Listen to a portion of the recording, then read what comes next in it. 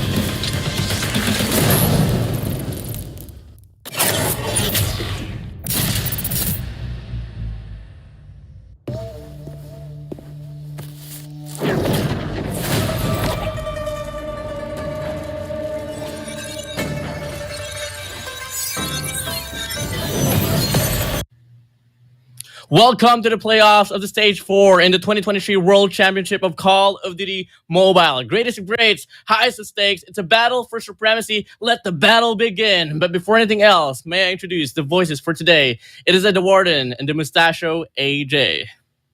Oh, what a day it's gonna be. We are finally at the playoffs, but it's not the only day, right? We've got 3 back-to-back days here. Today is the day that sets the brackets up. Today is the day that we see a couple of teams move down to the lower brackets, as well as who's going to be contending against the 2 powerhouses of the competition. Not Powerhouse themselves, but KAGE as well as West Point Mamba Low Kings. You know, just talking about the run here for each and respective teams coming in from their own respective brackets as well, it was very chaotic. Honestly, I wasn't expecting KAGE to come out of that whole stage with only 1 loss at all. I mean, I know for a fact they've been working on themselves for the longest time, but you know, back in the branding of Dunia Games, they were struggling big time coming in from multiple game modes. Now they have solidified themselves as one of the best search and destroy teams in the competition. So I can't wait to see what other teams can offer on the table. I actually had the exact opposite thought, right? I did not expect them to drop a single map. I expected a clean run just like West Point Mamba Low Kings, because KAGE, I'm not saying that they're definitely going to represent Garena, but I want Indonesia to represent Garena this time round at the world stage. I think they've been, you know, hustling for a long, long time. And this perfect combo, right? The evolution of the Indonesian region itself, picking up the creme de la creme of players, throwing them into a squad named KAGE in itself, showed that they were willing to do whatever it takes. They were willing to work with a couple of opponents, a couple of, you know, players that seemed like enemies on the opposite side to take it all the way for the pride of the nation. But of course, they slipped up. Powerhouse was capable of taking away 1 map, but overall, KAGE did show us exactly why a lot of people are betting on them, right? They did manage to beat down Powerhouse. The one series I'm definitely looking forward to, which has not been set up yet, is a matchup between the 2, KAGE as well as West Point Mamba Low Kings. That's probably going to be the series of the whole playoffs. You know, I did watch a interview between West Point Mamba Low Kings and some global talents out there, and you know, they were questioning the West Point Mamba Low Kings. What game mode is KAGE so dominant at? And I was so surprised to hear that it was Search and Destroy. But if I was going to be dwelling more on the history between Search and Destroy and KAGE, obviously we got to see a very notable run between them. And I do believe it was on the run up against SMO as well, which they were able to take down 7-3. And that was a very convincing stake. I mean, back then we were always leaning towards KAGE, or back then Dunia Games, as one of those teams that would expel on respawns. But you're on Search and Destroy and moving over to Control, they're on a very flawless state. You know, when teams get this close in terms of capability, I think the hypothesis of what is about to happen, the predictions need to get thrown out of the window, because they're all great when it comes to the mechanical skills. They're all good when it comes to the strategy as well. It all goes down to what happens in those few microseconds on the battlefield. All of those decisions made for that 1 split second. Who wins out the gunfight? Who's on, you know, who's on game day? You know, who is absolutely ready to take it, you know, all towards the opponents and take the match as well. It depends on who's hungry on that day in itself. I mean, for all you know, Broke Boys could just walk away with the victory over Powerhouse International for the first series if they are truly hungry and truly ready. I mean, we've seen them put up some great gunfights thus far. There is no putting it past them that they are capable of downing even a powerhouse like Powerhouse. But of course, before we move on a little bit further with that storyline, just a quick recap here. Group stage has ended already. It ended on the 24th of September, and now we are on the playoffs bout. It starts off today all the way until the 1st of October, and these are the 6 teams that we have fighting for the spots at the World Championship. As on your screen, the team remains West Point Mamba Lokings, the Broke Boys Clubs, Wolf, Kagendra, Smart Omega, and Powerhouse. A team that waves their hands goodbye. Xenon and Free Slot coming in from Western Community. ABC, Force City eSports, Scatty. Overall, 3 Evil Dragons as well. And till then, it's only going to be down to the 6 teams. And once more, before we had a shift between the group stage to the playoffs, we talked about how punishing the tournament format is. Because for most of the times, we're so used to seeing 8 teams advance to the next stage of the competition. This time, it's only 3. And I mean, at the end of the day, one of the biggest factors here that we can clearly see at the playoffs is the fact that we have got one team from Indonesia and the rest of them are all from SMP. And to break it down even further, you have got 4 out of the 6 teams from the Philippines in itself. So you know exactly where to look. You know exactly which nation is Call of Duty Mobile crazy. And not only do they love the game of Call of Duty Mobile, you've got so much of talent, you've got so much of dedication put towards the game as well. You gotta love it, man. The Filipinos just have got the grit as well as the grind. And they've managed to prove it throughout all of their matches to get here. The one team from SMP that has been able to hang along with them has been Powerhouse, and salute to them. And they've become more of a powerhouse ever since they absorbed 2 Filipino players into their squad as well. Yes, Kurt and FTX, such a great addition overall. And I was questioning on which game mode they'll falter on. And most of the times I would be leaning towards Search and Destroy. And it was absolutely the case for one take up against Kagendra. 2-7, they went down. Like, same goes for the side of Raid Control as well. But in regards to respawns, you can count on them absolutely well. I mean, look at the run that they've had. Absolutely flawless, really clean slate. And, they put up a really stunning result for me, winning against ABC 250-72 on Ashenda. Powerhouse takes on Broke Boys Club in the first matchup of the day. Later on, we've got Wolf taking on Smart Omega eSports. The winners of that matchup will move on into the game against West Point Mamba Lokings as well as Kagendra. Powerhouse or Broke Boys versus West Point. It's going to be Wolf or Smart Omega versus Kagendra. Today is the day we get to see everybody play some of their best matches. It's going to be pretty hyped up here. Honestly, I'm really longing towards Wolf and Smart Omega eSports here.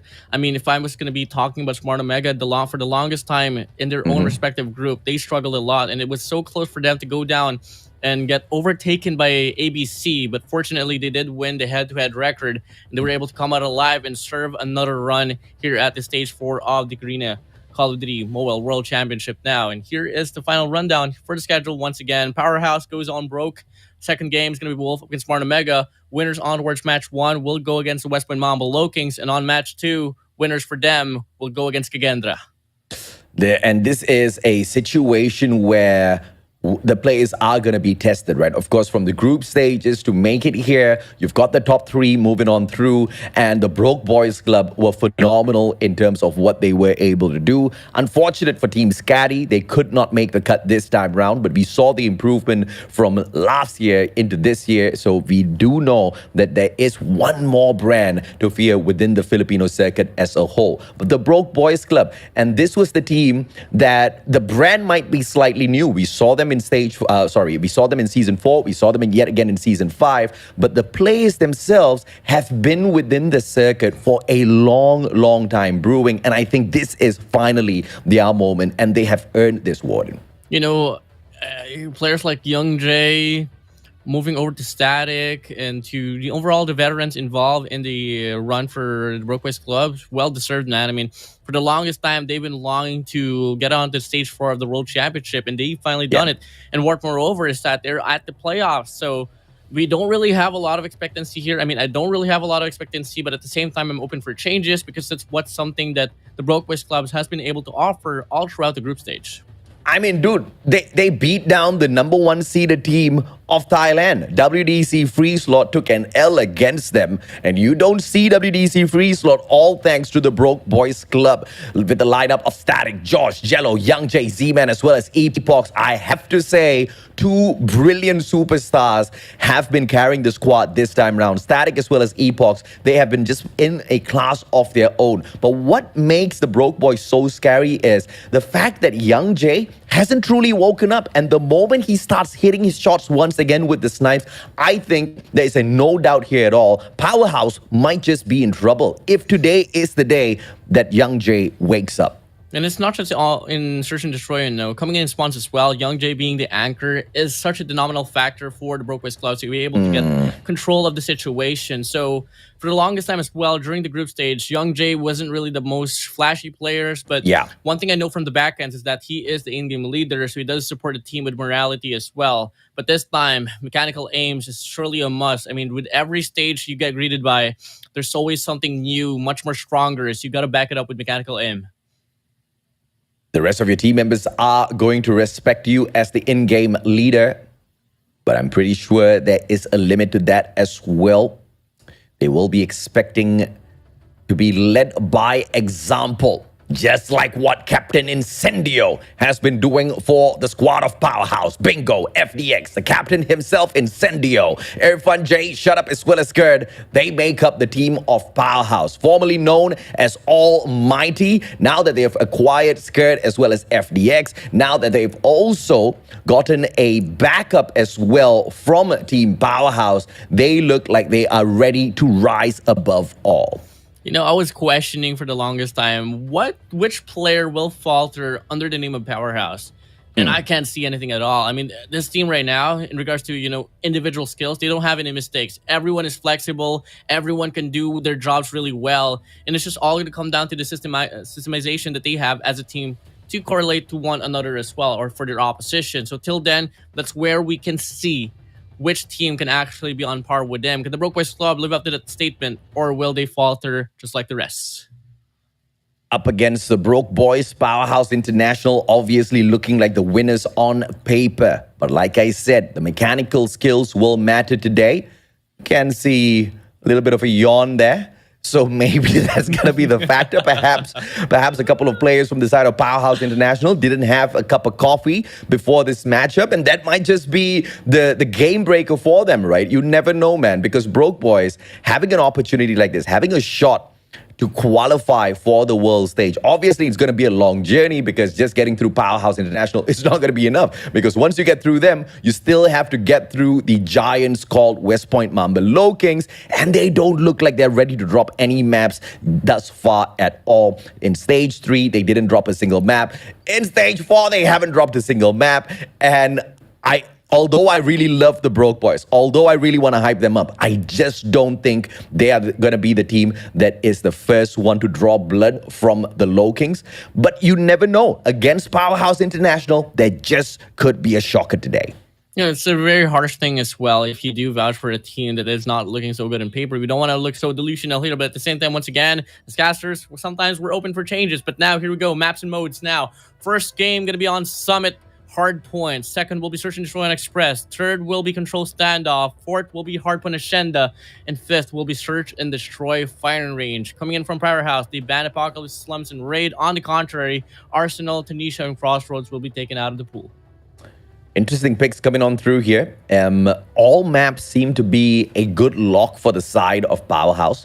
I wouldn't say that the maps that they did lose against Kagendra are their weak maps. It was definitely a weak showing at the Meltdown SND that we did spot out, but apparently that's just not going to be the map that we play here for the SND as well, right? So there's a high probability here that the Broke Boys do get tortured, because if you look at the stats on their side, you do see them having a few weak points across these maps, especially when you look at, what do you call this, that Hacienda as we start things off at Hardpoint. Remember that matchup against Wolf. They performed really, really well, but just couldn't find the finisher. I mean, I think valiant effort indeed, because there was just 6 points between themselves as well as Wolf, but they still eventually lost that match because Wolf was able to hold them out, stop the bleeding, and then absolutely crush them towards the final parts of that matchup, right? Broke Boys just can't allow the same thing to happen. We know they're good at Hacienda, but those moments of weakness shown against Wolf might just creep up on us again today.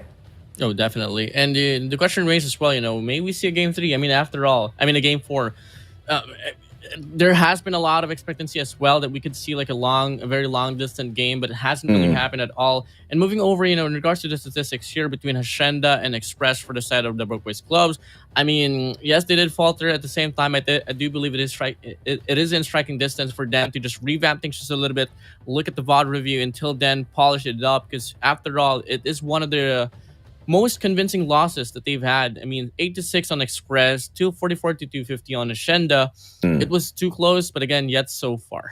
Absolutely, man. And once again, the mechanical skills displayed by Broke Boys at the group stages in itself gives me a lot of confidence that they do have the capability of drawing blood from Powerhouse. They do have the capability of pulling away maps, but it's going to come down to the decision making. Like you've pointed out already, Young Jay, in-game leader, he better be calling those right shots, because we know Incendio will be looking to be super aggressive today. The in-game leaders are such a big factors overall, and for the longest time, we've been seeing like captains, even like notably named as Jay-Z, Incendio, Young Jay, even Yopi for a moment as well. He was struggling big time in regards to mechanical aim, because come again, when you're an in-game leader, you gotta invest half of your mind in making the proper reads and half of your mind mechanical aim. So you can't really be that brawler for the squad. And dude, it's just tremendous pressure. You have to perform. And I mean, obviously everybody has to perform, but when you're the in-game leader, you're out there, you're part of a big brand, you've got the expectations of the fans, you've got the expectations of your brand, you've got the expectations of the rest of the team members. There's a lot of pressure, right? So to be able to pull all of that off, of course, is very impressive, but not many are able to hang with such pressure. Speaking of pressure, it's gonna be a hot one, started off by Broke Boys here as they open up P1 at Summit. Yeah, good 2F control here for the side of Powerhouse. Broke Boys Club, though, they do get the control inside a hill. Z-Man looking to close down the distance here from 2F, but shut up on Jail will shut him down. And now looking like it's going to be Powerhouse here, longing to get the break. They absolutely do, but a 3-man push here from Dark will come along, and the Broke Boys Club, they charge right in. Overextension from Powerhouse, but they all get slain out. And this is what I'm talking about. Mechanical skills, Broke Boys have no issues at all. It is going to come down to the strategy play here. So Powerhouse, they've already been flushed out not once, not twice, but 3 times now. 2 players inside of the hill. It's going to be player number 3, Incendio, alongside FDX as well. FDX down at the bottom. Incendio will join him as well, as finally they do find a hill break here. Broke Boys do have an opportunity to put things on pause or set up P2 for themselves, and it looks like it's going to be the latter. This is such a true testament to what you said here, that both teams are equally skilled in mechanical gunfights, and it goes to show right now. I mean, looking at the scoreboard, it's all about just the ground's all equalized. What matters most is all the frags happening inside the hill, and now so far we do see the initial break. It's going to be the Powerhouse here holding things down, but a 2-man push here from the front lines will happen along. The Broke Boys Club, they have the opportunity to get the break inside the hill. It's a brilliant break coming through from the Broke Boys. They do take away those points as well, but the slay's going to the way of Powerhouse this time around. And this is very indicative of exactly how Powerhouse always starts off on the back foot, a little cheeky, a couple of smiles, and then they just ramp it up, right? And as I say that, they will go ahead to tie up the points at 35 and take the lead. They don't have the favorable spawns, but they've got the favorable kills. Yeah, the flow for the set of Powerhouse is just so well. Having one player here down below Dark, one player instead of Hill, get the trades back and forth they go, and so far they've been able to do that so convincingly to the point that they stay on the lead. Scrap time handed to them. The Broke Boys Club has 4 players on the rotation for the next Hardpoint. This is beautiful play coming through from the side of Powerhouse as well as Broke Boys, but better played by Broke Boys, because initially Skird wanted to anchor down this P3, but that solo rotation by Skird was caught out by 3 players on the side of Broke Boys who were going in for that anchor. They do get that, and the money hill opened up by the Filipinos. Broke Boys Club now looking for the equalizer. Z-Man with a Sparrow as well. And with the operator in hand, they should be able to take quite a bit of money here at the cable car platform. Two operators as well available to be invested for the side of Powerhouse, but they decide to wrap around onwards mid snow, and it's going to be two as well here. Long to wrap around from the cable. Frontman push doesn't matter. Josh with the War Machine gets a double. Jello on the front lines gets one as well, and the Brokeway Slob, they stay on the driver's seat convincingly well. Z-Man takes a double to the face, and they take the remaining scrap time here. Powerhouse looking like they want to play for one more life. Dude, this looks like every single point thus far has gone to just one side, and that is the Broke Boys Club. And they will be able to overextend, flush out Powerhouse, but they give away the back spawns, and this is going to be so punishing because the Broke Boys Club now, 2 players spawning behind them, which means 2 defenders less on the side of P4, 3 players on the attack, and it looks like the Broke Boys Club should be able to open this up as well, but the defenders on side shut up, as well as Irfan J cleaning house. FDX helps them out as well as he makes that long rotation. Powerhouse on the back foot, but they do manage to win out their gunfights and pull the momentum back to their side. They have to win out every single point here, just like what the Broke Boys did at P3. Zima with KRM looking to get an angle. Haskard in front. Claw doesn't matter. But Incendio with the War Machine inside a Hardpoint will shut him down. Josh fighting for the power position, but he gets taken down as well. And so far, Powerhouse, point stagnant here. No contestment whatsoever, not until now. But wherever they go, wherever they look, they are able to manage to take down Broke Boys Club, and they are going to be able to retain most of the points. Break must come true. Pinch is available for the side of the Broke Boys Club, but Powerhouse, they hold on for dear life. Very impressive play from both sides. I mean, look at Broke Boys now. Final 10 seconds will be absorbed by them. Fantastic break to just keep the momentum on their side. Static up top as well. Burning players down with the Purifier. Jello stepping on in with his own operator. The Claw will be making its good work around. Powerhouse nowhere spotted though. One gets caught out. Second one will not get caught as Irfan J shuts Jello down up on the top floor. But Broke Boys already making good work here at that P1 hill. They're winning out their gunfights and they soak up the points. I've been seeing a trade here so far here for each hardpoint. Hardpoint number 1 to hardpoint number 3 will go to the way of the Broke Boys Club. Hardpoint 2 and hardpoint 4 will go to the ways of Powerhouse. Mate remain the same, looking like hardpoint number 1 will stay on its narrative. It's the Broke Boys Club getting a lot of kills here, zoning things down, coming in from the top side, all the way down to the green side as well. And they are just able to get the map control ongoing to get the first 30 points inside the hill. Oh, this is just a opportunity now for the Broke Boys to just put up a unsurmountable pressure on Powerhouse. Perhaps just make their spirits a tad bit at this P1. Stringing it into P2 is going to be the challenge, but perhaps if they play the strategy of Powerhouse against them, take the spawn from the right-hand side, maybe that's going to break the momentum of the Singaporean squad. But it's crazy to see that Broke Boys Club is on that lead, and it's not the first time as well. Coming in at the first set, half a way through the first deck, we got to see them on the lead. Powerhouse on the passenger seat, not something you get to see every day, but it's truly happening now. And now big change-offs here onwards to mid-snow. It's going to be player 5 here, Irfan J, long to get the map control here from the backside. One player spawns in front of him. He goes for the shot to come through, misses the shot. Spawn still retained by the side of the Broke Boys Club. And this is how you know the Broke Boys are really keeping an eye on those rotations, because as I mentioned it, they are trying to force the spawn off the right-hand side of the map, trying to play that out as well. But Irfan J sees it coming, slays them out. Powerhouse still on this P2. And you are right, WardeN. The narrative will stay true. Perhaps P1 and P3 belongs to the Broke Boys. Oh my day, Static wants to change the narrative up. He does get one. Double trail comes through. FDX shuts him down. And now Powerhouse, they want to remain in the same line. They want to take this one through and take the lead overall. And now they also have the rotation for hardpoint number 3. And this might just be the time where they can change the narrative down and prove us wrong. Shut up. Trying to anchor it down with Scud this time around. But you can see player number 3 in yellow. Static. Wow. Fennec in hand. Z-Man as well. They move around. And it will be the Pretty that takes down just a single player. Young J. But not a lot of effect now from the back lines. There was still, I believe, Jello alive and kicking. Sorry, Josh alive and kicking. But he got taken out. But a straightforward fight. Straight into the hill. The players on the side of Broke Boys. I cannot believe that they're still pulling away points off of this P3. Get the spawns, get the anchor, it doesn't matter for us. We got the parameter players to back us up. They got the players inside the hill. Jello with the claw from the front lines, zoning things down. 2 players here, opportunity granted. Can he connect with FTX with the equalizer? Gets the break for a double, but Static gets the trade. Skirt with the claw, gets one down, but Josh wants to put himself in the equation. And the Broke Boys Club, they hold their ground. A beautiful play out of the Broke Boys. And you see, even though they won out that hill, they didn't really take their chances. They overextended, took away the spawn, and maintained pressure at this P3. But final 10 seconds, that's exactly when you see Young J let go of that anchor spot because they want to spawn on the opposite side of the map. They allow themselves to get taken down so that they have an advantage on the respawn towards the opposite. And now they have the advantage for P4. Broke Boys still in front, and strategically, they are the better squad thus far.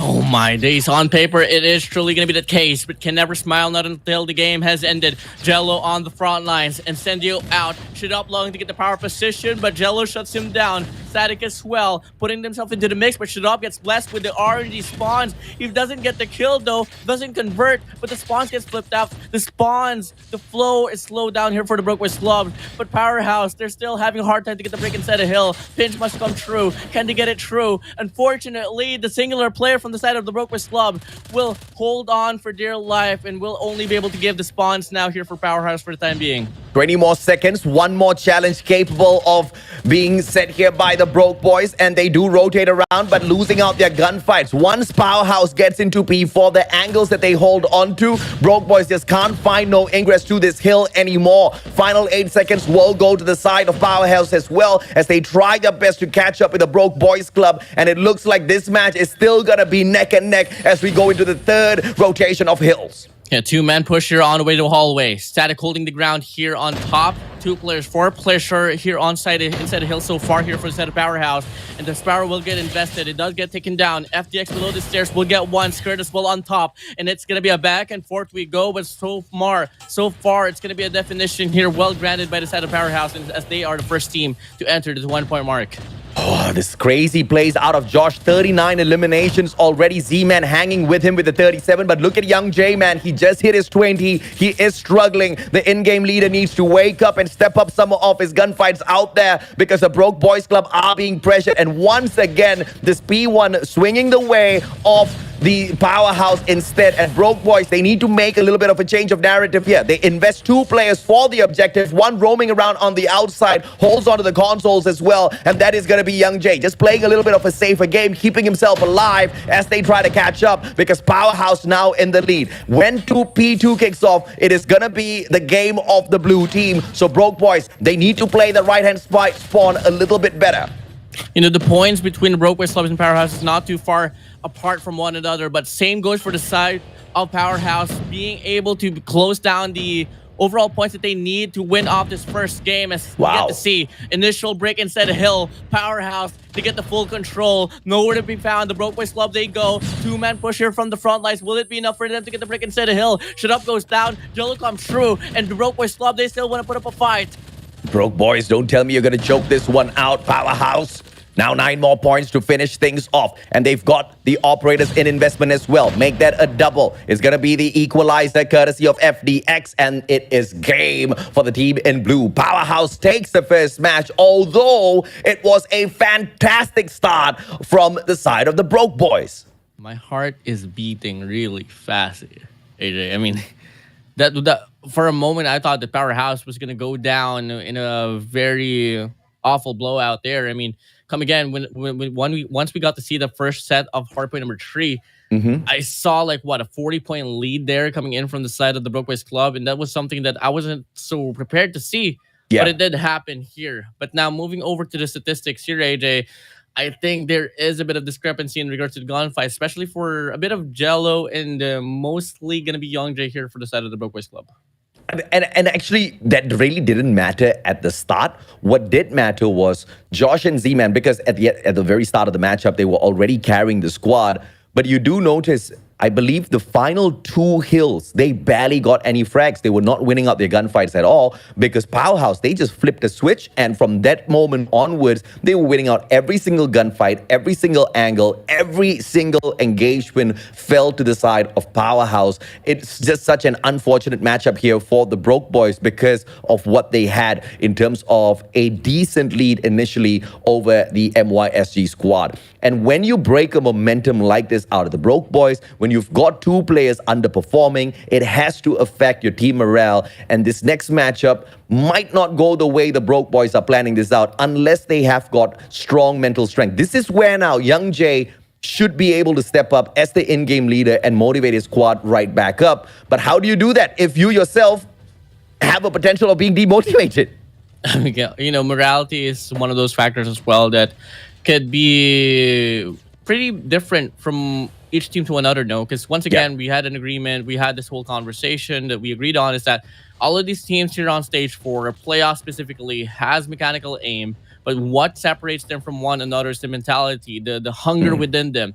At some point where if I was a coach, I'd honestly tell them that, hey, if you don't win, you can't eat tomorrow. You got to win. Okay, yes, you are very harsh. That might move some people. That might move a fat boy like me. But I don't know if Broke Boys would fall for that one. It was a fantastic start from them. Gunfights going their way. They had the better rotations as opposed to Powerhouse, especially for the initial P3 rotation. They held it like champs. The second time we went into P3, it was Powerhouse there with the early rotation, but it was so beautiful to see how Broke Boys just believed in themselves, and the strategy was just so sound, right? They've got the anchor, no problem. They try to wrap around first to take the anchor spawns away. They failed, and instantaneously you saw the switch in strategy. Jump into the hill, stop the bleeding, and then continue to overextend as all of the players hopped onto the hill to back them up, and they got the spawn through that way. And from that moment onwards, P3 once again belonged to the Broke Boys Club. But it was those final 3 hills that made the world of difference here for the side of Powerhouse, as well as, unfortunately, the Broke Boys. Because gunfights department, although it was pretty hot at the start, Broke Boys were not showing up. I wouldn't be dwelling on it too much. It wasn't like a very close game, especially on the final scoreline, but it was like, 200 to 250? It was just too close. Yeah. Yet so far right there. But hey, a search and destroy could be a bit of a slower pace, but looking like the Broke Boys Club want to go head-to-head, and so far 3 kills under the hands of Powerhouse, and it's only going to be until now that Gel will be able to pop off. Finds a double for him, but instead he gets a trade, and it's going to be a very quick round here for the side of Powerhouse.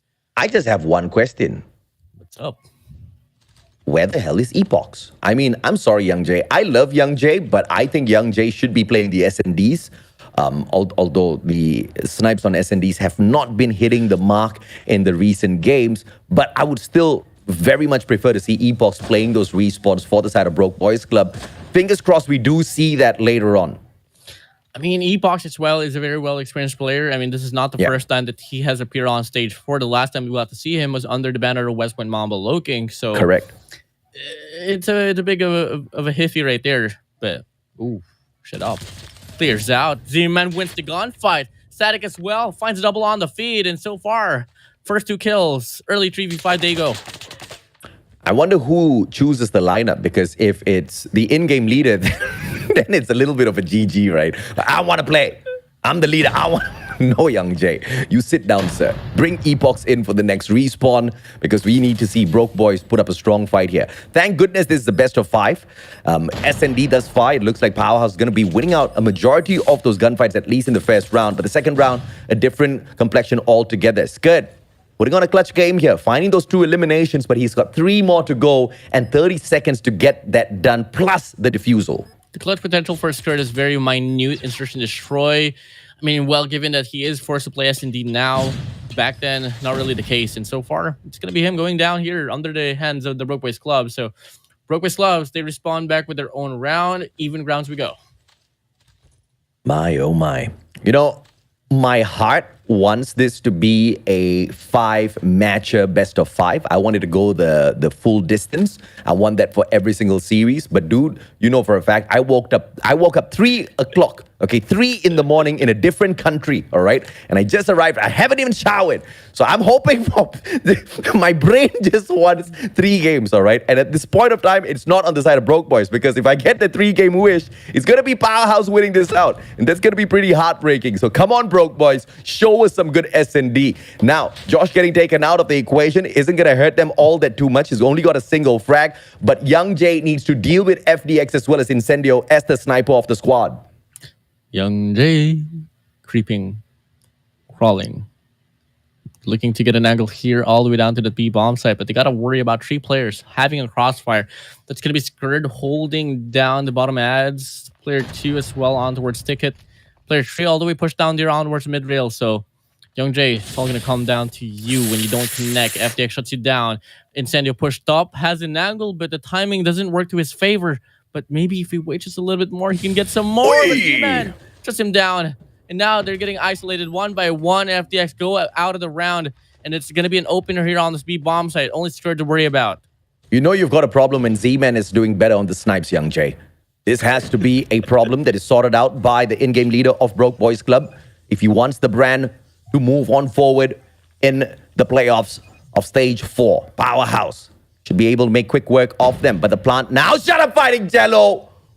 That's going to be deadly. The bomb is barely going to be planted. And this is just an opportunity. And Z-Man once again overextends on the back foot. But he will get the advantage. Equalize. Shut up, just waiting for the train. And it seems like that was the perfect timing as Z-Man gets caught off guard. The train. What's happening here? Goodness. Has anyone died to the train? Not yet. Right? No, not thus far. Well, so far. But Fingers crossed it happens here. 2v1. Static takes on one. Gets a Wow! double. Static puts him down to the ground. Hey, man. Shockingly, gets the clutch. Broke Boys Club on the lead. I mean, Z-Man was unfortunate. If it wasn't for the train, maybe the timing would have worked out for him, right? And of course, the round could have come to an end a little bit earlier. But either way, Broke Boys with the lead. Jello now with the bomb, and it's going to be an A stack instantaneously. All 5 players on the push. Bomb's going to be hanging back, and the area is going to be cleared out first by Z-Man and the Fennec. But there's not enough range here. So the Young J and Josh will need to step up. Yo, 2 opportunities up front. 1 on top. Gonna go for the spam. That is not gonna be him getting the kill. Irfan J gets the kill. Static, as well as one of his teammates, will be here from the back line. Jello goes down. Static couldn't get the trade. Irfan J puts himself into the scene. He gets the kill now. It's gonna be 2-4. But Young J gets his first kill. Takes down Captain Incendio. And it's gonna be once more a 2v4. Numbers just not on the side of Broke Boys. Young J, if there's a moment to clutch, this is it. Josh and the Fennec should be able to make some good work here. Picks up the Locust as well. But FDX from the opposite side will make quick work of him. Now the captain on rotation. WardeN, tell me what you think. Clutchable? Oh, Captain, my Captain. Our fearful trip is done. The ship has weathered every rock. The price is out as one. Can you do it, Captain? Young J, I don't know. I mean, look at the 3-man positioning there on top. Come on, bro. I mean, I'm all in it for the respect that they're playing this one safely, but Yeah, Young no. Young J. You can't do that, Young J. You cannot. I mean, dude, the old Young J, the previous Young J, that would have been... He would have smoked Skirt instantaneously. He would have smoked all of those players. I mean, there's something wrong with Young J. Perhaps he changed his phone recently. I did see a broadcast of him starting to question if he should get a new device, so might be the case. Yeah, he needs to get a new device. Nasty. 1v3. Z-Man left alone, but it's not going to last any longer no more. In the Powerhouse, they overtake the Broke Boys Club 2 consecutive rounds. In a situation like this, the Broke Boys don't have a choice. They just can't take quick rounds against a strong defensive team like Powerhouse. Their final opportunity here with the bomb, they have to slow the pace down. They have to play for numbers. Josh and Young J. Young J drops the snipe. He's like, I'm not doing this anymore. Pick up the HVK. Might just be able to get more opportunities. FTX holds this angle down onto the tunnels. Gets the kill. Young J goes out. Not checking his corner. FTX goes for the child from the back lines. Doesn't really come true. Static takes him out of the equation. And this is an opener here on this B bomb site once more. But look at the 2 players wrapping around here for a set of Powerhouse. This could be huge for them. Yeah, it's definitely going to be huge, man. And initial engagement goes to the way of Shut Up Static. Taken out. 2 players left here. Jello with the bomb. And they make a long rotation towards A. Great decision-making from the side of Broke Boys. And Z-Man is still alive. So this is still a winnable round for Broke Boys.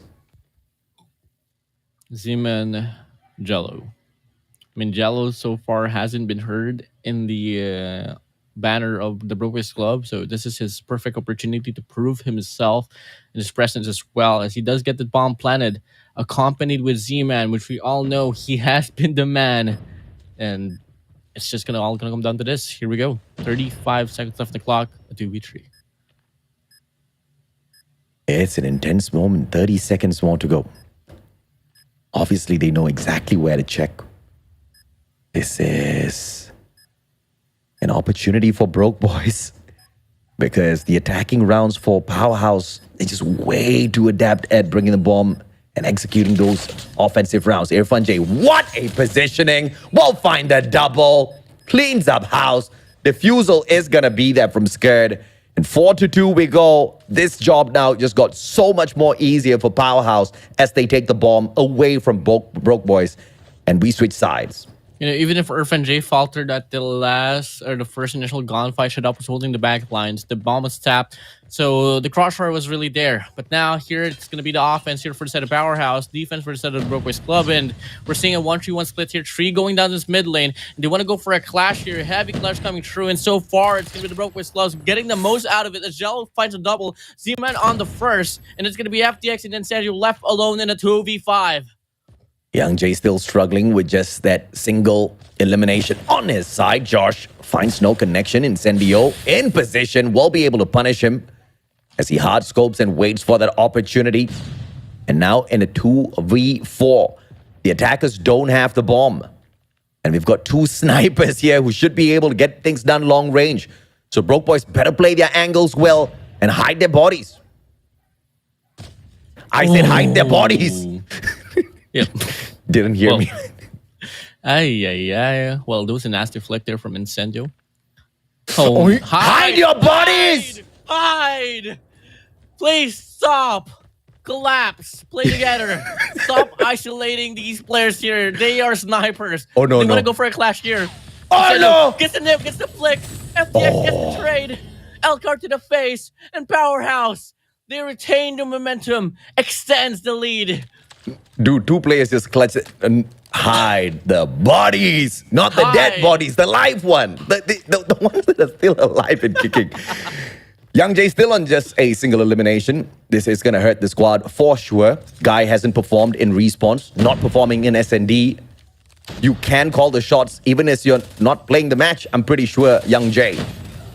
But as I tease him, I'm just hoping and praying that he gets annoyed enough to step up his gameplay and show us what the real Young J can do, WardeN. Back in PDR Young J, back in RTL Young J, back in Tyrant Young J. Oh, Come yeah. on, man. Dude, those Guy were was balling. legendary days, man. Miss it. Still alive. You were once that guy. You can beat that guy again. Young J gets the kill. Yeah. That's what we like. Get one more, boy. Get one more. Granted, it was an easy one. He saw the barrel first, so Yeah. Okay. FDX takes him out. Unfortunate. Z-Man and Jello up against FDX. Clutch time for Powerhouse for match point. Can FDX deliver? Thus far, has pulled away 9 eliminations, the most throughout this whole matchup. Z-Man, still alive and kicking, wants to match up against him with the 9 eliminations. Great positioning from the players. FDX on top of the train. Will know how to peek right. Oh, but the angle played well by Jello. Boom. Well, Broke was slow. They retain back one round, and the match gets prolonged, and the journey lives on. 5-3 now. 2 more to even it up for the Brokers Club, and something about the offense here for the set of Powerhouse. They like to go for those isolations and take this one slowly. They don't pick up the bomb. I think they want to go for the pickoffs once more. Yeah, Powerhouse is just playing cheeky right now. They're not really super serious. Incendio will double back for the bomb. Captain's like, the hell, guys? We're supposed to play attack. And he's going to be holding the back lines here at the south platform. And no overextension from the defenders. This is a beautiful one, but FDX will be able to spot Young J from afar. Punisher is there. And Captain once again in pain. With the bleeding drops of dead, where on the deck my captain lies, fallen cold and dead. I miss high school. I definitely don't miss high school. Well, for I hated high school. Well, I don't know, man. Sometimes I don't know myself anymore. But one thing I know that it's gonna be a 4v5, make it a 3v5 powerhouse. They want to get the match point advantage already. I mean, Static, Jello, Z-Man does have the potential to clutch things up. I mean, after all, they play cohesively as a unit, maybe till then. But don't dry peek snipers. Stop crawling around. Go for those light shots. Yep, don't challenge. Just calm down. Look for a better opportunity later on. And I think that's exactly what they're doing. They spotted out Incendio. They don't want to deal with the sniper. Long rotation around will put them in the crosshairs of Irfan J's Fennec in a 1v3. As long as they triple stack each other, no, they don't. They just trickle in one by one. Jello gets eaten up like Jello indeed. Z-Man now out in the open. Goes, misslides. But Static can't find the trade, but Incendio's right behind to back up his player. That's how a captain does it. 6-3 match point now for Powerhouse in this S&D. You know, I got a message to FTX. Kung maperde ka mo, mapakalbo ako. That's something that the Ilonggos would know. You could ask Cram for that, for the translation, AJ. How about you tell me right now so I can talk to you? Nah. Well, it's not gonna happen. What kind of angle was that, Incendio? What was that angle? Yeah, just straight to the needle. Easy shot. No, that's gonna be enough for them to lower things down. Now it's gonna be a 3v5 situation. Now they are deciding back, but Shadop is on the trail already. Static holds down the angle. Shadop falls back. Respect comes through, and they want to play safely, slowly but surely, and it could absolutely cut the chase. Yeah, FDX is just trolling them at this point, not even going for the plan. Finally, will execute it. So pressure time, 45 seconds. Broke boys with the 3 players. But Irfan J overextending. Will find one before he gets traded out. And once again, it is Z-Man. Shut Up knows exactly where to look. And the slide is perfect from Z-Man once again. Can we make this guy captain? Z-Man, can he make it true? Static puts himself into the equation as well. Now it's going to be a 2v2. Time is dwindled down, though. They're going to move in quick. 20 seconds left on the clock. Yep. Z-Man, Static, can they push through and survive another round for the squad of the Broke Boys Club? Or are they going to falter? Incendio on top, shuts one down. Z-Man left alone, and he can't cut the chase. And the Powerhouse, they overpower the Broke Boys Club in search and destroy as well. I mean, twice now, the angles held by Incendio and that Locust just so deadly, catching the players off guard. How unfortunate for the Broke Boys Club. They were no match at all for Powerhouse. I mean, I just want to see Epox in this next matchup. Young Jay, you know I love you, man. You've heard me talk about you for years now. But let us see what Epox can do. We need a game number 5, although I'm tired as heck. But we need a game number 5 for sure. I want to see a reverse sweep here if possible, just to make the playoffs a tad bit exciting. You know, Young Jay, if you do doubt our love, you got to know that we know every team that you played for. Yeah, man. Yeah. And he used to be a legend. Legend. Dude, Young Jay used to be the kind of sniper where even Whoopi would be like, okay, I need to engage a little carefully with this guy. He's a tad bit insane. And Young Jay's not been showing up, unfortunately. And, you know, in a local tournament here, there was a LAN tournament. Young Jay was acquired with Smart Omega. And there was a debate whether if ever he is allowed to be brought to stage 5 of the last year's of the World Championship. But unfortunately, the roster was locked. That is exactly how good Young Jay was. Yeah. Now, you know, moving over to the series here, AJ, if it's not going to be Epox here, it's surely going to be Young Jay once more. The question remains, when is he going to go back to the Young Jay we know? No, I mean, I think Young Jay can answer that question later on. I just want to see Epox for this next matchup. And regardless of anything else, unless Epox is out, he's busy, he can't play at all, there's no reason whatsoever for you to not take yourself out and put Epox in your place. Because why not? Why not? I mean, the last time Epox played, I believe he got the MVP. Yeah, he did. And Epox, Case in point. I've went against him in the rank game. The guy with a sniper can absolutely shred as well and search and destroy. On the heady, doesn't matter for him. He can get the connection, and that is something that could have made a difference here, especially on a map like Express Search and Destroy. I mean, it's so unfortunate to see Broke Boys with this sort of a performance with 2 players really not showing exactly that performance, right? And Incendio on the flip side of things, alongside Irfan J, they were just having fun. Incendio was just trying out all of these cheeky little angles. Look at this spot, right? He was it's just a tiny little spot in the corner of the train from up top. And earlier on, it was from the bottom, and he finally finds the 50 G's finisher as well. Incendio was just popping off, man. I mean, the guy, once again, was truly having fun out there. And that's what Powerhouse were able to do, because there was just no challenge, unfortunately, from the Broke Boys Club. And remember what I said, mechanically, they should be able to match up to Powerhouse, but they're just not showing up with the strategy. Yeah, systemization is such a huge factor nowadays. And, you know, if you want to talk about, like, overall, what's the system for the teams? I mean, coming in from the previous World Championship, Tribe did win the game, and a lot of teams tried to acquire the system, and it did work out. And moving over, you know, we had an adaptation to the settings as well from the Chinese players, where most of the players that we have here on the SMP region switched to 5 fingers and all. So that's really one big changes that we all have been trying to apply. But one team that has been neglecting all those systems has been the West Point Mamba Lokings, which we can absolutely see later on at state game number 3. But now, AJ, I want to move this one along here to control standoff. Unfortunately, I'm not smiling right anymore for the Broke Boys clubs. I was really expecting them to falter on control, win Search and Destroy, force a game number 4. Until then, go head-to-head up against Powerhouse on Search and Destroy firing range. I really wanted to see Epochs for the SND, but I'll take it, man. Control, if I get Epochs, fine. But at this point of time, if I'm in Epochs' shoes, I might be a tad bit nervous as well. Dude, Mustachio's hyped me up too much. What if I don't perform? So I'll get it if I don't see a switch. But isn't there actually like a rule where you can't really change your players in a mid series as well? So I think it might, if ever it is applied for the stage of the competition, I think it might have to be moved all the way down to the lower bracket finals later on, if given the chance. Obviously, most likely they will go down under the hands of Powerhouse for this series. One more opportunity.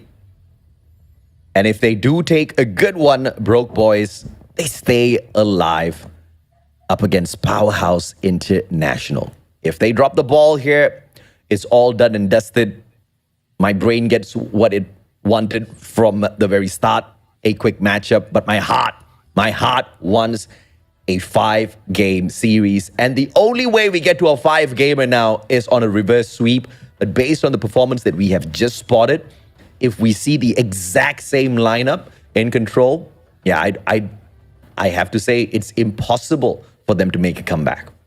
In regards to control standoff here, we've only really seen one from the Broke Boys clubs, which is pretty relevant to mention. They did win a 3-0 run up against the 3 Evil Dragons, which obviously is not really the most valuable win in the statistics for their standoff control.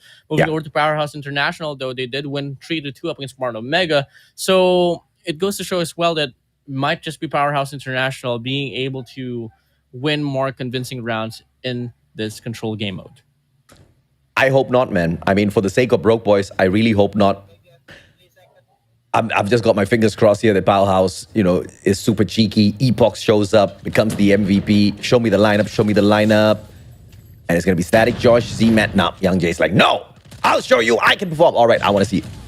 I want to see it as well. Now, first initial starter here, it's going to be the Broke Boys clubs losing more of the gunfights, especially on this mid-control. Skrd looking to get a caught off here onwards. Tank. Back to the statues we go. Josh with a sniper, long to get the break, but Skrd is so disciplined here, playing around the perimeter. He gets wrapped around from Z-Man, but it doesn't matter no more, and Skrd still holding this mid-street down. Yep, 5 lives in terms of deficit. The Broke Boys still maintain the exact same statistic. Static trying to break away from the angles. Young Jay still struggling with the 0 eliminations. You said he was thinking about getting a new device, man. Can someone sponsor him a new device, please? At this point of time, Broke Boys are going to be in a lot of trouble if something's not done here. Shut Up will continue to rage on as he picks up more for himself. Josh and the Locust, probably not the best gun in a matchup like this against Powerhouse.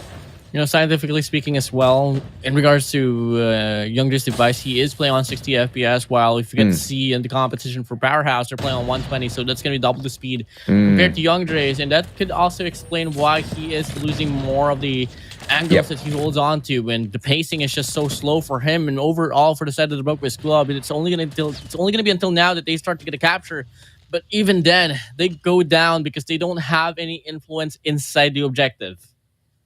Let's see if the Broke Boys can make a comeback here as they play defense. We know historically, data-wise, defense have definitely given many more rounds to all of the teams out there.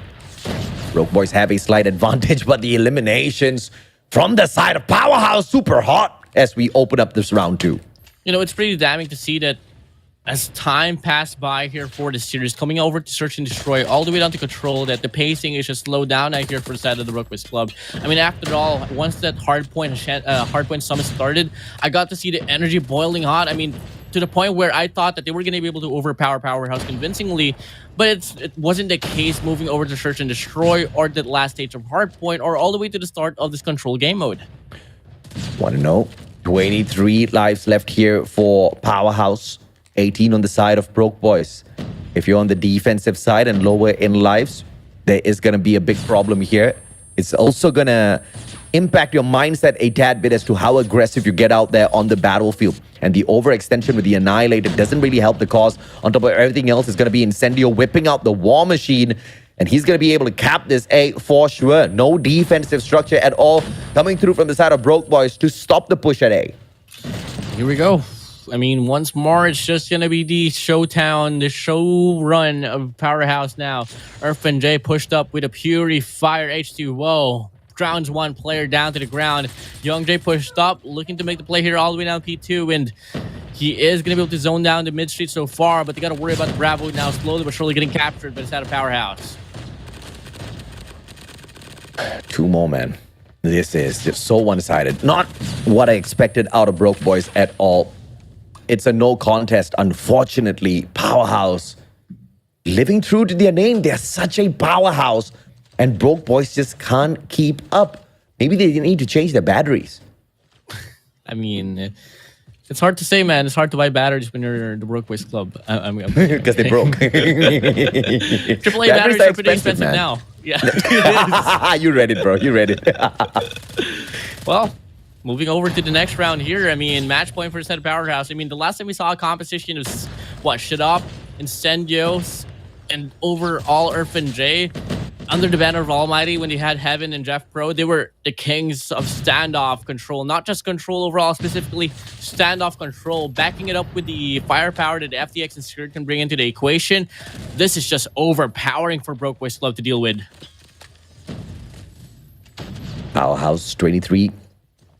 This time it's a little bit more of an aggressive attack coming through from the Broke Boys. Shut Up will take just a single elimination out of Freddy and will rotate around.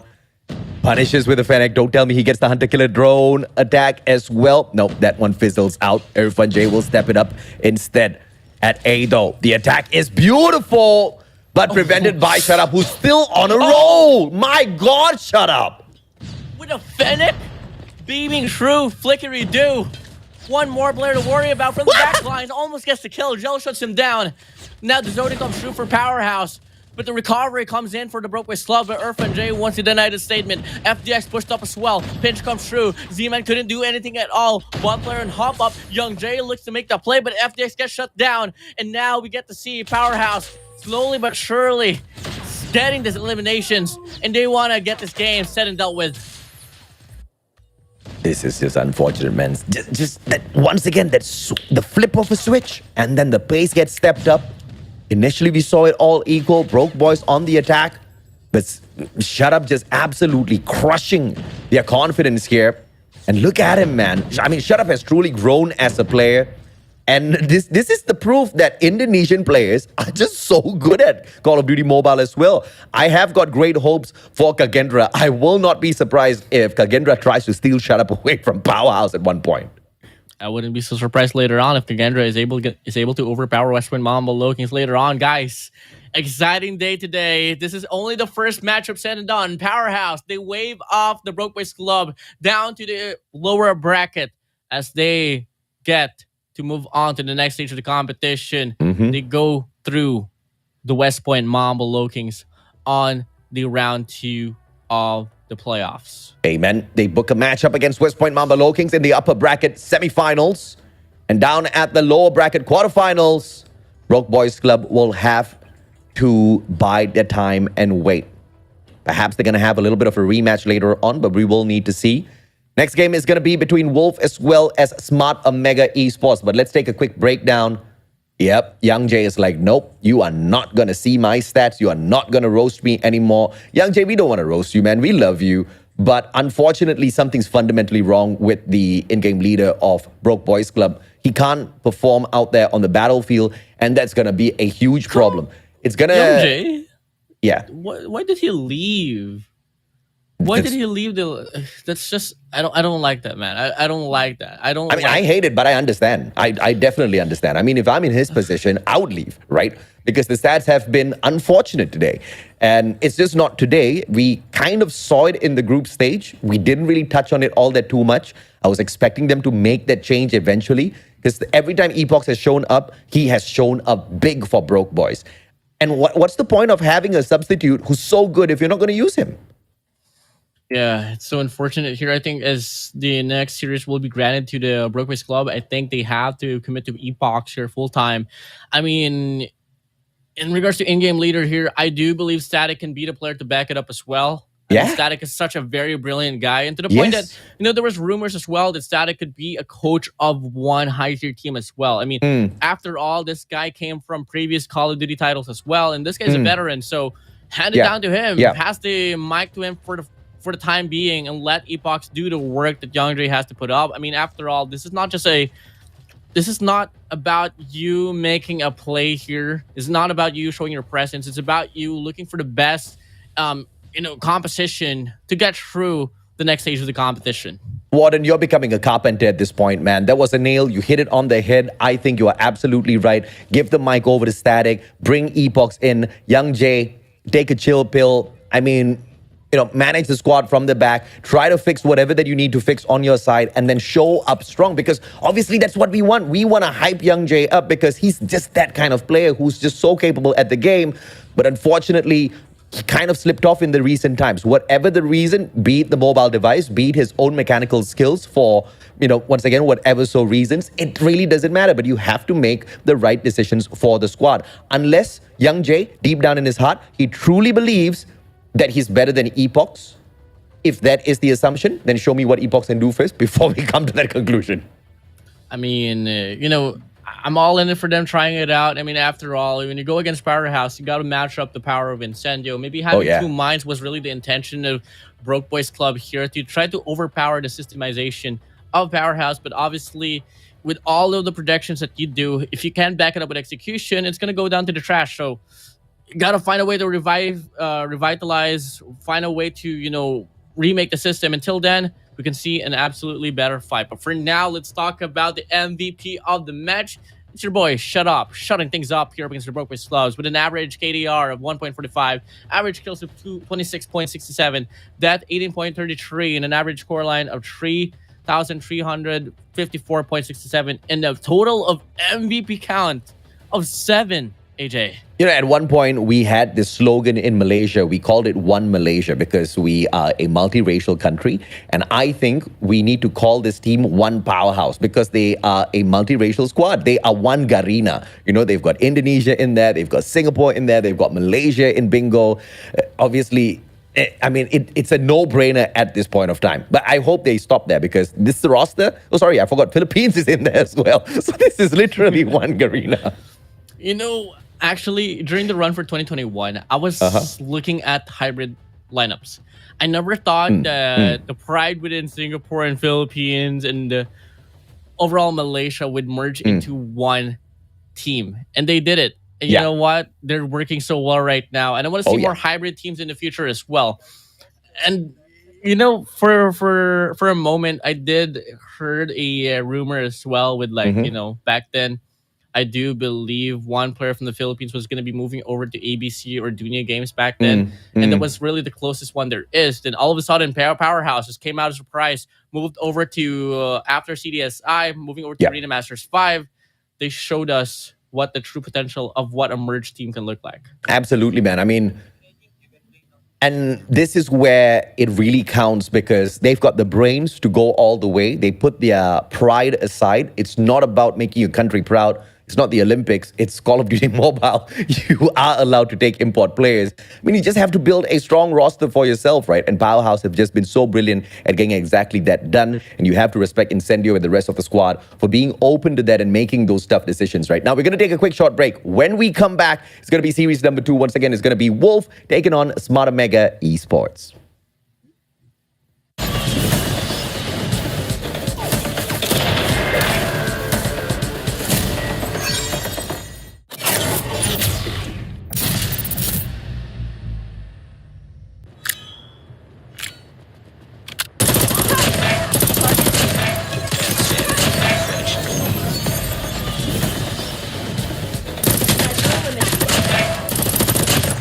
Changing mag. Cover me.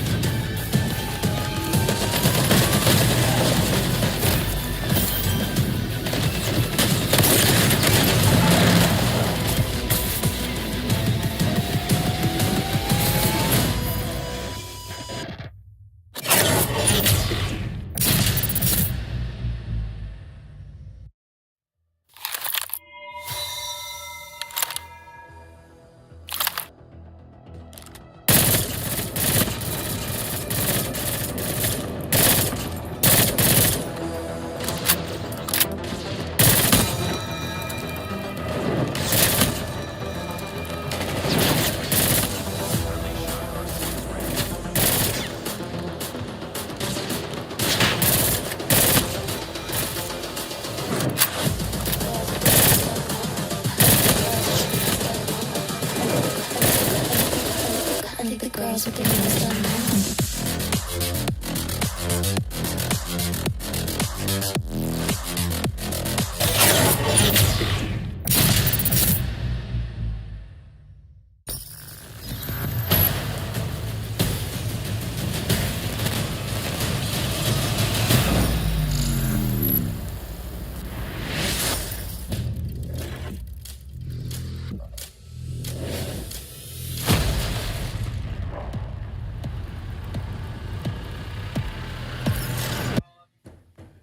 One down, 3 to go. We now have got Wolf taking on a team that has been a little bit up and down. We're talking about Smarter Mega eSports. In this next matchup, we don't know exactly which version of Smarter Mega we're going to get, the up version or the down version. Either way, we are going to find out. It's going to be a best of 5. My name's AJ. I'm the Mustachio down here with the WardeN. We are your casters for the day.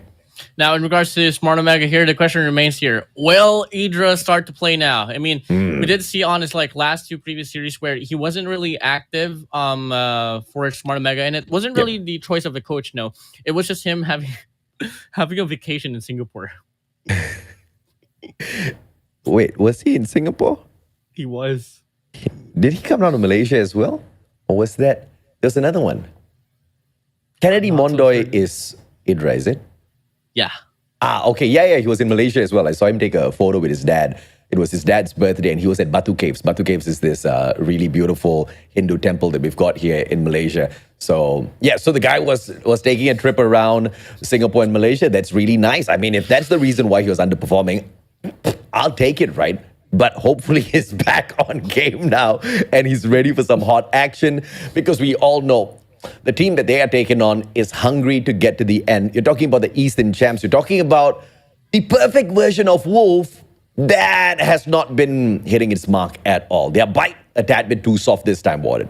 And in regards to competition as well, they did acquire Badman, and I think 2 out of the 3 series that Badman played for the first time under the banner of Wolf is that he was able to get the MVP, most kills, and most time inside the hill. So Yeah. really impressive here for Badman overall. Now, for the side of Idra here, honestly, I still want to dwell on it, man. I mean, imagine having a vacation, you're under the sun, you're at the beach, and then you just check the standings. Wait, we almost didn't qualify for the playoffs. And I mean, I guess family comes first at the end of the day, right? So good on Idra. The fact of the matter is Smart Omega Esports is right here, right now in the playoffs. What happens moving forward is all that matters, right? I mean, that's exactly what we wanted to see out of the Broke Boys as well. Unfortunately, it was a tad bit disappointing. If we had gotten the version of Broke Boys that took on Wolf, that really dragged them in every single game, and that Hardpoint was a long one. We had an overtime for that S&D. We had, a crazy, I believe, round number 5 for the control as well. But up against the team of Powerhouse International earlier on, they really didn't show up. Hopefully, that's not the same storyline here, but just a change of name, and we slot in Smart Omega Esports. I want to see better performance. The last time they went up against Powerhouse, they took an L. They got beaten out in all 3 of the games in a best of 3. Kagendra did the exact same thing to them. ABC Esports was capable of taking a map away. Four Suits Esports was capable of taking a map away. This has not been looking good for Smart Omega thus far. Yeah, definitely. And looking at the whole run here for ABC, I mean, between Smart Omega and ABC, that was very alarming for me, especially on Tunisia Search and Destroy, where I got to see Trickster pop off. Unfortunately, we're not seeing Trickster anymore. 36 kills for him at the top with a sniper. Down below was Whoopi, actually, for the side of Smart Omega, struggling to, make his presence felt on S&D, and it's very alarming, to be honest, because as we all know, if it's not going to be him playing well on respawns, it could be absolutely him playing well in Search and Destroy and Control. So I do hope the consistency will be more prevalent here for the side of Smart Omega, because for the longest time, if I was going to be talking about consistency, I can only vouch for Whoopi and Risky, and Risky is the only player that remains to be consistent for the squad of Smart Omega. And of course, a lot of eliminations there from the ABC players because it was a dragged out S&D. This went into overtime after overtime. It ended up on the scoreline of 12-10, which of course Smart Omega Esports did manage to win. So in the overall grand scheme of things, they weren't punished for Whoopi's underperformance. And I have to say, the better sniper was just on the side of ABC. So those are the kinds of wake-up call that you need. And usually based on, historical data, Whoopi, every single time you slap him in the face with, facts like that, he wakes up, he steps up his gameplay. You just see a monster in the following day, in the following matchup. I was just hoping and praying we saw that out of Young Jay a little bit earlier on. But of course, we're going to get back to the Broke Boys later on. It's going to be the lineup of Wolf this time that we introduce to you. AG, Jabin, Rage, Yato, Yobabs, as well as the new problem bringer, Badman. In fact, he's the problem, not for Wolf, but all of the opponents. Badman, I just hope that he gets to play a bit more as well. I mean, on that second to the last run, if I'm not mistaken here for the side of Wolf, yes, they did go against 3ED. It wasn't really the toughest of case, but when they went against Scatty, they brought back Jabin, which is not a bad choice, and took away Badman out from the lineup. But it was really questionable for me at the same time, considering the performance that Badman was able to offer. Not that he wasn't able to fit in, he was actually able to dominate and overshadow most of the spotlight on the series between 3D. Well, let's see if or not the lineup of Wolf can get the job done. Against West Point Mamba Low Kings, Wolf did not stand a chance at all. Smarter Mega eSports did not stand a chance against Powerhouse. They both take each other on now. And, in their own accord, they have both lost out to big teams within the competition. So this will be a statement first and foremost. And of course, the winner of this matchup will be booking a game against Kagendra in the upper bracket semi-finals. Is it going to be the lineup of Smarter Mega Esports with Idra, Candy, Kevs, Risky, Tin, as well as Whoopi? And like you've said already, WardeN, a little bit of a downside for Idra's performance thus far. But let's chuck that up to the holiday issues. Maybe he just didn't have the proper SIM card when he was visiting Singapore as well as Malaysia. Maybe he was roaming. All the bigger problem. Well, I mean, whatever it is, I hope it does get fixed today here. And but the question remains still, though. Are they still going to commit to the lineup of Candy, Kevs, Risky, Tin, or Whoopi? Or are they going to force Idra to go back into the play? I mean, after all, Idra is probably the most formidable anchor here for the set of Smart Omega Esports. Without that, spawn control might be pretty tough to deal with here for their side. Well, at the end of the day, it's got to come down to the numbers as well. And we know the numbers do not look great for Smart Omega when it comes to these respawns, especially when you talk about Hardpoint. A 40% win rate is horrible, because it's the brand of Smart Mega Esports that we're talking about. I mean, Wolf has shown us a couple of weak sides, a couple of weak performances, but that was mainly against West Point Mamba Low Kings.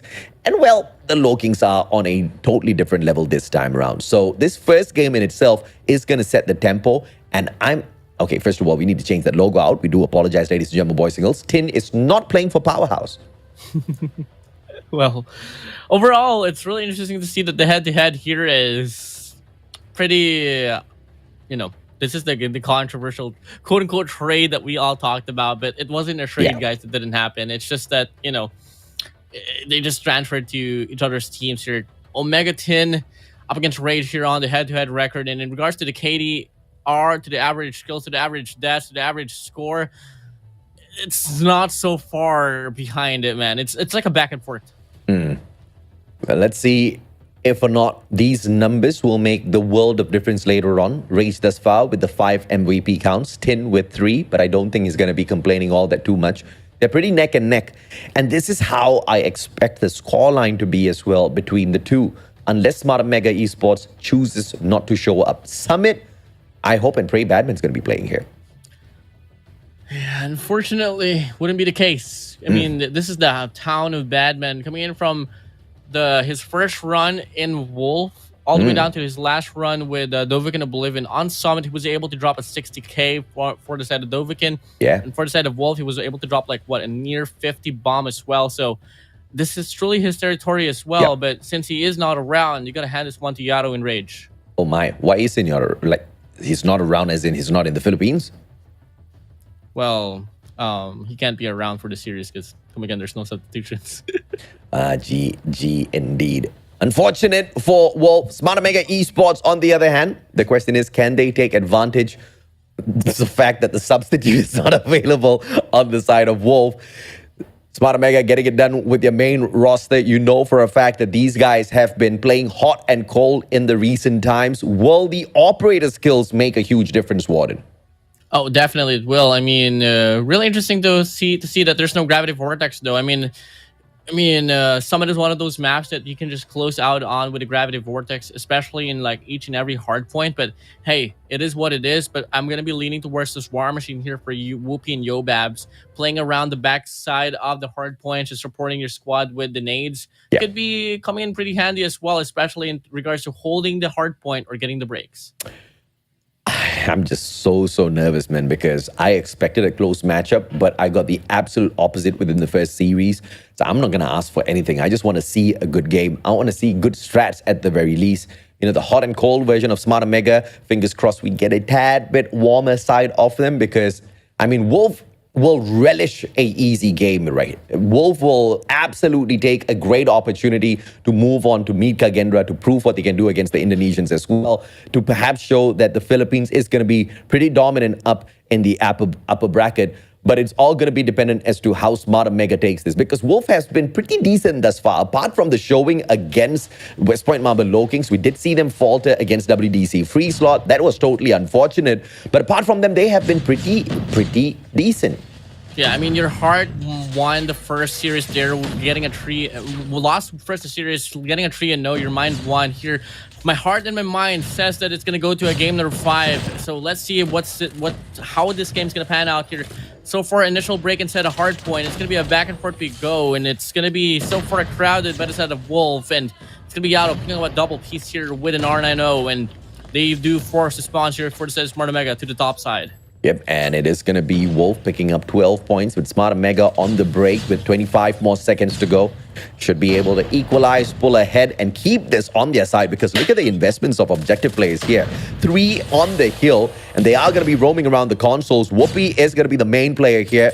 HVK in hand. Yobabs doesn't stand a chance. What a great spray transfer, but Tin is there as well with the Fennec. So easy peasy thus far for Smart Omega eSports, who seems to be playing this in a much better version of themselves against Wolf. I mean, the composition here is pretty much identical. Now it's going to be Whoopi actually dropping the shotgun and moving over to that HVK. So really a good call for him. So far, he is able to zone things out here up against Wolf, and they are going to be able to translate the change as well, coming from hardpoint number 1 to hardpoint number 2. But Wolf having the spawns here from CDOM could make things a bit harder here in regards to the flow of the spawns. Nonetheless, Smart Omega can get 2F control.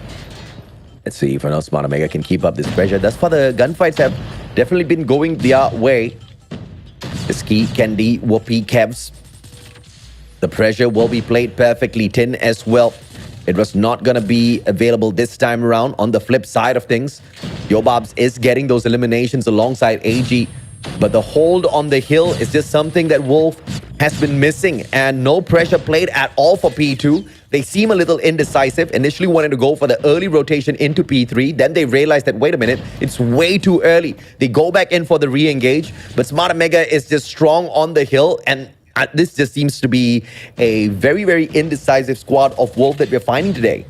You know, as I was hoping for a very close game here, at the back of my head, I was hoping that in some way that Wolf would be able to fix their system. Because moving over before they ended off their group stage run, they were facing a very flawed system within the team. So if they can't get their crossfires fixed up, if they can't get their rotations fixed up, we can absolutely see Smart Omega continue to boil the things down here up against Wolf, and looking like they are going to offer a wrap around. The pinch comes true, and the Smart Omega, they get the break inside the hill once more. I mean, a dominant play here by Smart Omega eSports. Wolf now flushed out of the hill. They take away the anchor spawns in from the cold hands of Wolf. Smart Omega running away with this matchup. Overextension coming through from Jabin. Can he win out the gunfight? Yes, he does. A big one against Kendi.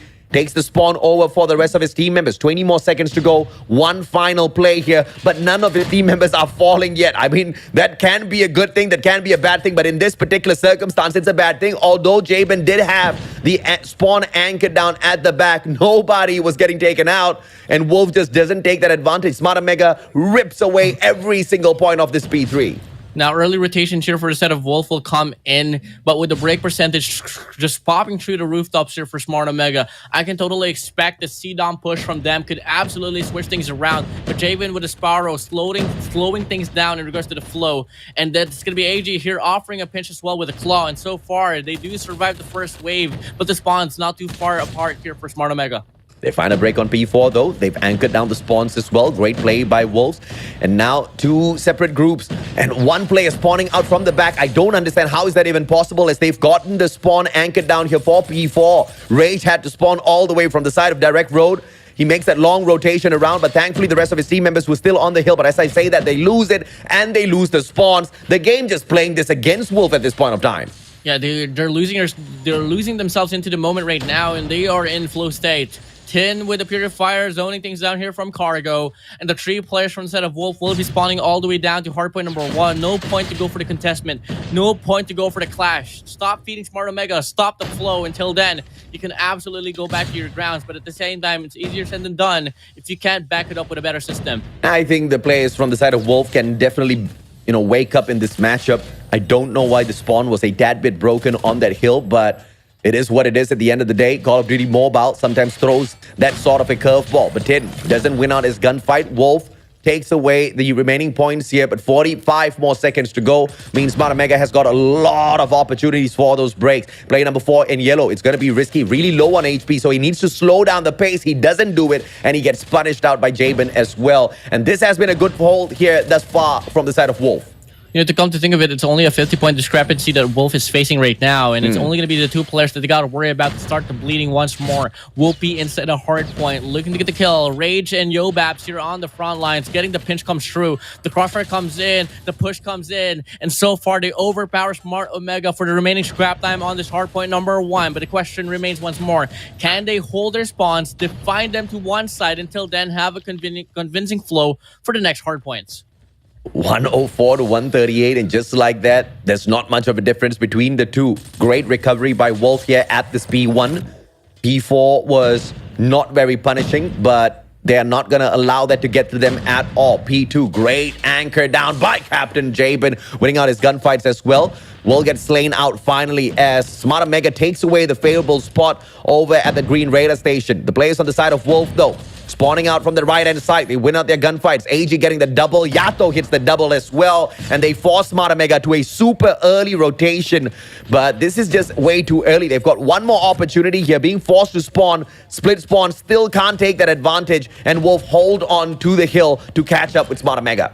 It's really crazy how Smart Omega was able to recover from that situation where they were spawning all the way down to the A bomb site, and they are able to offer a pinch to get the break here at the last final seconds of this Hardpoint. And in return as well, they also get the early rotation for Hardpoint number 3. Player 5 Candy holding things down, but he loses the gunfight. Player 2 Tin looking to revitalize and try to avenge his teammates, has to go for a double chow, but he loses the gunfight as well. And so far, initial spawns will be given for Wolf, but the question now comes in, can they hold their grounds, take away Risky, and continue the flow here for this game? The sprays are onto Risky. They know exactly where to spot him out. That water tower does not block out those shots for Risky. And therefore, great play from Wolf. 40 points needed. They need every single point off of this P3 if they want to hop right back into the matchup with the lead as well by the time they set up P4. But a couple of gunfights here being won by the side of Smartamega. You can see Jabin whipping out the Sparrow as well. He's going to be on standby with the operator. Can he win out his shots though?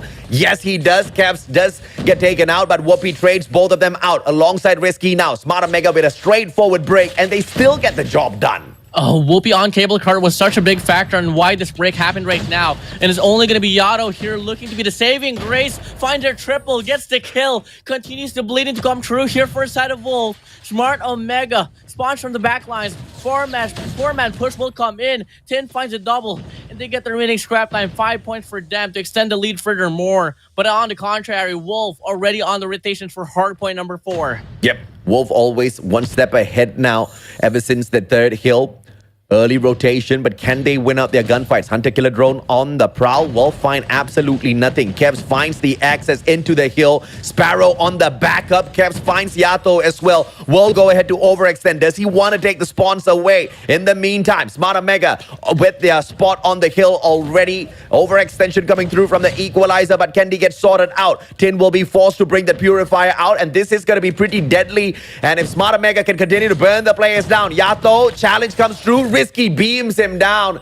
And Smartamega, although they don't have the favorable spawns, they've got the favorable gunfights.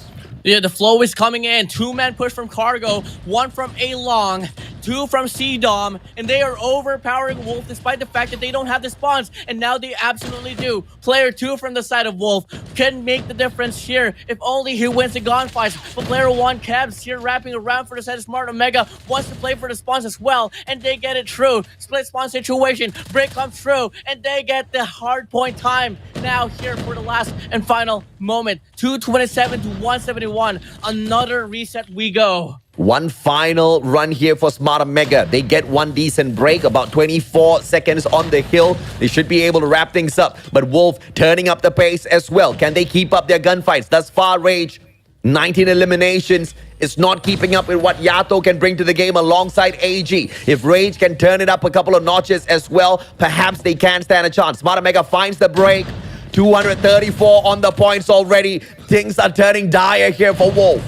Dire situation for them. Desperado mode. One player that they gotta worry about is gonna be captured on the central point. 2 players, 4 players overall. They're having a hard time looking for the player to come true, but the power position's held on to for Smart Omega. It's so hard for Wolf to get back inside a hill. 10 more points to claim. Smart Omega might just be able to steal the game.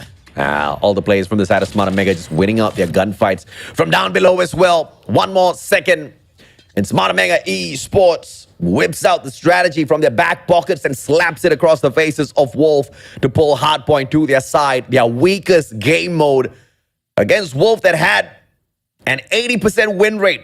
Clearly, stats mean nothing against Smart Omega eSports when they are on game mode. It's making me smile that Kev's is smiling, laughing. You know, all throughout the group stage, the guy was struggling big time to make his presence felt. But now he has the groove, he has the spirit, and this is the Smart Omega that I want to see grow. I mean, be it Idra not into the equation, but guess what? The power positions was still held on to by Smart Omega. And if it wasn't, if they can back it up with power positions and map control, they can absolutely just barge in, go head to head, and win the gunfights. And that was handed by Kevs, handed by Kendi, handed by Risky and Whoopi. You saw how scrappy they played. But in a situation where it's scrappy, it looks like it's well defined because they just know how to react to the situation.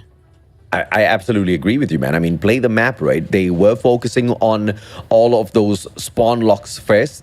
And if spawn management just wasn't going their side, especially towards the second half of the game, Smart Omega just hopped on straight into the hill. That was exemplary over at the P3 and once again at P4 as well. I mean, build up that pressure on the hill first, and that's probably going to drag out the players who are anchoring down the spawns. I mean, at the end of the day, if you're Wolf, you have to commit each and every single player against a hot gunfight team like Smart Omega, because when they are switched on, they are absolutely fire, right? Wolf just kind of played into the pace of Smart Omega and got capped out 250 to 179. A strong showing from Smart Omega. Once again, opening up this hard point with a 40% win rate, but they find the adjustment here. And all of a sudden, and this was mainly the question as well, WardeN. You know, which form of Smart Omega are we going to get? The upside or the down? I think we've got our answer here. I think it's the upside for sure. I mean, breaking the worst record of Hardpoint here towards the playoffs. Now, moving over to winning convincingly here. I mean, yes, 179 to 250 doesn't sound so pleasant after all, but you gotta talk about that. It is against Wolf, and Wolf has the composition that we all know that could be so dominant in Summit. They've proven a lot of teams in Summit wrong, but one of them is not gonna be Smart Omega. So we move over now to Hardpoint with Smart Omega getting the win. Search and Destroy Meltdown we go, and I think I have to hand this one down as well to Smart Omega. I mean, I don't exactly know why, but in regards to the energy that they've been able to put up and the way that they were able to put up the crossfires as well, and the whole trades, Meltdown is one of those maps that you have to bring on those factors. And if they can continue to bring it true, till then, Smart Omega can just really run things down. Absolutely, man. And thus far, this has been one of the more dominant wins coming through from Smart Omega on Hardpoint. And it has been one of the more devastating losses that Wolf has faced in a Hardpoint matchup, right? I think, you know, apart from losing a matchup against Smart Omega, the only one to take away a Hardpoint from them thus far has been West Point Mamba Lokings. And on top of that, the number of points that Smart Omega allowed them to take away in that game as well, they forced a bad performance out of Wolf, which was pretty shocking overall. And that was all done through those gunfights, which we have been questioning in the recent times on the side of Smart Omega. A lot of people, of course, have been throwing around, you know, these hiding strats assumptions. And it seems like it might just be key here, because Smart Omega just came up out of nowhere in their worst game mode, and they showed up strong against Wolf. And Wolf was trying their best to get the game away from them. They just couldn't find that ingress towards the hills. Now, you know, if ever, let's say, Smart Omega does come out of this game and series so convincingly, they got to go through Kagendra right after. And I'm not really leaning towards the side. But before that, let's talk about the first round here, all the way down to Search and Destroy. Yobabs, Nazi Snipe, but 2 players already getting taken out from the equation. AJ puts himself in the equation as well, but with those trades coming along, it's going to be a 2-for-3 trade. 2v3 situation we go. Smart Omega on that lead. And once again, Smart Omega starting off super hot here. This is the version of Smart Omega that we are all well acquainted with. But Jabin and Yobabs finds Tin, but Kendi trades him out instantly. Jabin finds Kevs, and he makes this into a 1v1. Still very winnable for Wolf that started off on the back foot here. And since Wolf is on the attack, Captain Jabin has the advantage. Grenade will not find a connection, but Jabin now knows. Kendi suspects that he is over at this A bomb site. Ooh, Jabin, arguably the greatest mind of Wolf right now, has to go through Kendi, which is a very flexible player, but at the same time, his clutch percentage is not really too high. Wasn't really able to, win most of his dire situations up against Jabin. It's gonna be a tough call here. I'm loving the take here for him, just playing from the backside, waiting for initiations to come true. Until then, once ever Jabin does go for the bomb plant, he can solidify and possibly define on where he possibly is. This is a safe call, but now he has to move over to the next phase now. The bomb is going to get planted, time ticking down against his side. Shout out to Ali Hassan in the YouTube chat. He seems pretty capable of becoming the coach of teams like Luminosity as well as Tribe with all of his assessments in the chat. You guys are definitely entertaining him well, but Wolf will give us that comeback. Down in numbers, but Jabin delivers the final blow. Want to know? We start things off hot with Wolf waking up. WardeN, no more eyes contact, please. Some people heart go doki doki. Yeah, exactly. Hey, man. Cat's having fun, bro. We love you guys. Well, first round, Wolf. What is just upset a girl didn't say that, okay? Yeah, well. Oh, well. Oh, well. Okay. He'll take it. Yeah, I mean. At least someone's saying it right. Hey, company is company. Amen, brother. Amen. Kendi fighting Yobabs. Beautiful trade after losing Whoopi. So that's a 1-for-1 in terms of sniper trades. Love it. Distance. But the bomb gonna get planted now. Look at the cutoff here from this mid lane though. AG with a HVK could really make the play here. Not unless player 2 obviously checks. Does he do it? No, he doesn't. AG. Oh my days. He could go for this wraparound right now or push all the way down the boilers. Until then, he could get a double kill down. But look at the crossfire here inside his bomb side.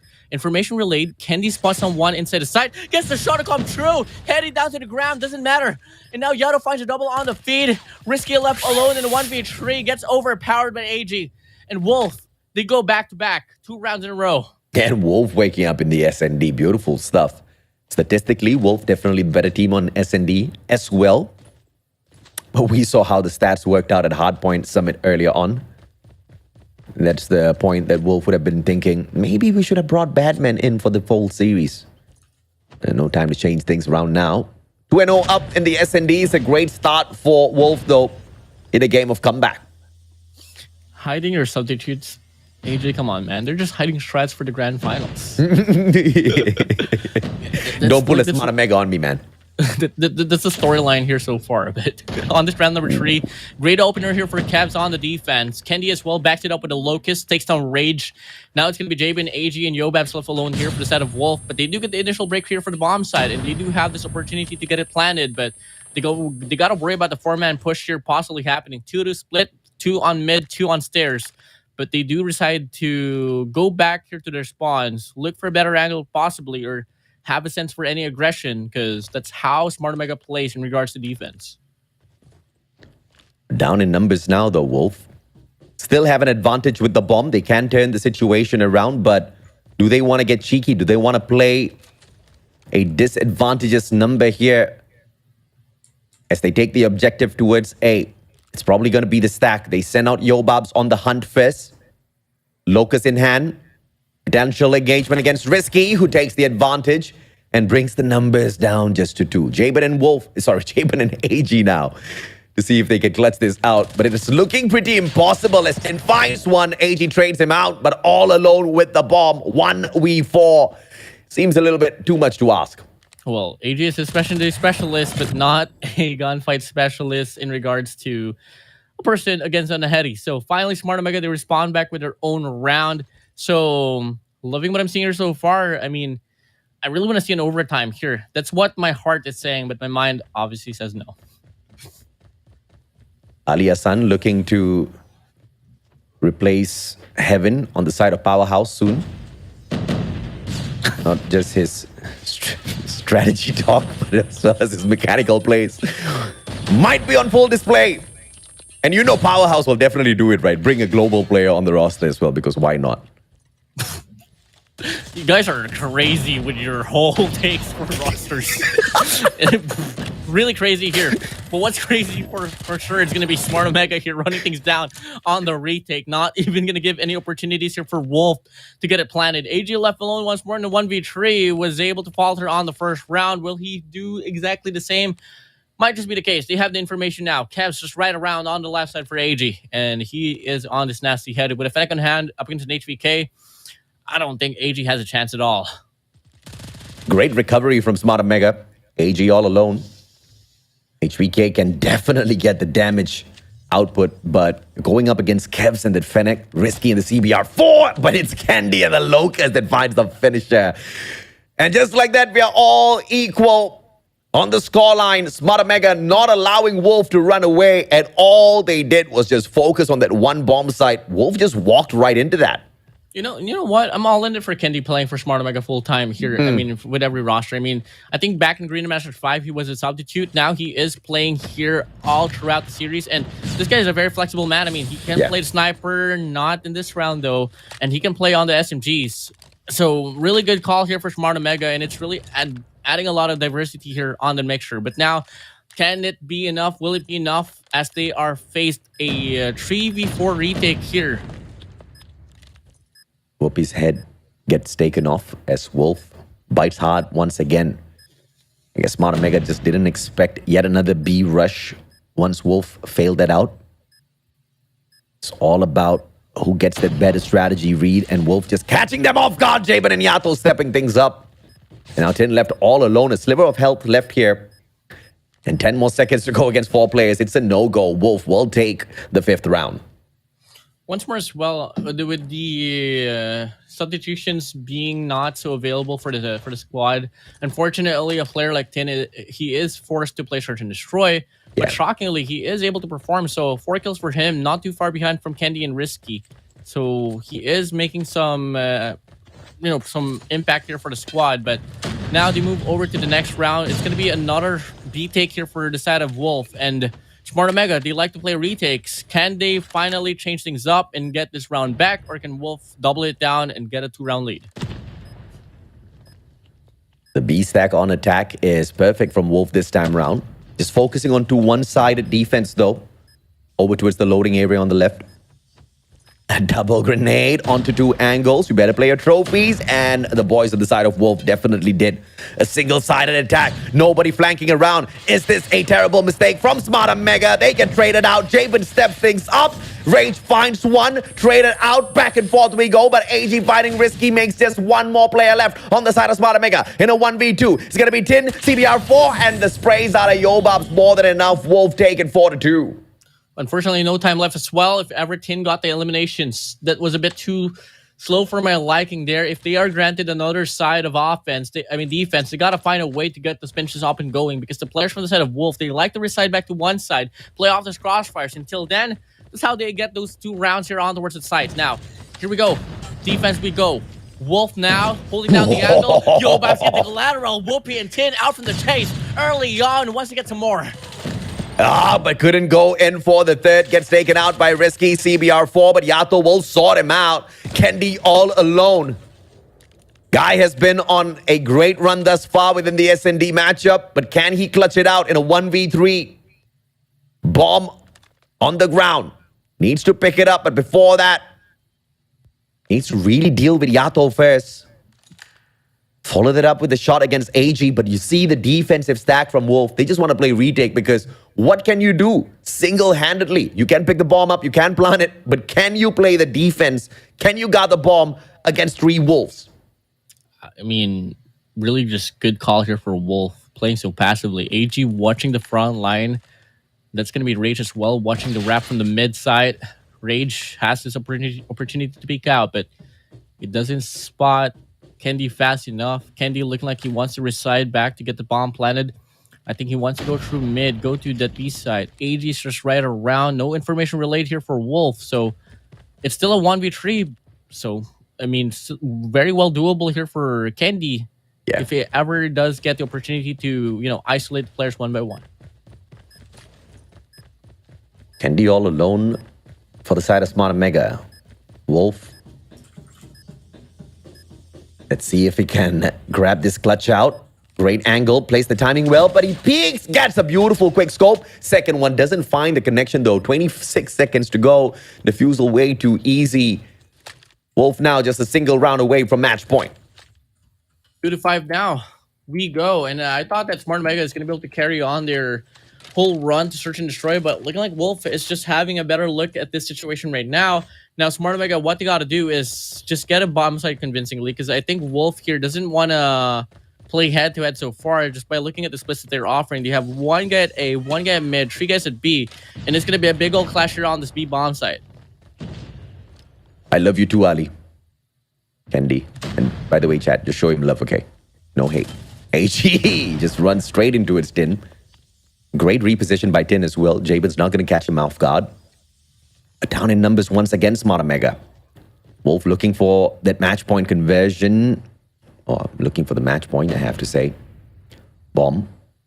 In the hands of Risky. Numbers all equal. But he's all alone over at B. Overextension by 2 Omega players. Very risky play. Tin. Timing. Yobab's down. Transfers the spray over. Gets the double.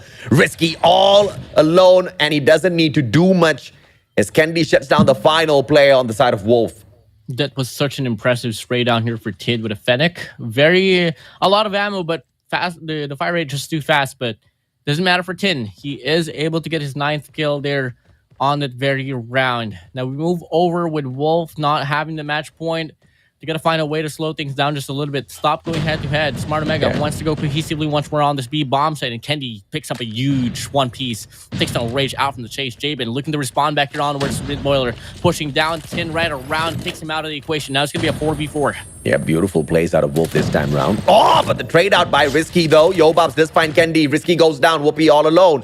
HVK just managed the tags, shuts down Yobabs, but that's all he can do. No, AG circles. Gets the tag. No, doesn't find the second connection. Whoopi still survives, but Jabin is there for the follow-up. But my goodness, you don't see that all the time. It's really crazy that Search and Destroy is not really the forte of Smart Omega.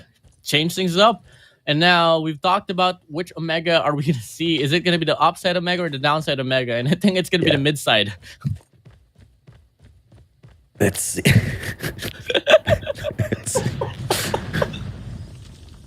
Pixel. Ah! Does he even get the tag? Yes, he clipped Whoopi's knees, but Whoopi clipped Yobab's head. So you know exactly which one brings more damage if you didn't know already. Kendi, on the other hand, snipes in hand. Looking for another player on the side of Wolf, but he's going to spot absolutely no one. A very disciplined defense out of Wolf, stacking 2 players on each side.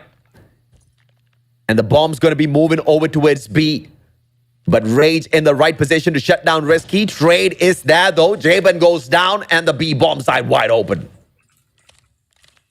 2v4. Opportunities right around. Whoopi takes on Yato. Make it AG as well. And Smart Omega, they finally take a round back. But hey, it's not going to be enough at all to have this convincing round as Wolf is still on match point. Beautiful stuff as the match point conversion though for the side of Wolf isn't that too difficult.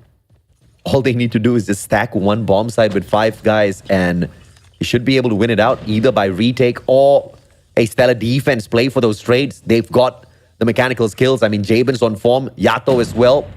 Yobabs can definitely back them up. Rage and AG, their numbers may be low, but they do have the mechanical skills. This time round, those things starting off a tad bit slow, but overextension by Wolf, wrapping all the way around. Kendi finds Yato. Big one. Slide. Rage still gets Kendi. That's a 1-for-1 trade, and it was a dragged out one. Well, round not over. 30 seconds left on the clock. Wolf Can they get the retake? Risky finds a double on a feed. AJ and Javen out from the chase. Yoabs gets the kill from the backside. Rage still alive as well. And they get the double choke to come through. But Risky finds a triple on this round, make it a 4. My God, Risky. He woke up for sure. And holding Wolf still to that match point. Smart Omega making their way slowly but surely back into the matchup. With the bomb in hand, they look so deadly, and this time, it's a quick B rush for the Bombers. Smart Omega, they should be able to catch Wolf off guard once again. One more round to force in overtime. Can the comeback kings actually live up to their names here on the Search and Destroy? Once again, a free side on this B side. Wolf staggered here on this A side and on this mid lane as well. And it's going to be an open opportunity for Smart Omega to get this one through. 45 seconds will start to tick down as the bomb will get planted. It's going to be a 5v5 retake situation. This is such a tense one. The bomb down already. The timer, 15 seconds has clocked away. Jabin follows it up with a concuss as well. Finds the hit marker. Gets the check.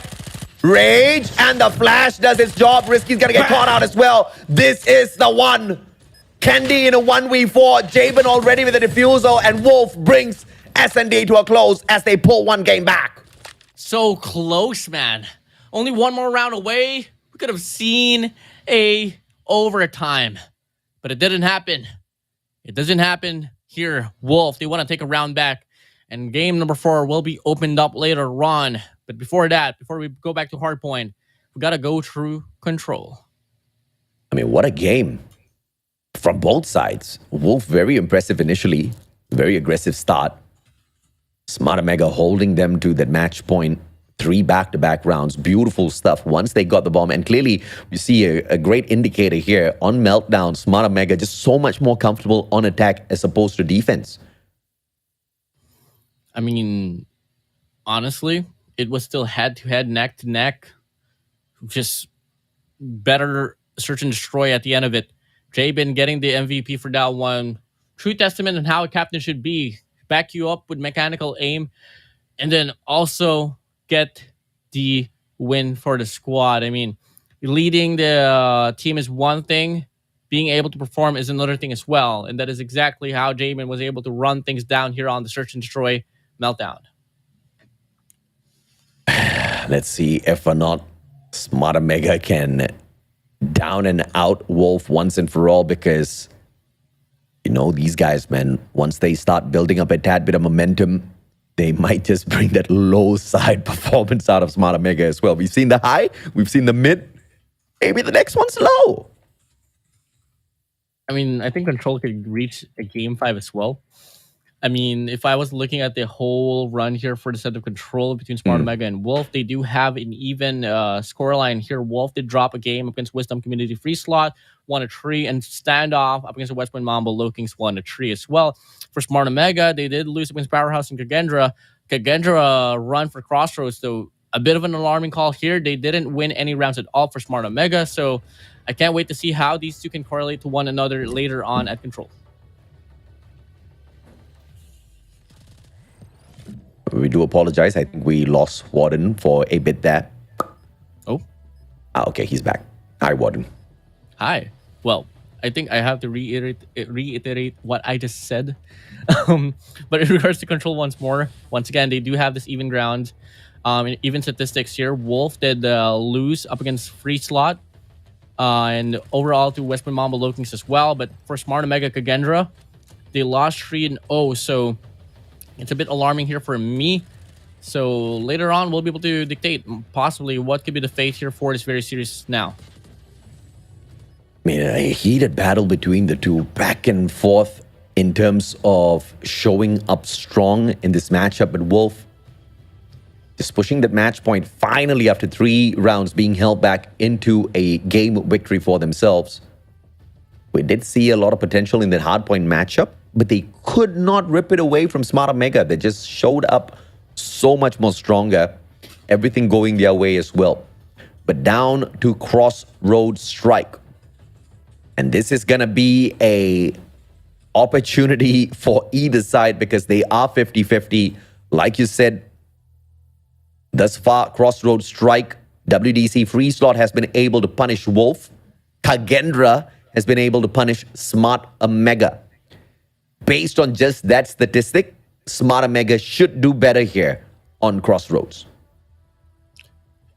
It's really hard. At the same time, they do force this map as well, despite the fact that they did lose up against Kagendra 0-3 and win against Xenon 3-0. So they have a 50-50 run here for Crossroads, but once again, it's not the most convincing one here after all. Now, in regards to Crossroads, I think the personality between these two teams really correlates to how the map should be played.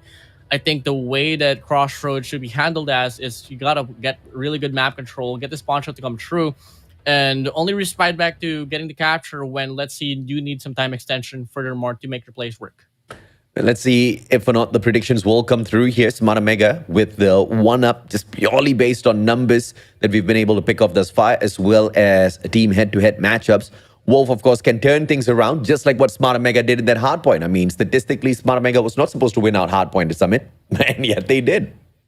Well, yeah, man. Well, moving over, guys, loving the whole energy in the chat. Much love to you guys for tuning by as well. And once more, we're close to being halfway done throughout the day, so better spread some more love here in the comment section down below. Absolutely, man. And, you know, no hate. Like, everybody can have their opinions. You don't have to be annoyed with their opinions. They can say whatever they want. At the end of the day, it's the performance of the players that matters the most. I mean, you know, to a certain degree, even our own assessment here, WardeN, is just meant for entertainment. We don't decide what happens out there on the battlefield. Like, for example, that Hardpoint matchup that was clearly supposed to go to the way of Wolves. They've proven themselves multiple times now at Hardpoint, and we've seen Smart Omega just not show up at all, right? They started off with a 40% win rate, one of the worst that Smart Omega has ever shown up with in a competition thus far, and yet they were the stronger team at the end of it. So it is all going to go down to the decisions made out there on the battlefield. But of course, if you guys want to have just a little bit of fun in the chat, we don't mind, I guess. You know, the world is wide enough for both Smart Omega and Wolf. The world is wide enough for both Global and Garena. So, come on, guys. You know, just show some love for both ends of the spectrum. After all, we love the same game. It's Call of Duty Mobile. But now, AJ, finally, here we go. We get to see who can possibly take the series point advantage here for this series overall, as we get to see this first round here for the set of control. Smart Omega on defense, on offense, Wolf on defense. I just have a dream, man, that one day people will just be able to support teams and not bother about what region they are from just because they are from a specific region. I mean, the next thing you know, Garena wins it out. Everybody's a Garena fan, right? It's bandwagon, some of them. Yeah, exactly. So at the end of the day, it really doesn't matter. It's just a lot of empty talk in the chat. But what is most important is you guys enjoy some good Call of Duty mobile action. Speaking of good Call of Duty mobile action, the new update is out. So if you guys don't know, Season 9 Graveyard Shift is up already. So please do get it updated on your phones, guys. You guys can head on over to the Play Store as well as your, what do you call it? The Apple Store? App Store. App Store. Look at me. And I use an iPhone, right? Oh, man. App Store, get your games updated, baby. Yeah, I mean, you know, Hacienda Halloween is available as well to be played. Hacienda Halloween, by the way, very spooky map. Going back to this ground now here, Smart Omega, they are on this lead right now in regards to the objective and as well as the life count. So this is most likely going to go down to the way of Smart Omega for this one. Not unless Wolf can obviously retake back the mid control alongside with the towers. Until then, they can find a recovery. But for now, Omega going head-to-head here, pushing all the way down to the spawns of Wolf. And this is just a spawn trap here about to ensue.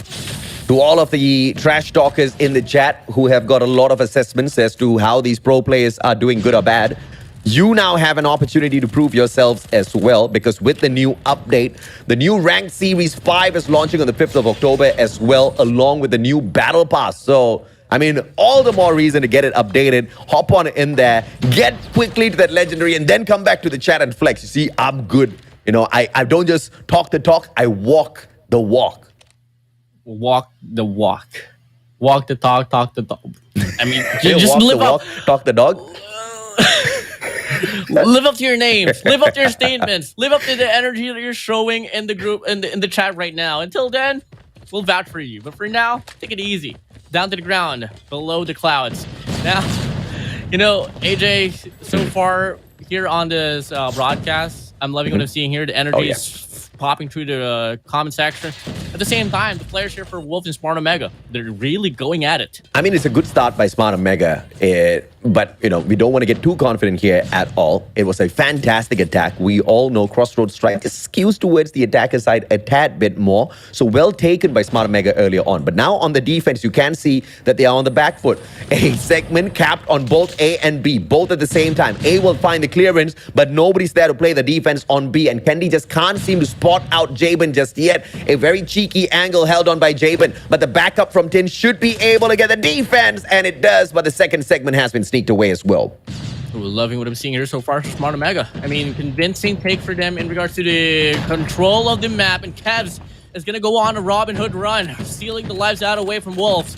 Risky Kendi, Mikatin as well, putting themselves into the equation, and they're overpowering Wolves right now in regards to the control of the spawns. And it seems like Wolf now, although they had a fantastic start down in lives, Smart Omega waking up and pushing this into oblivion, keeping just 5 lives fresh on the side of Wolf, but no more respawns for the boys in blue. Whoopi finding Jabin. Rage finds the trade though, but how much more can they do with just 3 more players left?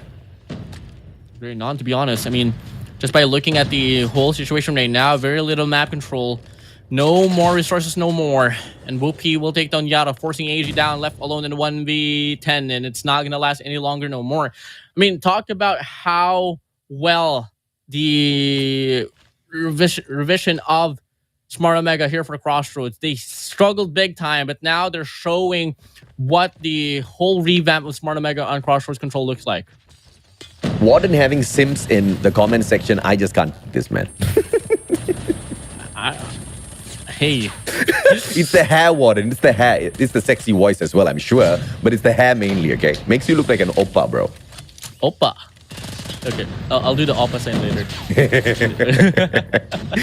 Second segment on the cap here, coming through from Smart Omega. Just keying all of their players in towards A. Hunter Killer Drone will find Yobabs as well. Overextension coming through from Kevs. He gets slain out. The 2 players trying to hold the back lines. Risky as well as Whoopi. Risky hopping on over to the objective, but 2 defenders going out for the hunt. Yato gets shut down. Tin blazes through them. Yobab's gonna be found as well, as Tin just not putting a stop to his attacks. And 2 segments sneaked away from A. Such a walk in the park here for Smart Omega to get map control out away from Wolf. I mean, mid snow for them. They also get the top side, and now they are long to extend further more, and they get the control inside this map overall. 13 to 17 we go. Divide and conquer is the game that they want to play. And so far, it's working so convincingly well. Not unless Yato with an Annihilator can change things up. He misses the first shot. Risky shuts him down. Kendi as well. And now, the spawn trap here for the side of Wolf will remain useless as Smart Omega. They already have map control as well from the left side of the map. Yep. 2 segments. Sneaked away. 1 final one. But Wolves, they got the lives to deal with this. But as I say that, Tin caps with a double. Is beaming them down. Jabin trying to find the trade, but Risky and Kendi joins the fray as well. And just like that, no more respawns for Wolf. Oh la la, 5 to 8, but the capture comes true. What is happening?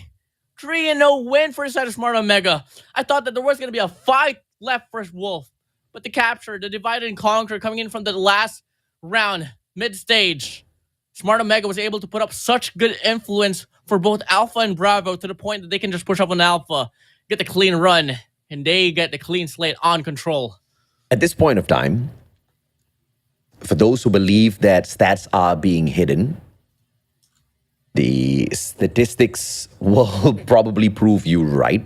The strats are being brought out, and they seem to be clicking perfectly for Smart Omega. But then again, Wolf has not been their meanest version of themselves in the recent past. And that could be a huge contribution to this. On top of that, Yobabs has been pulling a Young J on us, although Young J is the worst version of Young Jay. But Yobabs is under fragging and Rage as well. Dude, Rage used to be a monster in these respawn matches. And unfortunately, he's just not putting the hit on the players this time around. You know, it's such a good image here for Smart Omega for Rage to underperform, because for the longest time as well, people were blaming the whole quote-unquote management of Smart Omega, letting Rage slip by. But now with Rage here not really making his presence felt for the side of Wolf, and 10 here popping off, Smart Omega. And overall, it's just a true testament here that it doesn't really matter which players you have inbound. I mean, you can really respect that mechanically Rage is such a good player, but when it comes to the systemization and improvements, what matters is the environment you're in, how well you develop, what is the hunger within the squad. Until then, what was able to happen on the previous runs would be thrown out from the chase. I mean, this is a dominant run here for Smart Omega in this control. Fantastic showing. Wolf stood no chance. And the gunfights just seemed so one-sided. Every single time Smart Omega was on the attack, Wolf on the defense just wasn't clicking for some reason, WardeN. You know, honestly, I thought that in some way that Search and Destroy win from the side of Wolf would correlate to control as well. Same goes for the way that Hardpoint was able to correlate for Search and Destroy. But hey, it didn't happen there. We move on now to the next round, but it's very alarming hill for me for Wolf to lose 3-0. But hey, Garena Call of Duty Mobile on the YouTube chat just dropped a code, guys. So better update your app to redeem the gold crate coupon and the bloody vow crate. Thank you so much, Garena Call of Duty Mobile, for blessing this loyal viewers that we have here on this broadcast. Yep, a quick hint for you guys. That code expires on the 1st of October at 11:59 p.m. So get your game updated right now so that you can use that code, okay? Undead Siege is coming back as well. That's a mode that I definitely love in Call of Duty Mobile, and I can't wait to play it again, man. Yeah, I mean, really excited. Honestly, I've been grinding a lot on my device here because I did get a new device. I've been enjoying the whole update of Garena Call of Duty overall for Call of Duty Mobile. I love the skins. Dude, you can change the FPS now. You can dictate how much FPS you want. 90, 80, name it whatever you want. 60 to 120 is the maximum right now. But I'm sure it's going to evolve over time now as, you know, the technology gets evolved overall. And guys, quick tip here. You can change the recoil shake now for your guns. Be it back then, the Krieg 6 on the default skin was very shaky. Now you can turn off the recoil shake and pretty much every gun is usable. Maybe the Fennec, maybe the Krieg 6, maybe any gun that was so hard for you guys to use, all because of the aim recoil. Now you can change it up, turn it down, and just use any gun that you like. Great point, WardeN. Absolutely love the new update. If you guys want to beam down players like some of these pro players, if you guys want to beam down players like Ali Hassan, get your game updated. Really do. Wait. Oh, next game started. Oh, well, game number 4, not wasting a time at all. We're on with Hardpoint number 1 Why would already. it not start, WardeN? I was just surprised, man. Such a clown sometimes. Great start by Smart Omega. 33 seconds to go, though. Wolf attacking the top side of Manifest, but not winning out their gunfights because the Supreme Whoopi is in house and he is cleaning everybody out. But Final Defender here left, Yobabs trying to hang on for his dear life. And he will. The bleeding is stopped as the rest of Smart Omega hops on back in as well. You know, drawing back here to Hacienda, to be honest, I'm not really leaning towards Wolf here, just all because of the fact that Smart Omega didn't really play Hacienda on towards the group stage, but where Wolf was so questionable was up against the Broke Boys Club. They won that one, 250 to 244 with a comeback. I'm all in it. I'm crediting them for their valiantness, but at the same time, you know, it wasn't too close of a fight for me. But they did back it up now with the statistics between Scaddy. So I'm half-hearted here. Let's just see if they can retain the consistency that they were able to show on the last run for the group stage. Yeah, let's see if or not they can whip out their best. Wolf will find the break. This is most definitely a money hill, especially if you've got the driveway, but the driveway now with the team in yellow. Smart Omega using that, hopping back in, and the Preddy will find a double as well. Kendi on form. One final challenge, but Yobabs single-handedly steps into the home of Smart Omega and asks big questions, and Wolf will be able to use that momentum, hops on in. The rest of them win out their gunfights, and they take the hill away. Final 20 seconds. Smart Omega says, I'm not dealing with this form of Wolf. I'm gonna take P3. Yeah, I mean, really good call here for them, not investing the life at all, not feeding the momentum here for the set of Wolf. So remaining scrap time is going to be enough for them to lower things down to at least like a 6-point discrepancy. We move over now to hardpoint number 3, where we need to see Umbrella Balcony going to take it over, as long as Warehouse as well. And so far, Smart Omega is doing exactly those factors, and they want to define themselves to the right side of the map. 41 to 36. 1 minute on the side of Smart Omega. Do they have the beautiful break coming through from Wolf? Barely giving Smart Omega any of the points this time around on P3. They sneak it away as well. The Purifier will get taken out of the equation, but it doesn't really matter. The gunfight is there. Smart Omega still with the spawns from the right-hand side. They overextend towards the lounge side as well. A big wraparound coming through from 2 players out of Smart Omega here. Tin as well as Kendi. Winning out these gunfights means they get the hill. You can't really let go of warehouse control here for the set of Smart Omega if they want to continue to get this capture ongoing. And so far, they want to march in towards the well side. But with Rage here having this Purifier, might just be able to lock things down. Tin getting the proper read, dancing around, but the Purifier is just overpowering to deal with right now. And Wolf, they are now on this lead, getting the scrap climb, extending it furthermore. It's going to be around a 30-point lead here for the set of Wolf. But once again, it's going to be a 50-50 rotation now here all the way down to hardpoint number 4. And so far, Smart Omega, they win the first set of gunplay. Great. Gunplay. Shut up. See, moments like that, you just stay silent one. I'll pick it up. Try to run away with this one now. And Smart Omega on the back foot. Pretty well fine. Risky. A double operated setup from Wolf. They want to make this their money hill, and thus far, they've been doing a fantastic job. But now, only 20 seconds down, 40 more to go. The opportunity still is there for Smart Omega, but a one-sided attack might play against them. Can they win out their gunfights? No. And they do get punished for that maneuver.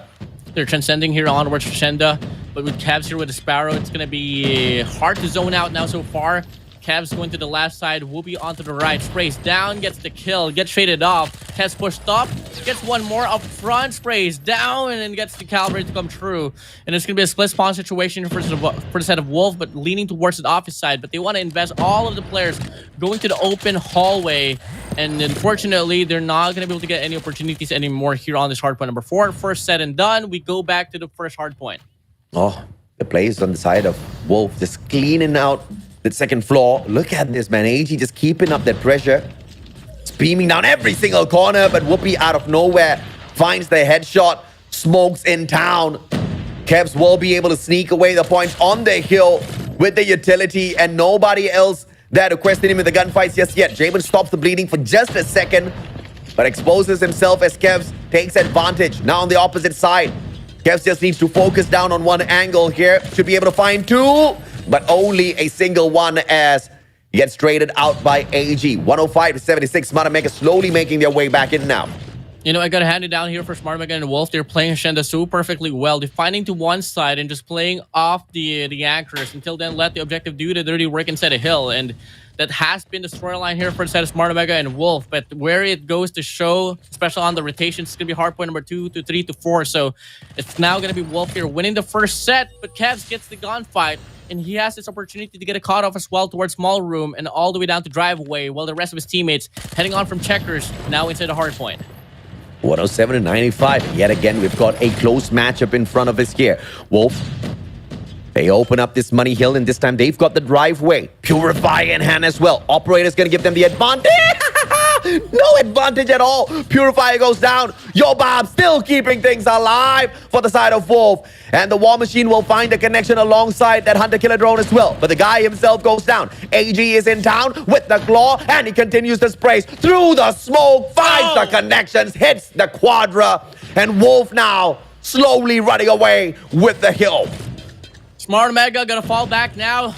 AG is just overdriving the situation. 20 seconds remain, and they are about to claim the remaining scrap time as well. Smart Omega spawning all the way down the back monument, and now they don't really have any opportunities anymore to get the contestment here on this hardpoint number 2. And Wolf, with that play from AG, they're going to be able to translate a lot of points. Convincing lead here as they move over to the rotation for hardpoint number 3.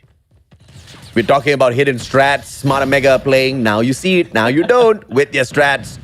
159 to 95, but still pretty winnable here. Hardpoint, anything can happen. One good hill. This could just be it. They find the break.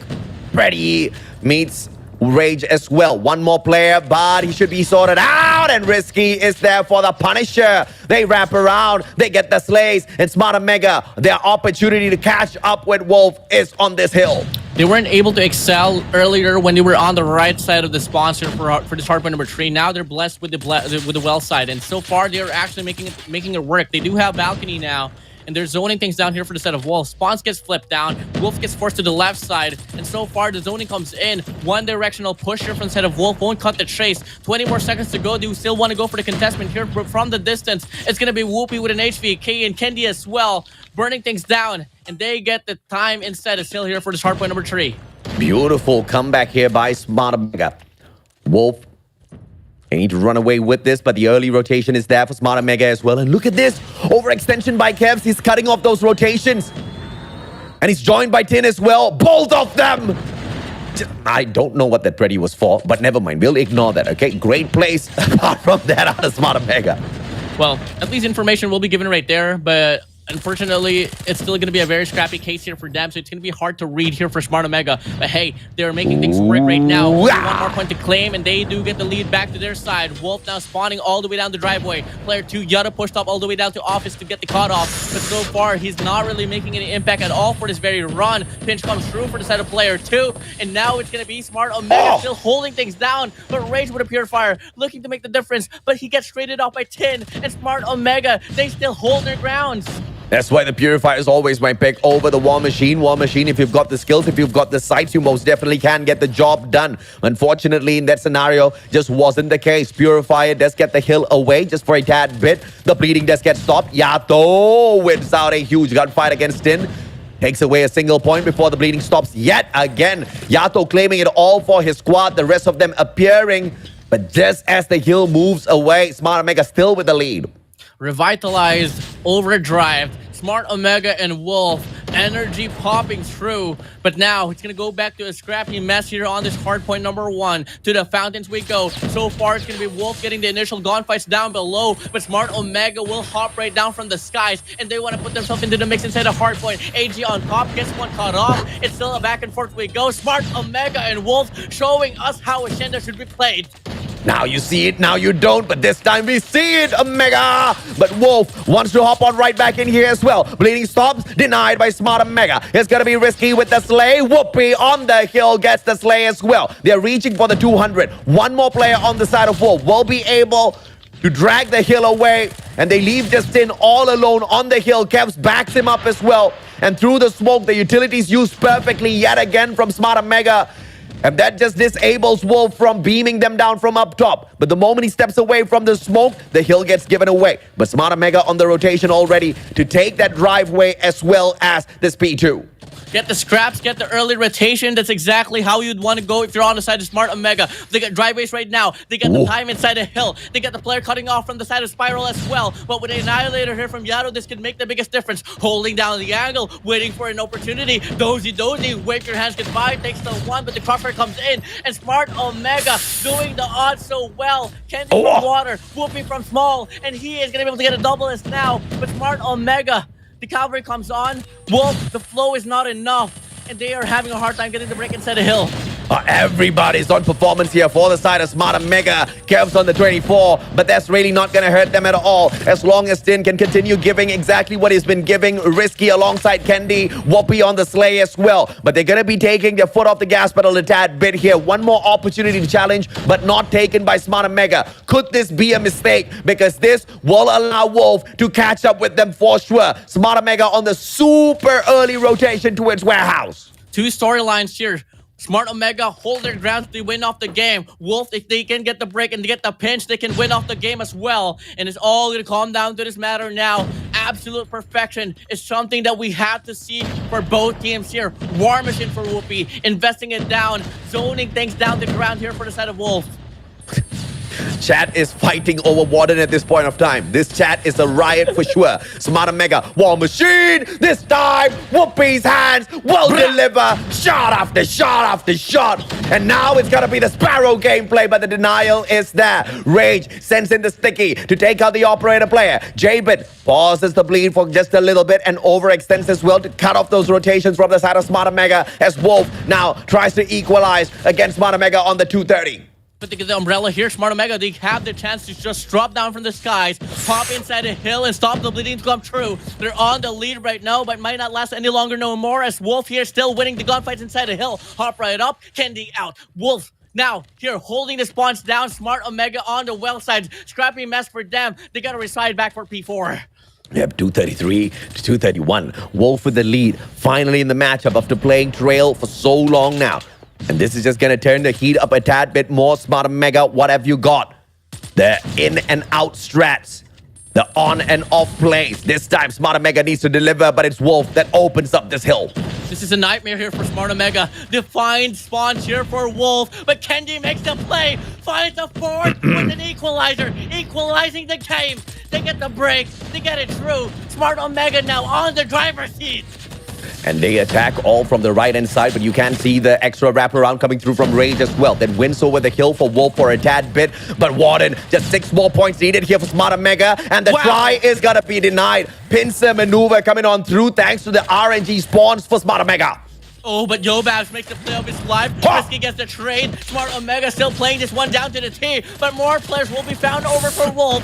4 more points to claim. Kendi wants to make the play, but it doesn't happen no more. Wolf, 1 more kill to seal off the game, and they absolutely do.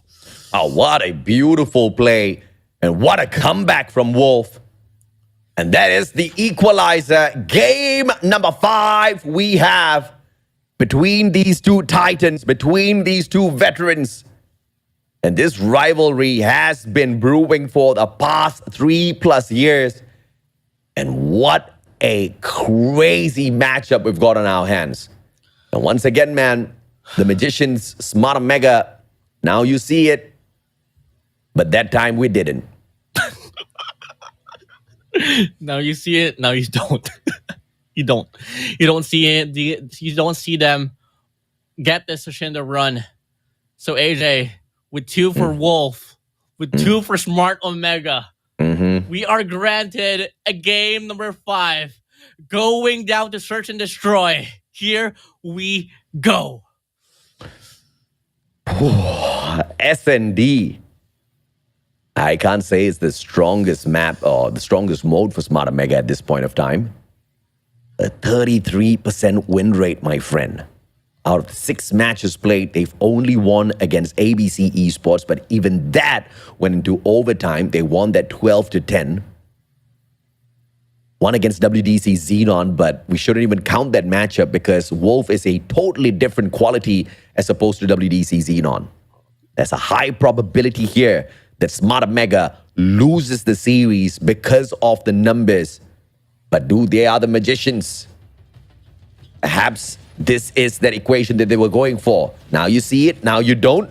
The next one that comes is you see it. Maybe they'll appear. Maybe they'll show up strong. You all would be foolish if you guys think that Smart Omega is washed up all because they lost this game right here. This is Wolf we're talking about. Arguably one of the strongest teams back in the days. Arguably the #1 team back in the days.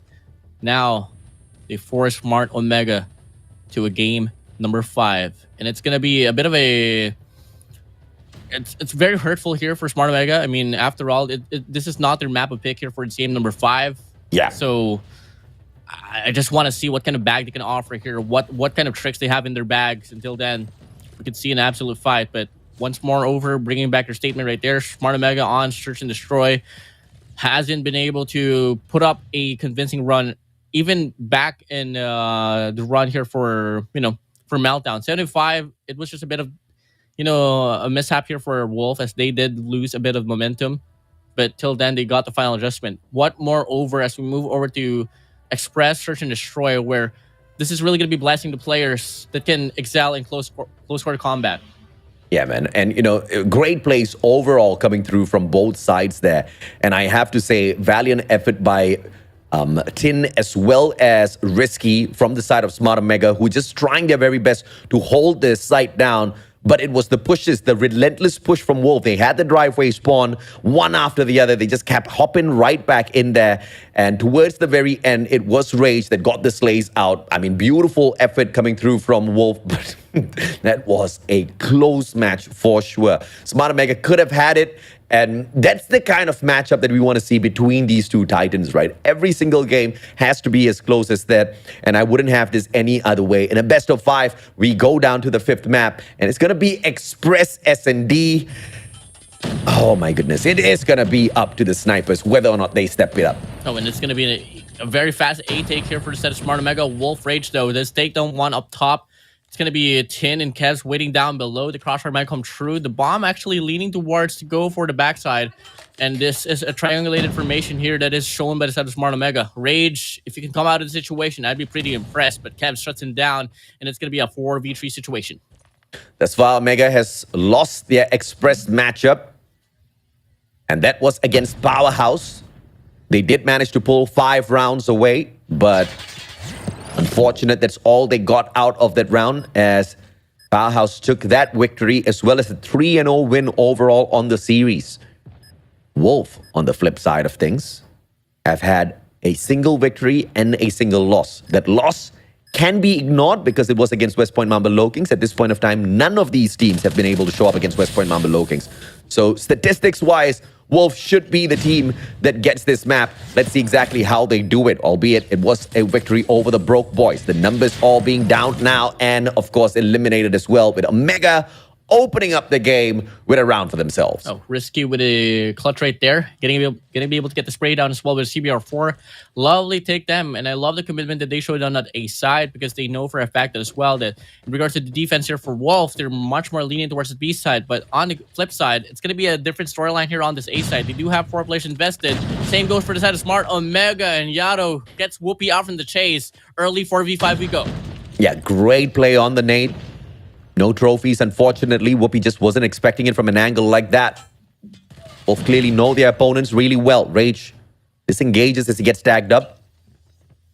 Great reposition, but down below, you've got those players on rotation. Wolf in a very unfortunate position, but Rage will be able to find Risky. That brings the momentum towards the outside, but Kevs gets a double nade out of nowhere with that information. And the momentum goes right back over to Smart Omega, but the numbers, though, are all equal.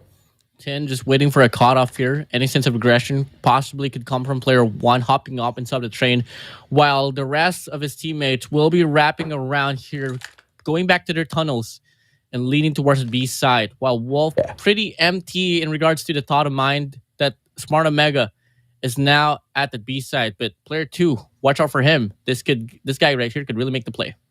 WardeN, share your secrets with me, man. Why is chat raving all about you? I mean, this simping on you, bro. Girls and guys alike.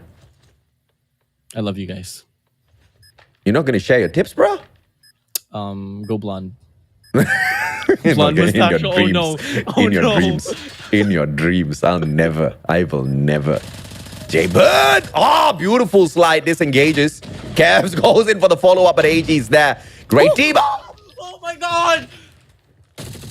Are you kidding me? Slap me and call me Sally! The train just took 2 players out, and Omega said, "Thank you very much, ma'am." Are you kidding me? Smart Omega, 6-man, the train in express. Well, we were saying we haven't seen one just yet. I guess we finally got it. Don't stand on the railway tracks.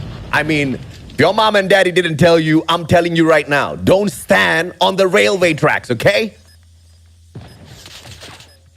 Come on. Put a barrier on the rail tracks, man. Dangerous. No, I mean, you gotta be smart enough. The trains go there. Humans don't. Yeah, though, beautiful. Headshot, Kevs. Gets his head taken off, but Tin traded out by Rage. Wolf, advantage. Candy all alone, though. In a 1v3. Grenade in hand. Your Babs! Quick scope! Nade connects as well!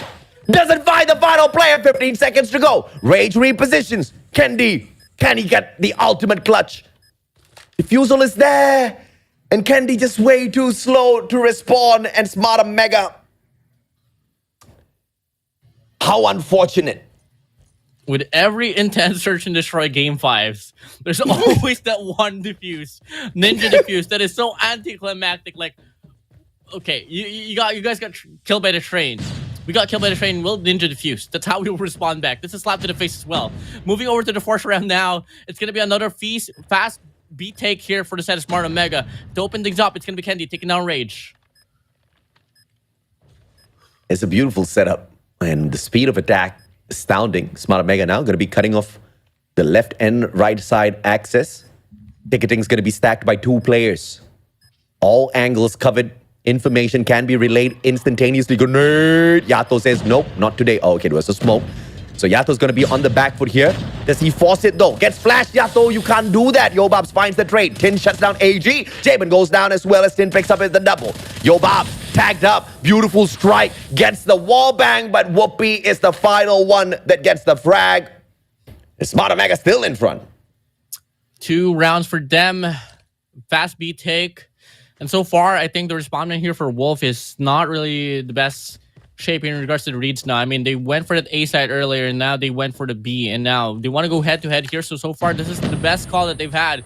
Go head-to-head here on the side. But Kevs open things up, takes some Rage. Jabin and Yato as well, finds a double. Whoopi puts himself into the equation. Tin as well, but AG gets a trade-off. Now it's going to be a 2v2. Oh, beautiful play coming on through, and only Candy's left here. The quick rush towards the bomb site this time round just did not end up the way Omega was wanting it, but Candy shutting down AG brings it into a 1v1. Can he pick a Fennec up as well as he rotates long way around? This should catch Yobabs off guard. It is the sniper battle for the 5th round. Candy, Yobabs. Yobabs might just be able to get the equalizer in regards to the kills as well, if he does get the clutch to come true. Candy hesitant to make the play once more. Candy isn't really the best player to clutch things up against Yobabs here. Might just be able to meet them here. And Yobabs doesn't spot him. Does he? Oh, he does. Candy's like, no, I wasn't ready for that. No, you have to be. Dude, 3. Wolf just pulls it right back. You gotta love this SND, man. It's so hilarious. The train, the star of the day for sure.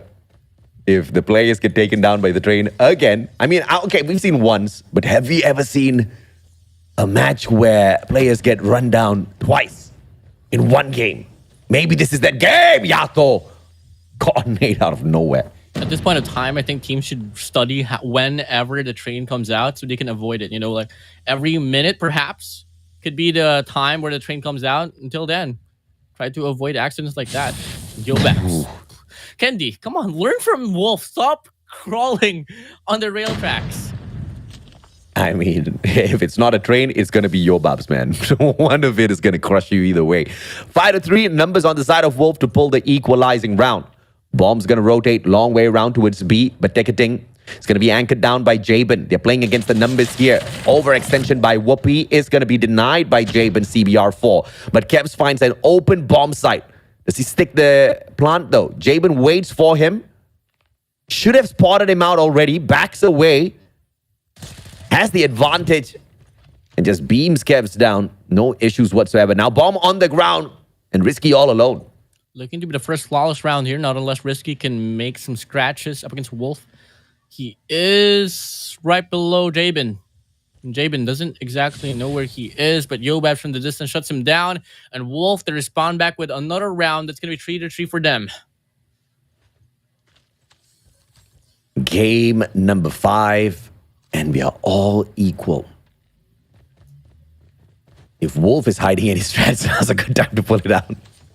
The Candy out of nowhere shuts Jabin out of the equation, and that's going to be a fantastic starter here for Smart Omega. Numbers on their side. Yato trades him out though. Risky with the tags, and Wolf just rages on, leaving Tin and Kevs all alone. Kevs, Tin up against 4 Wolves. Kevs spots down 1, information relayed. Double chow might just be able to happen here. Left or right has to deal with 2 players. But Tin from the top of the overpass will take down 1. Rage, Kevs as well. Now it's going to be a 2v2. The bomb is still not planted. What is even going on here? Yato should have gotten that shot, played the heady. Barely found any connections whatsoever. And Cavs steps it up. Smart mega opportunity. Yobabs will find the right angle. Turns it into a 1v1. Yobab's the sniper.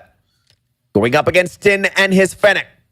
Is it going to be the quick soap or the quick sprays? He has to rotate around towards the bomb though. Might just be Yobabs here. Has an Elcar as well. That could be on par with Fennec in some circumstances. Yobabs really well in regards to checking his angle, so IQ might just lean towards his way, but at the same time, Tin is just longing to let Yobabs pick up the bomb to get that information. But I don't think Yobabs is going to check this corner at all. I think the best call here is pick up the bomb, go to the B side, A side at least, and until then, could have a better angle off the situation. It's a good strategy by Tin. Stay hidden. Yobabs going for the plant. Great timing. And Tin pulls one for the side of Smart Mega. Wasn't too difficult. The timer, of course, was the pressure as well there. But it's okay. That's just one round. Wolf has seen worse games. It's okay. It's only one round. After all, it's all going to come down to the reads once more. And this time, they are leaning towards this overpass take. This is the first time that I'm seeing this push, four-man push all the way down to the overpass. Player 1, Jabin, holding down the angle as well from the tunnel. But once they go out, they got to deal with the two players here right on the opposing side of the overpass and as well side of the bomb side. So, has to make this one work out. But they are leaning to make a committed play for this B side. It's 2 eliminations for the side of Whoopi. Doesn't fare well at all for Smart Mega, but Kendi is picking up the slack though. And Yobab's waking up for sure on the snipes. As Jabin wraps around, Tin is gonna be in a decent enough angle, but as I talk about him, I believe he's gonna try to reposition towards that A bomb site. And nothing connects with Tin as he continues to wrap around. This might just play to the side of Tin. He checks, he clears. AD doesn't get the kill, but Yato gets a trade. Now it's going to be an open plant here on this A side. 2 players, 3 players spawning. I mean, pushing off from the spawns. Whoopi holding down the angle, misses the shot or the angle towards the player on the side. Now it's going to be moving over now to a 3v4. And a tense moment indeed as the defenders are higher in number. They can't go in for a push. There is the trade as Rage shuts down Risky. Kevs finds Yato. Grenade, Rage, get out of there! But it's okay, it's a smoke. But that does block out their information though. As Rage finds Kendi, Kevs can stick the defusal here. Whoopi backing him up. But it will be a push from Wolves, and Kevs just says, hello, my friend. Thank you for showing up. Beams them down. 9 seconds more than enough to find the equalizer. Such a perfect gun comp here for the side of Smart Omega. Having a Fennec at that very situation is just so capable of spraying down players collaterally here on the opposition. And now, Smart Omega, 5 rounds for them, 3 for the side of Wolf, with 5 for the side of Smart Omega. 1 more round for match point. See if they can pull this off. It's a beeline for that A stack on defense, but the bombers are moving towards B. They want to stack ticketing, but they're playing this a little bit safe first. Who's going to go out there and fish for information because they're wasting precious moments? But look at Whoopi already angling down. He's waiting for someone to show up. Can he take that shot? And it seems like no angles will allow him to find a connection. The crossfire is set up by Kendi as well. The approach for ticketing, and there's just no connections whatsoever, and the pressure is on now for Smart Omega. It's going to be a 5v5 retake. 1 player on this wrap around, Risky. Arguably the best player that you could put into the lurking now. Kendi holding down the angle here from the bottom side. Risky does get 1. Tin as well. A break comes through. Kevs finds 1.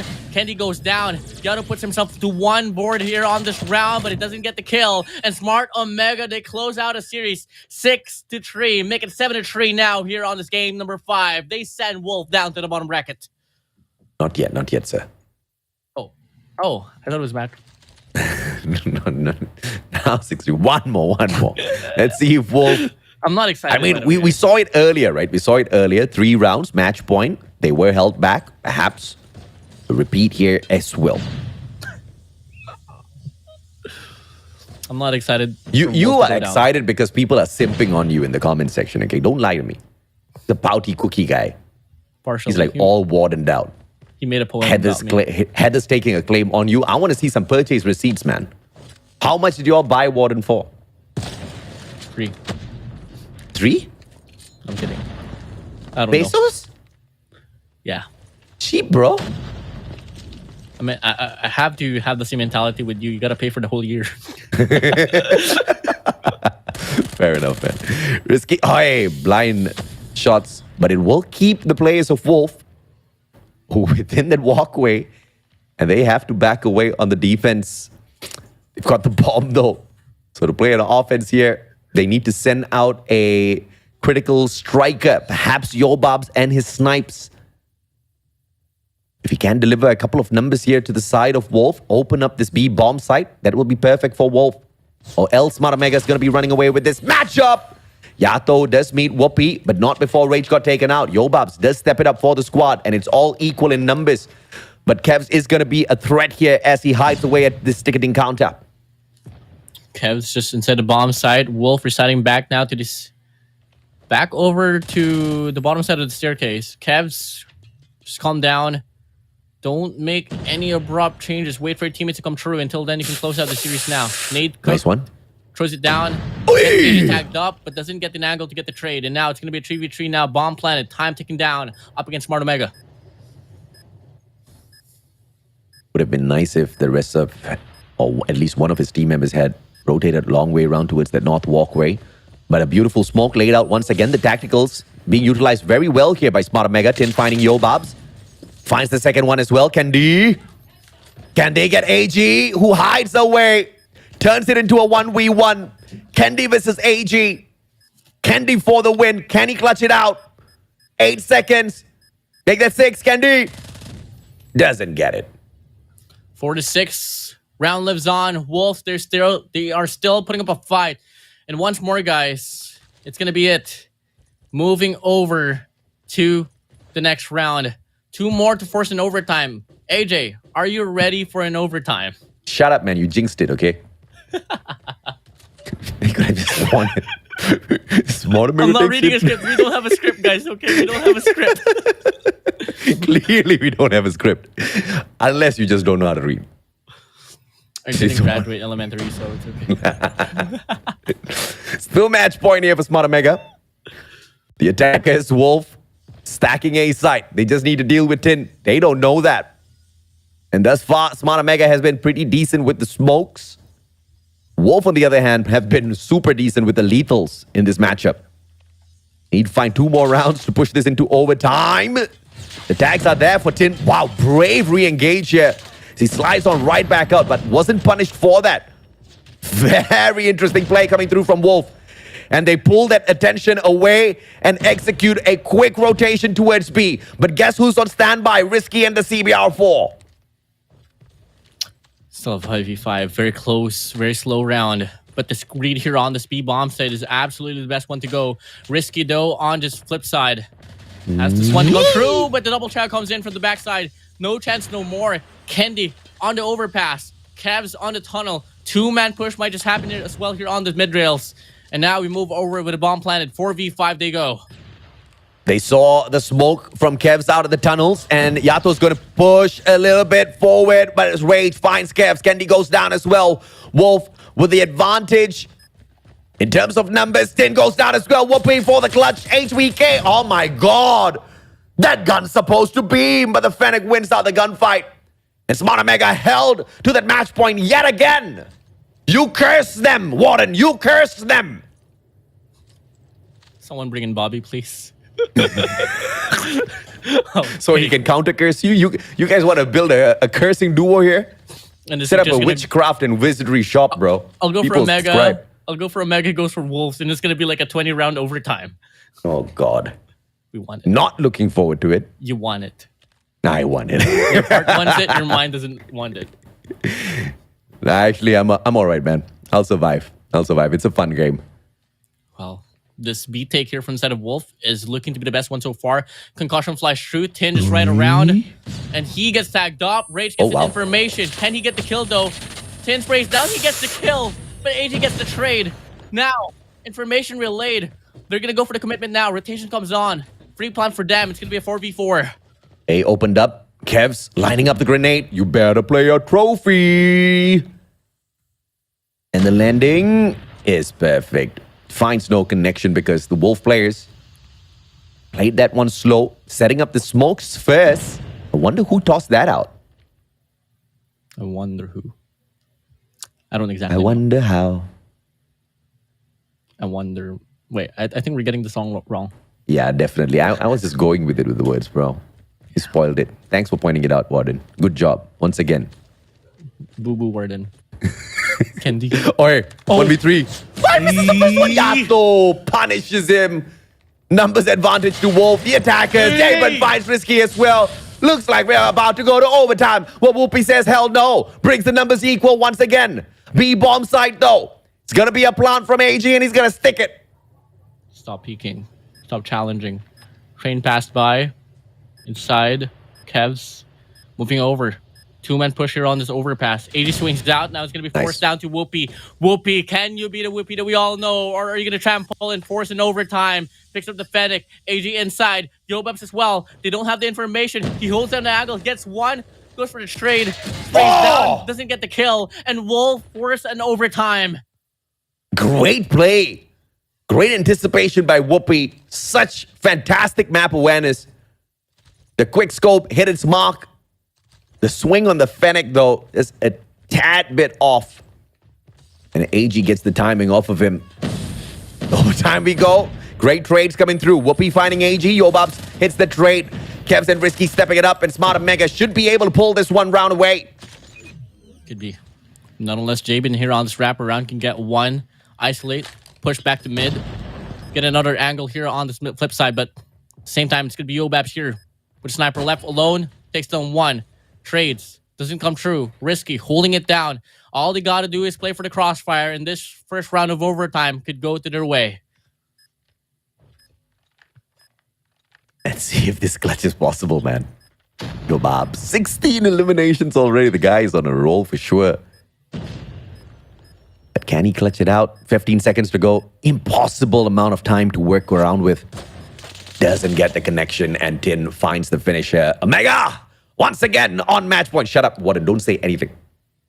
7-6 we go. Wolf. Can they respond back with their own round as well? Smart Omega. Are they going to prolong this or do they want to close it out? Obviously, they do. Come on, man. Sherlock. Thank you. Round number 14. Here we go. Suddenly Omega says, no, we don't want this round. Let's go. OT. Bomb. Hanging back. I like the attack played by Wolf here. This time around, but Whoopi will find the Punisher onto Yobabs. But did he spot the other players though? Reposition. Gets Whoopi the advantage here. Wrap around from the rest of the Omega players. This could be deadly. The bomb all alone. Whoopi finding AG. He's on the double already. Backed up by Tin. And my, oh my, Jabin, Yato Rage left all alone to deal with two players on ticketing. Let's not even talk about the one on the terminal. Can never play too slow up against Omega. And Risky has this angle right now to get a double, but Kevs takes down one already. Jabin falling back. Information relayed. Player one, Jabin from the backside. Looking to make things work out. Does take down Kendi. No trade comes through, but Whoopi will get a third kill here on this very round. He's wrapping around now all the way down to the overpass. It's all going to come down to Rage to clutch things up now in a 1v4. Bam. Yeah, not going to happen. 8-6. Omega takes the series. What a play. What a game. And they book a matchup against Kagendra. And that is going to happen at the upper bracket semifinals. Wolf, on the other hand, will get kicked down into the lower brackets. There's no such thing as hiding strats. Shut up. We know what we're talking about. Their strategy is to go down to the bottom bracket, to sweep it out, win the lower bracket finals, because they don't want to deal with no Kagendra. I mean, let's see, man. Let's see if or not that's the plan, right? Because there is a potential here that if Omega plays it the exact same way against Kagendra, Okay, maybe not the exact same way, maybe slightly better. We might just have them go up against Kagendra, right? Wolf will have to deal with them in the lower brackets either way. But Kagendra thus far has not looked like the kind of team that is willing to drop series. They don't look like the kind of team that's willing to drop a lot. Of course, Powerhouse International will be one to argue that case as well, because they did not expect a strong form of Kagendra, who beat them 2-1 in their best of 3. Well, with that being said right there, whoever loses the run between Kagendra and Smart Omega will have to go against Wolf once more. Just saying what you said there, AJ. So there's still a possibility that we might see a rematch between Wolf later on. I mean, by tomorrow's run. But obviously, that's something that Smart Omega is not hoping for. But coming in, they are going against the number 1 seed, as they are the worst seed for their bracket during the group stage. And Garena Call of Duty Mobile is going to bless us with the upper bracket semifinals today in itself. So we've got 2 more series, 2 more best of 5s. And this is going to be the powerhouses of Garena. Powerhouse takes on West Point Mamba Low Kings, and Smart Omega meets Kagendra. That all happens right here today. Can't wait. And let's take a look at the stats as well. Candy this time is under-fragging a tad bit, but you don't really see anything to complain about. I think overall the performance was fantastic. But Yobabs, we've been complaining that this guy has been asleep for the longest of time. He finally woke up.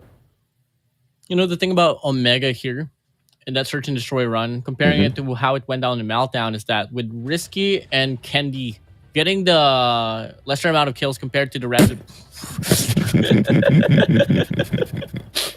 moving back, lesser amount of kills for the squad, with every kills that Kendi and Risky got, it was impactful, to be honest. Oh yeah, absolutely. I mean, no doubt at all, right? And Yobab's truly a monster in this matchup, but just couldn't carry the team all the way through. Great plays, I have to say. Wolf did their very best, but Smart Omega just winning out some stellar gunfights there with the whole squad performing. Whoopi, you don't really see him pulling away the MVP off of this matchup, but it was some great stuff out of the guy as well. And this was one of those fantastic plays. Almost got the clutch here. And that was the swing. AG just played it out a little bit smarter to reposition, to not get caught out.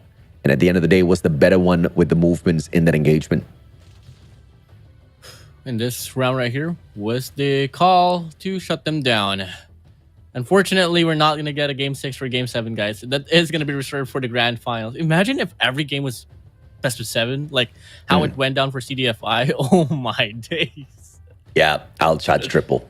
I'll be like, Mr. 7, 4 series in a day. Okay, I'll take it. I'll definitely take it. And I'm pretty sure I'll get it as well. But 3-2, the scoreline here in the series. Valiant effort by Wolf. At the end of the day, Smart Omega is playing possum all the way through in the group stage, just to show up strong here at the playoffs. But can they do it yet again against Kagendra later on? The West Point Mamba Low Kings of Indonesia. Truly, man. I mean, you know, back then when I was overlooking like the results for West Point Mamba Low Kings, the first time that they had a scrim up against Dunya Games, aka Kagendra now, Clove was able to drop like almost a 70k against the West Point Mamba Low Kings. So it goes to show how much improvement the WPM Low Kings was able to put up over the span of a year and a half. I mean, no doubt at all, right? I think the hunger in the boys, the grit, the amount of focus that they've invested into improving their gameplay has been phenomenal. But Tin, speaking of phenomenal, has been pretty fantastic today. 1.23 KD rating and picks up an average score of 3,414.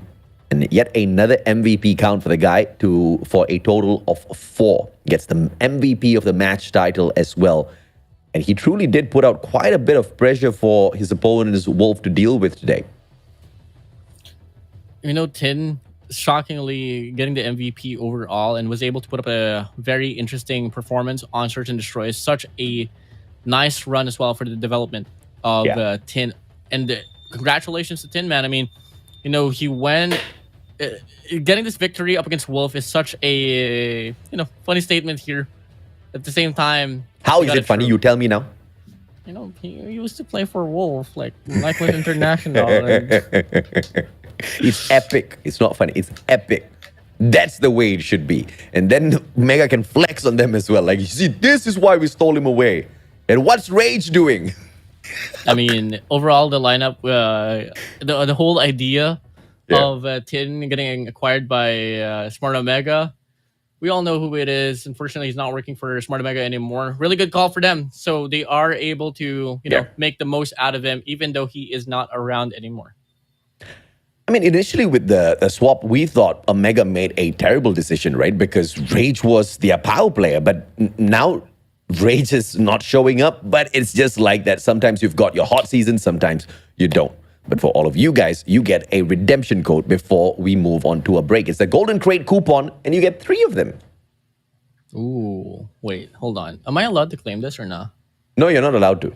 Okay, never mind. Well, hey guys, I'm blessed with the front seat action here. You guys get the redeem code as well for the Golden Crate coupon. 3 by the way, so better just claim it out quickly, because I know for a fact a lot of people will be fighting over it. But fortunately, it is not limited, so everyone has the chance as long as you do get the hand of the code. WardeN, we are about to go for a break, but before we do, I've got a question for you. So you won't shave your eyebrows, but will you at least dye them blonde? That's gonna hurt, honestly, and it's what do you call this? I did try to propose that, but the salon said it's too dangerous. I might go blind if ever the bleach will go to my eyes. Okay. Wear goggles, bro. We're gonna take a quick short break. We'll be right back.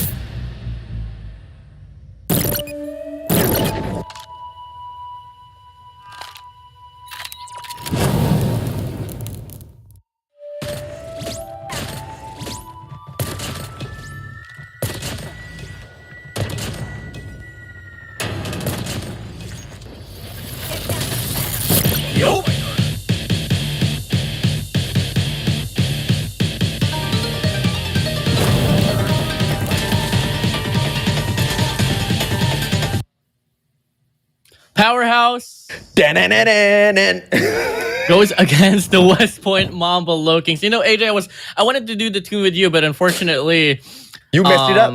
You messed it up. Good yeah. job, man. You messed your hair up. You messed your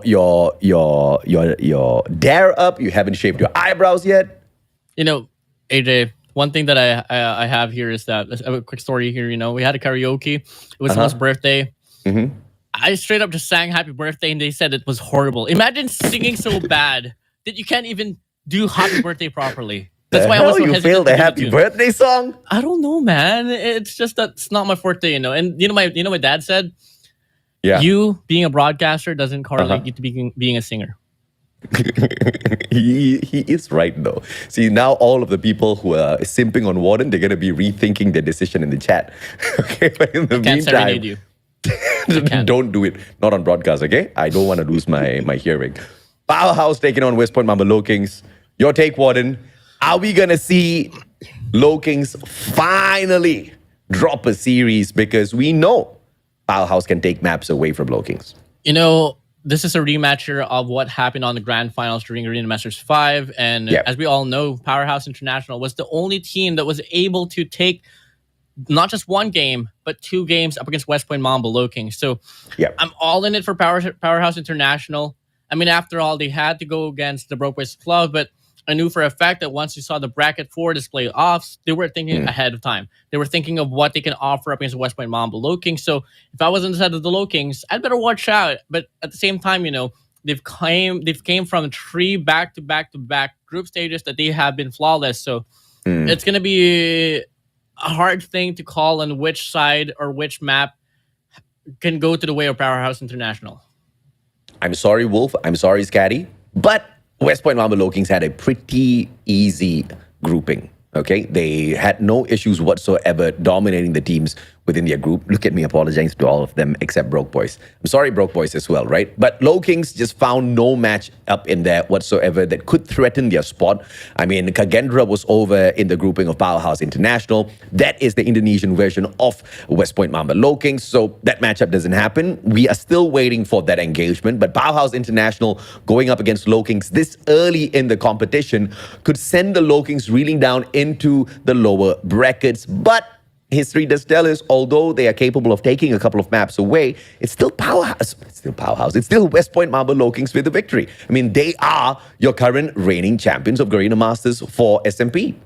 Yeah, definitely. And, moving over now to this whole run here for the playoffs, I'm really anticipating that it's going to be West Point Mamba Low Kings and Kagendra on that upper bracket finals. Not unless, obviously, Smart Omega can put up a stunner here up against Kagendra later on. And obviously, Powerhouse International proving my statement wrong as well. I mean, 4-2 loss on the grand finals it does sound bad, but on paper, if you barge in, look at the details of the game, it was pretty close.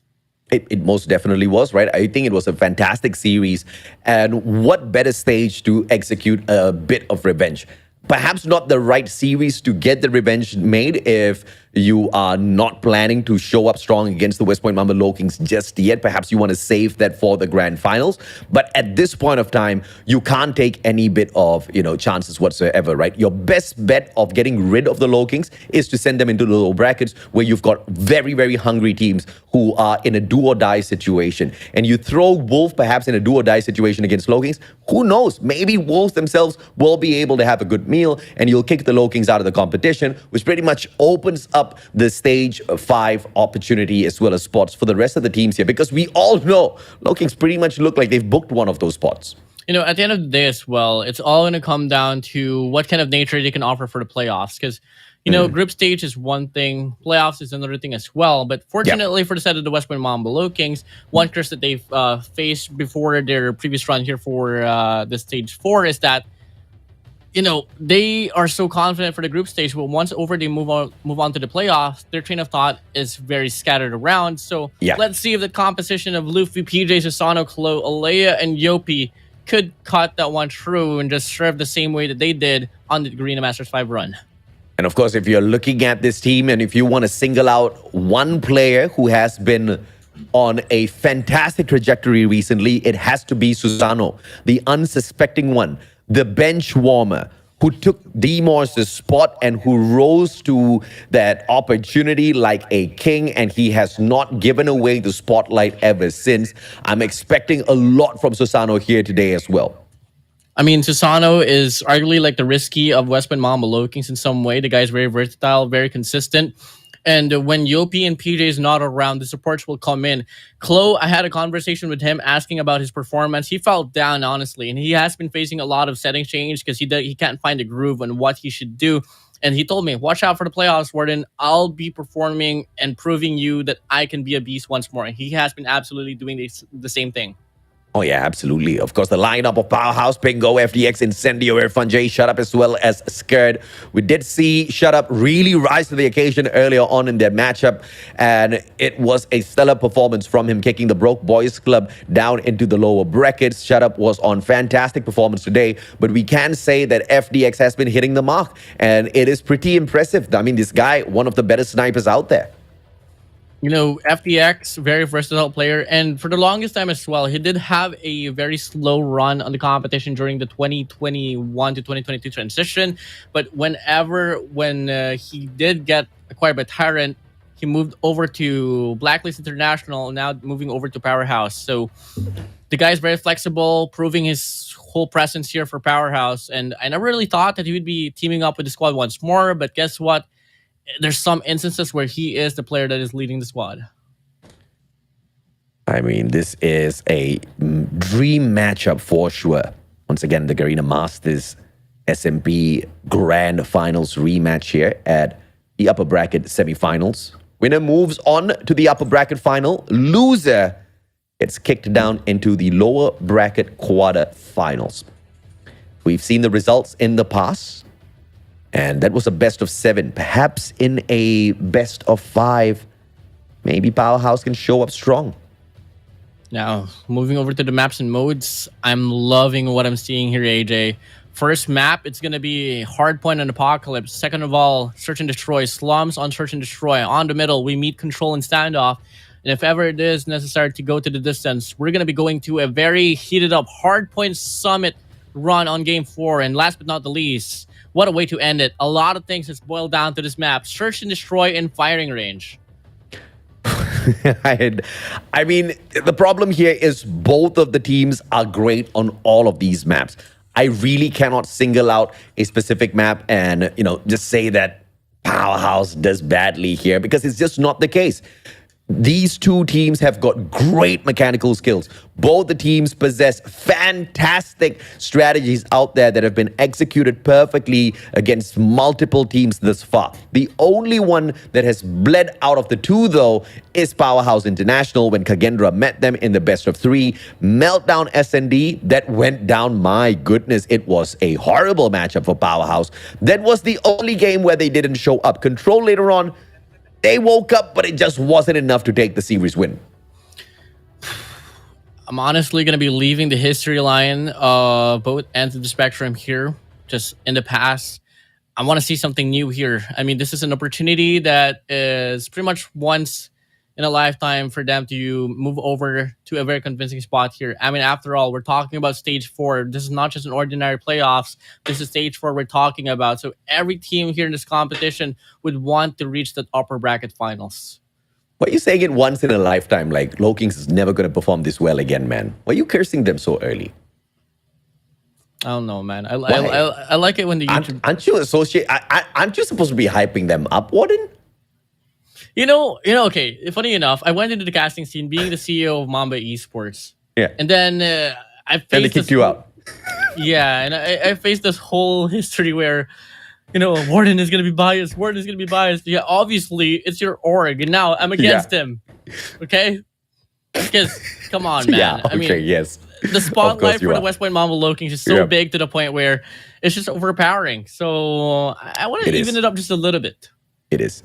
I mean, it's pretty difficult to really be on the side of Powerhouse within the series because history tells us that Low Kings is currently unstoppable. Nobody has been able to be as impressive as the Low Kings, not just here at stage 4, but back in the stage 3 for SMP as well. I mean, pretty much unbeaten all the way until the grand finals. Who does that, man? Apart from Lokings, nobody has ever been able to execute such perfect clean sheets before. And this was the team that got into Garena Masters Season 1, struggled, and season after season just could not find that #1 spot. Finally, after 4 seasons of trying, the 5th season, they take it back for themselves, and they're trying to go all the way. But, this could just be that Cinderella run, right? From not doing it at all, from getting it done, and in the same year, make it to stage 5 as well, and, perhaps push it the furthest in comparison to any other Garena team in the past. I think West Point Mamba Lokings is capable of doing that, but I also think KAGE is capable of pulling that off as well. Once again, that's the matchup I'm really looking forward to, WardeN.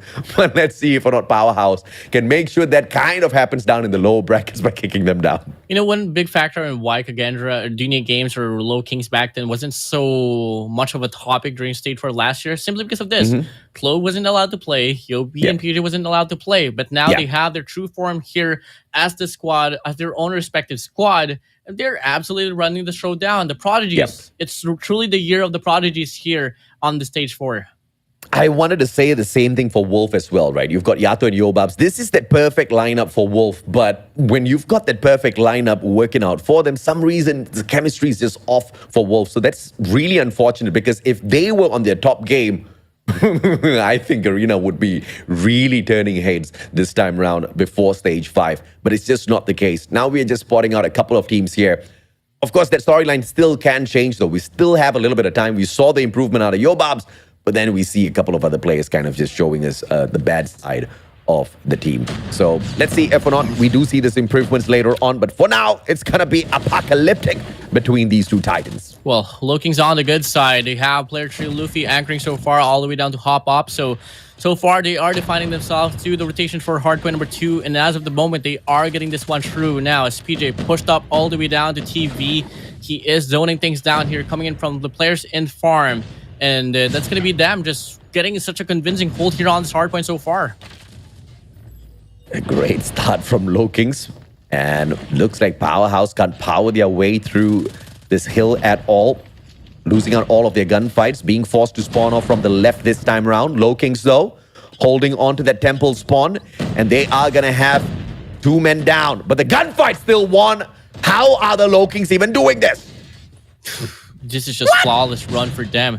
Fundamentally, the way that they're holding down their angles is just so smooth, slowly but surely, and just rely on those aim. And so far, it's just going to be the West Point Mamba Lokings getting the first set of Hardpoint said and done. I mean, first Hardpoint said and done. They also got the rotation for Hardpoint #2, and you and me know, AJ, how hard the break is here on this Hardpoint #2.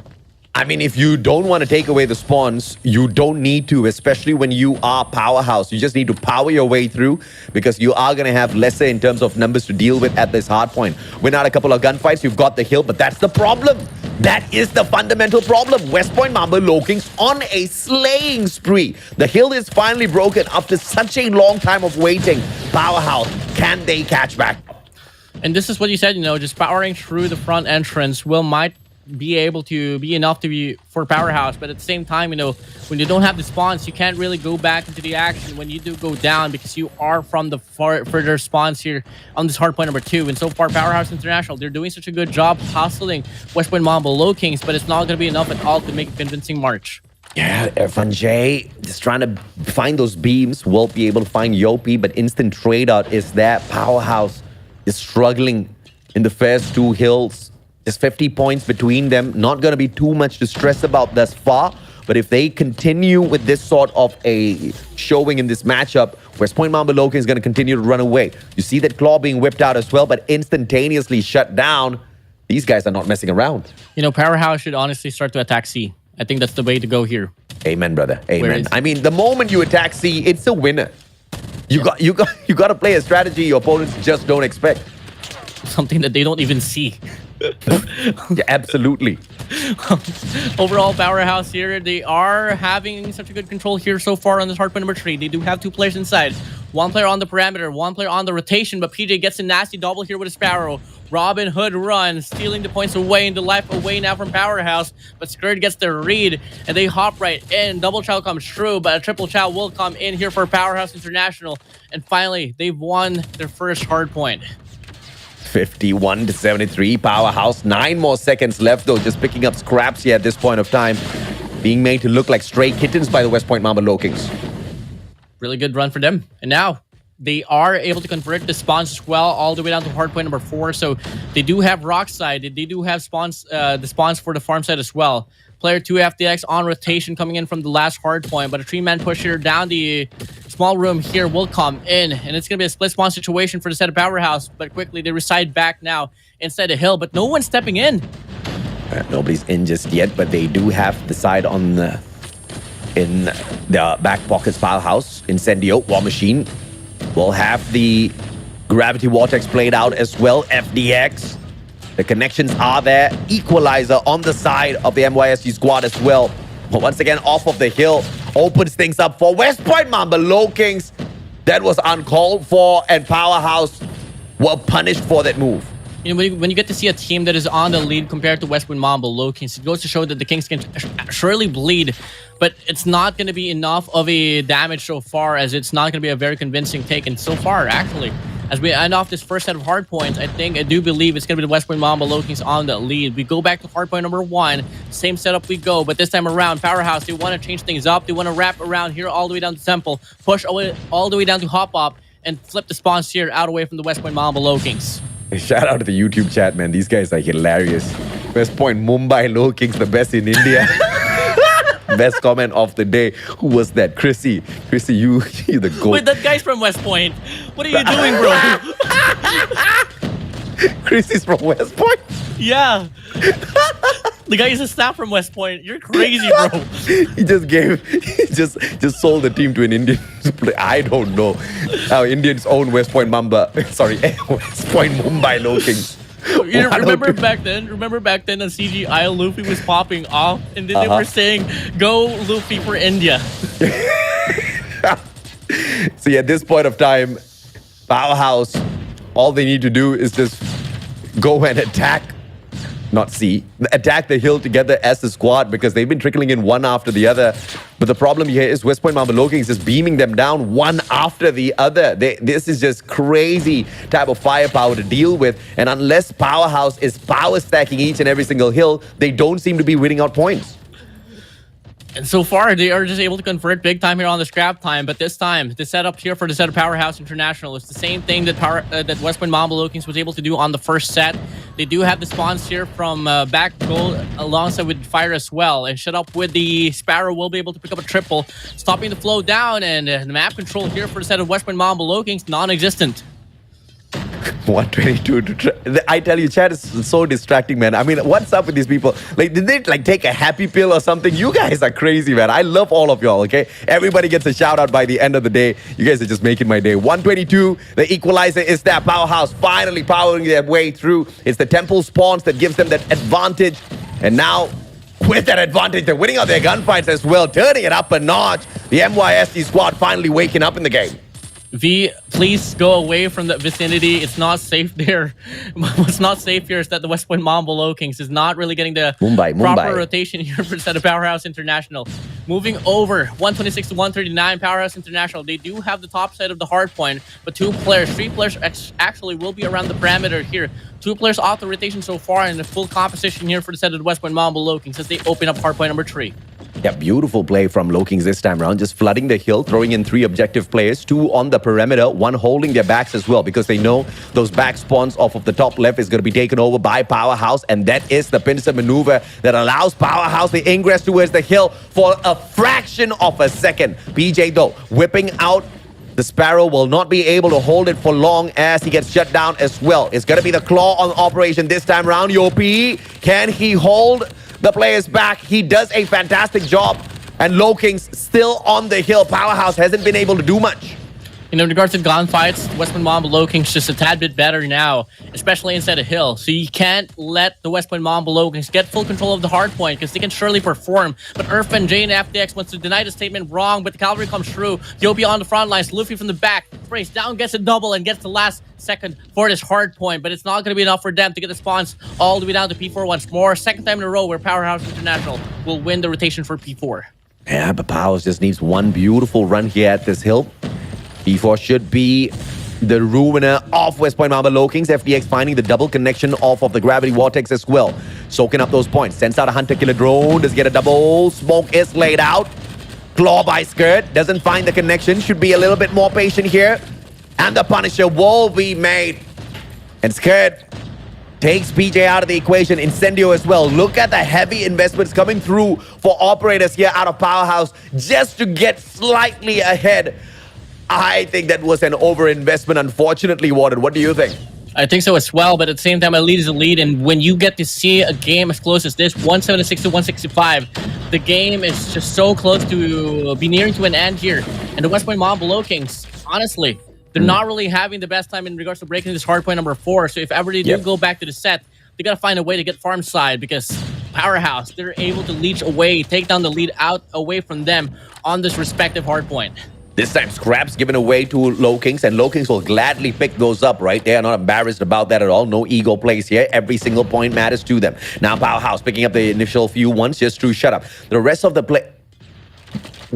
I think they got the wrong hard point. They were setting up P2. This is on P1. Powerhouse not going for the attack at all. One by one, they trickle it. WardeN, what's going on? I think the miscom here is that, you know, some players would love to reside back here to Temple side, and the rest will go for the hard point because they don't want to lose a rotation here for hard point number 2.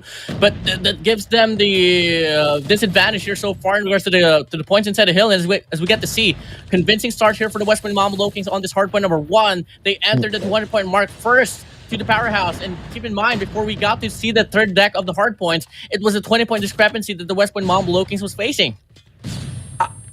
I'm speechless with that play. Powerhouse stunned me by setting up. I have no idea why they would do that, but now they pick up scraps.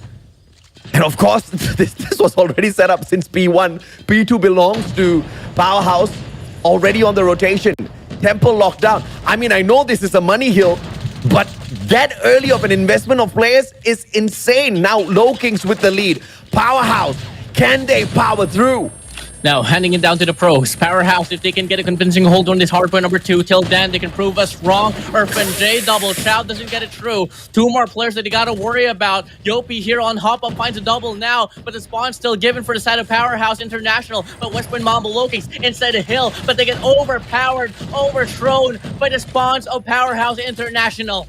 The Hunter Killer Drone comes back through but meets the wall instead. West Point Mamba Low Kings still with the lead. 22 more seconds on this hill. And just because of the Temple spawn, Powerhouse does have an opportunity here to run away with this matchup. But Low Kings just winning it out through sheer gunfight and powering their way in towards this P2. Making sure Powerhouse does not catch back up so easy. 5 more seconds. They'll pick up those scraps and still no equalizer just yet. Early rotation into P3. It's going to be the intel room this time around. And West Point Mamba Low Kings, if they can execute the previous play yet again, Powerhouse gonna be in a lot of trouble. One more break the Powerhouse needs, and they can absolutely make the West Point Mamba Low Kings bleed, and they get the opener inside the hill. Gravity Vortex invested now for the side of the Low Kings. PJ wraps around, takes down 1, finds a double overall, forced to spawn to the right side, and the West Point Mamba Low Kings are trying to hold their grounds, but that War Machine from Incendio will be zoning things down. Chloe on the mid lane, gets 1. Can he get a double? Absolutely yes. And now Powerhouse, nowhere to be found.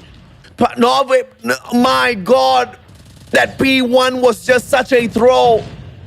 And the game comes to an end, well deserving for West Point Mamba Low Kings, but it could have been a Powerhouse victory. I'm stupefied. Harry Potter showed up. He stunned me. Petrified. Dude, hardpoint number 1, with each game that you are granted, it is a principle that you gotta play for the scrappy run and just let 2 players anchor down. West Point Mamba Low Kings, they had the proper read. They invested 5 players on towards hardpoint number 1 because they knew for a fact the game was nearing to an end, and they only needed very few points for them to close out the deal. Moving over to hardpoint number 2, they played brute force. Yes, it was a scrappy run, but once more, they were already at the 200-point mark, and each and every point started to count right there. And moving over to hardpoint number 3, Powerhouse International, they lost the rotation, and that was just history right on forward. GG, well played, but a faulty play from Powerhouse will cost them the game. Petrified is Petrificus totalis. So I got stupefied. don't Harry Potter me, man. I'm a big fan. But dude, what in the world happened on the P1? I was so stunned because they just gave the hill away. They didn't go in for the challenge. They had the spawn. It was the right one. They had the angles covered. They had hop-up covered. They had all the advantage. But it seemed like they were setting up P2 when P1 was active. There's no way in hell they didn't know P1 was active because they could see it on the map. I just cannot brain what happened there in terms of communication. Like, what was the decision made by whoever who was calling the shots at that point of time in terms of holding back? Because you see how close this match was in terms of points. Powerhouse could have won that.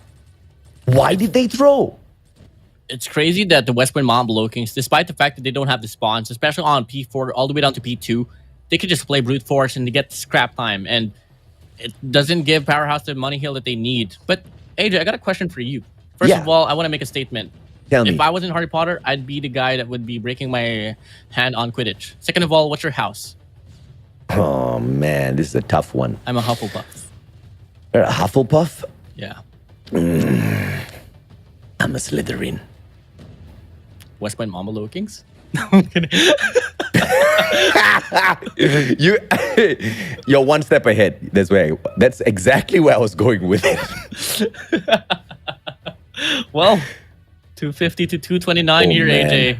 Dude, what a choke, bro. Okay, wait, it's not even a choke. It's not like they went to execute a play and then misplayed it. But there was a clear conversation that happened there on the side of Powerhouse. It's a clear decision made, and the decision was pull, and they were in the lead. They could have gone in for the attack. They had the initial spawns first. They had the numbers to go. They slayed out Westpoint Mamba Kings, and they made a conscious decision to not contest P1. Hardpoint number one, once again, it is one of those points that could just go 50-50 as long as you invest yourself right into it. But there was no investment at all, really. Yeah. I mean, granted, of course, the first time we started off P1, West Point Mamba Kings gave them no chance at all. Literally nothing, right? They were just whooping them, even though Yopi was all alone in there or PJ all alone in there. They were just winning out gunfights like savages in there. I get it. But it's not like Powerhouse to shy away from a gunfight. I mean, this is a team that can get the job done. I mean, clearly they found their way right back into the matchup. Unless they're pulling a smart mega on us. You know, I love how that the competition has gone through so much history that we just have so much references and what could possibly go down. But once again, man, I mean, Powerhouse, if they could have gotten the break onwards P3, they could have made the Westman Mamba Kings bleed. But it didn't happen right there. The composition, the composure of Westman Mamba Kings was just so overpowering right there. And despite the fact that there was a lot of investments there from Powerhouse International, they had the proper recovery. They collapsed from the backside of P3, avoided that play from Incendio, and let Klo do the dirty work from the mid lane. Until then, he got a triple right there. And that was enough to get an opener as well on towards the last few points that they need to claim on that last run. Yeah, I get your assessments, but I really think it was that P1 blowout from Powerhouse. I guess they charged it up with too much of electricity, and the bulb just could not take the voltage. Definitely agree, man. And so far, we can't really afford to see any more mistakes here for Powerhouse International, as Search and Destroy is a very lenient game in regards to decision making. So if you can't do it right, you're surely going to get punished. As we get to see the first round opening up, it's going to be a 1-for-1 trade here. Player 2 out so far. There's going to be PJ and Shut Up out from the chase for Powerhouse International. A slower pace this time around, as a 1-for-1 trade breaks down. A bomb's still going to be hanging back with Yopi. It's eyeing out B.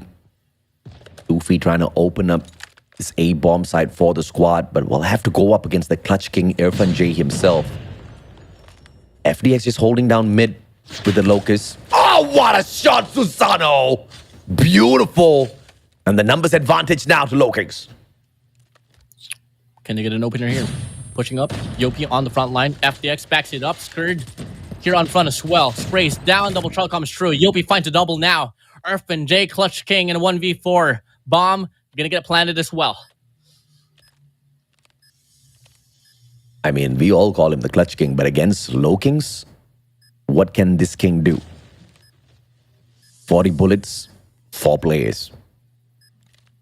Yopi just waiting for the moment, and it's Susano that deals the final blow. Dude, this guy, he just won't sit down. He won't shut up. He just keeps stepping up his game. I know Alea for a fact is smiling big time on how disciplined the West Point Mamba Lokings is, because, you know, we've seen so many times where the West Point Mamba Lokings faltered into a situation where they should have it on their bags already, but with their aggression, they get punished down. But this time, aggression is the way to go here for the side of the West Point Mamba Lokings. As they get an opener break here on the B side, Powerhouse International, they want to go head-to-head. Skirt on top, looking to get the kill. PJ down below, and so far, Powerhouse International, they get a revitalized play here. They overpower down, but PJ, you don't spot him. What? Dude, that guy. Slippery snake he is. Slytherin. Slithering around, ignoring these players on the side of Powerhouse.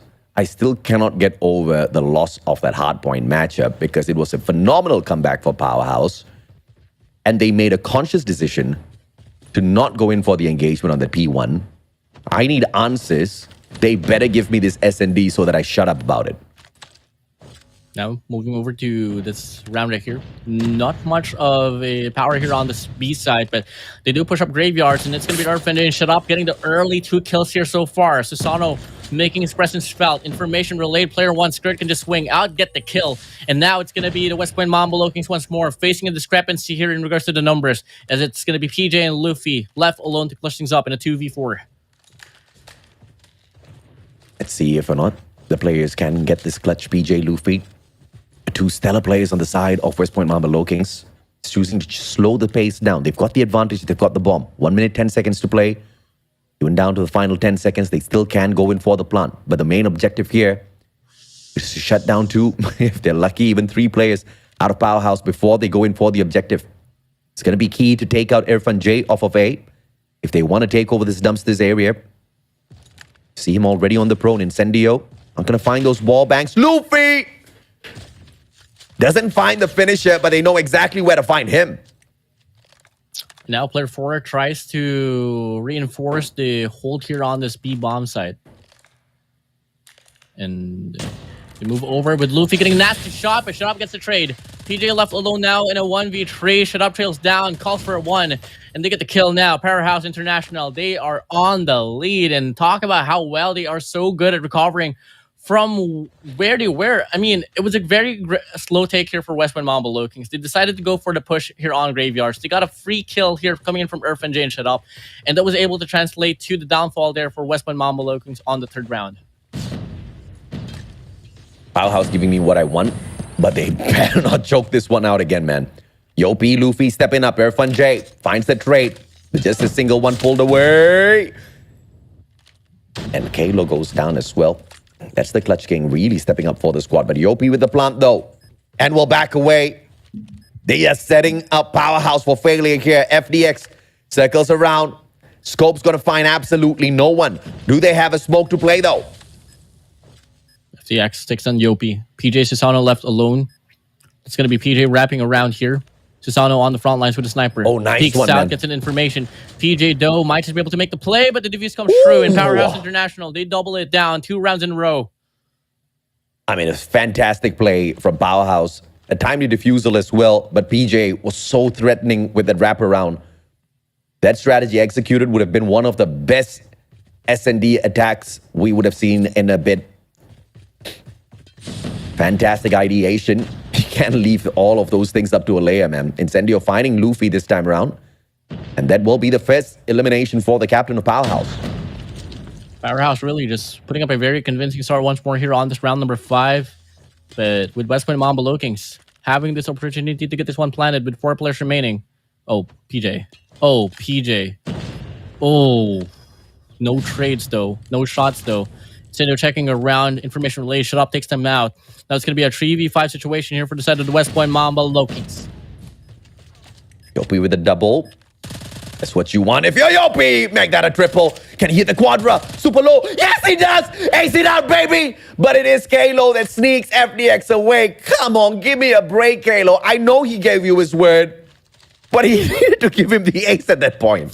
You know, if Chloe didn't go for the shot and started to run away, you can absolutely count on Alea going behind Chloe and just slapping him at the back. Don't do that again. Fair enough. Fair enough. Yopi blazing through Powerhouse. 8 eliminations already. Irfan J on the flip side with the 6. Deadly angle by Susano. On the prone. Waiting for a mistake. The timing just not on his side. Takes the crosshair away. As the player shows up. Grenade though. Connection. And we'll find nothing. Stalemate once more. Nothing much happening here. All going to come down to the engagement here from the distance. It's FDX to take down Luffy. Now it's going to be a 1v4. I think brute force is the way to go here for the side of the West Point Mambo Lokings, but all respects as well to the defense that Powerhouse International is putting up. And now they're leaning towards an aggressive taste, and Incendio picks up Chloe as well. And now, slowly but surely, the West Point Mambo Lokings is really struggling to get a break here on this site. What are they going to pull away from this one? As Lokings down in numbers. Can't pull that aggressive attack just yet. Engagement Incendio shuts down Susano. There's 2 more lives left. The clutch out of Lokings is impossible at this point of time. Yopi, 8 already. Can he make it 9? Then the flick 180, but the push comes on through. Shut Up delivers the 4th round victory for Powerhouse. Had a really good read, had a really good mindset right there, but at the same time, dealing with 4 players at the same time, not really the best situation that you'd want to be in. But now, fortunately for the side of the West Point Mambo Lokings, offense will not be the storyline now. Here, it's all going to come to the defense. And now, so far, a lot of mid-control will be happening here. Nade will take down 1. Yopi out from the chase. Scourge gets a kill. And now we get to see the wrap around here from the side of Powerhouse International, overpowering the West Point Mambo Lokings. And honestly, the Lokings is just having such a hard time on this run. And you can thank me for that, because I was so pissed with Powerhouse. I wanted this match for them, man. They deliver. But Luffy says, calm down, Mustachio. Irfan says, I got you, bro. 5-2. 1 more for the match point. It's too early to celebrate if you're a Powerhouse fan, though, because the West Point Mambo Lokings, them being on defense this time around, should be able to control a little bit more of what Powerhouse can do. But it is going to be absolutely crucial that Susano and Luffy find those initial frags. It's going to be the smokes, and Irfan J finds the crazy opener. The trades are there. Luffy and PJ step it up, and it's a 3v3. Chloe pushing up. Incendio holding down the angle. Might just get this one planet. Information relayed. He's going to go for the swing. 2 players to worry about. He only gets 1. Irfan J gets the trade. Scurried from the backlines. Gets it all as well. But it's going to be a 2v2, and it's going to be forcing Powerhouse International to fall back just a little bit.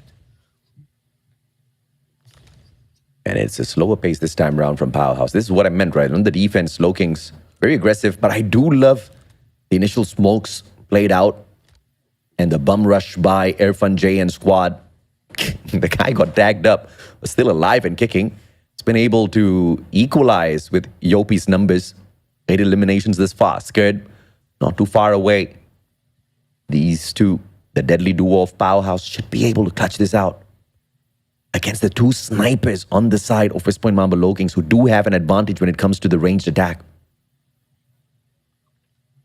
Silence is the name of the game so far.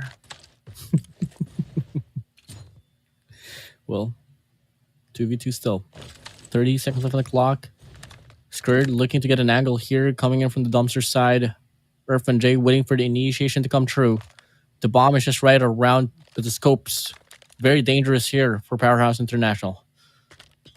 Bomb gets picked up, and he runs away! Irfan J, what a clutch king! And then a beautiful rotation over towards B. Can we see a grenade? No trophies played. Is this the punishment? Yes, it is. What a spot by Luffy, Irfan J. That was such a terrible mistake, and the Punisher was that. I mean, the Shoutcaster saw that coming. There's no way the Clutch King didn't, but he didn't. The evolution of the competitiveness here for West Point Mambo Lokings, having a God Nade prepared, lined up, was such an impressive take right there. And oh, yeah. One step ahead for them. Now, once more, moving over to the next round, West Point Mambo Lokings, they finally respond back with their own after like 3 rounds in a row. Let's see if they can continuously bring this one up to get a closer game. And that was something that, we were touching up on a lot during the group stages, where some of these teams are just chucking all of those lethals at the start of the round, hoping and praying to get a a god nade out of nowhere to surprise. But that's a strat that has been read and counted by so many of these top teams already. Their trophies are always on the ready in the initial part of these rounds. But towards the closing end, not many teams have been able to utilize those lethals in a perfect way. This time around, shut up. We'll find the revenge. And PJ out for the count. Numbers advantage now to the attackers. Oh, Incendio misses an opportunity. But not the second one. Stand up. Pops the smoke. On for the rotation. The rest of the players flanking around. And look at this cheeky spot. Kalo shuts down Irfan J. But at the bomb site itself, Yopi, deadly position. Shut up. Just beside him. Doesn't spot him out. Gets the kill. Trade comes through. Incendio from afar.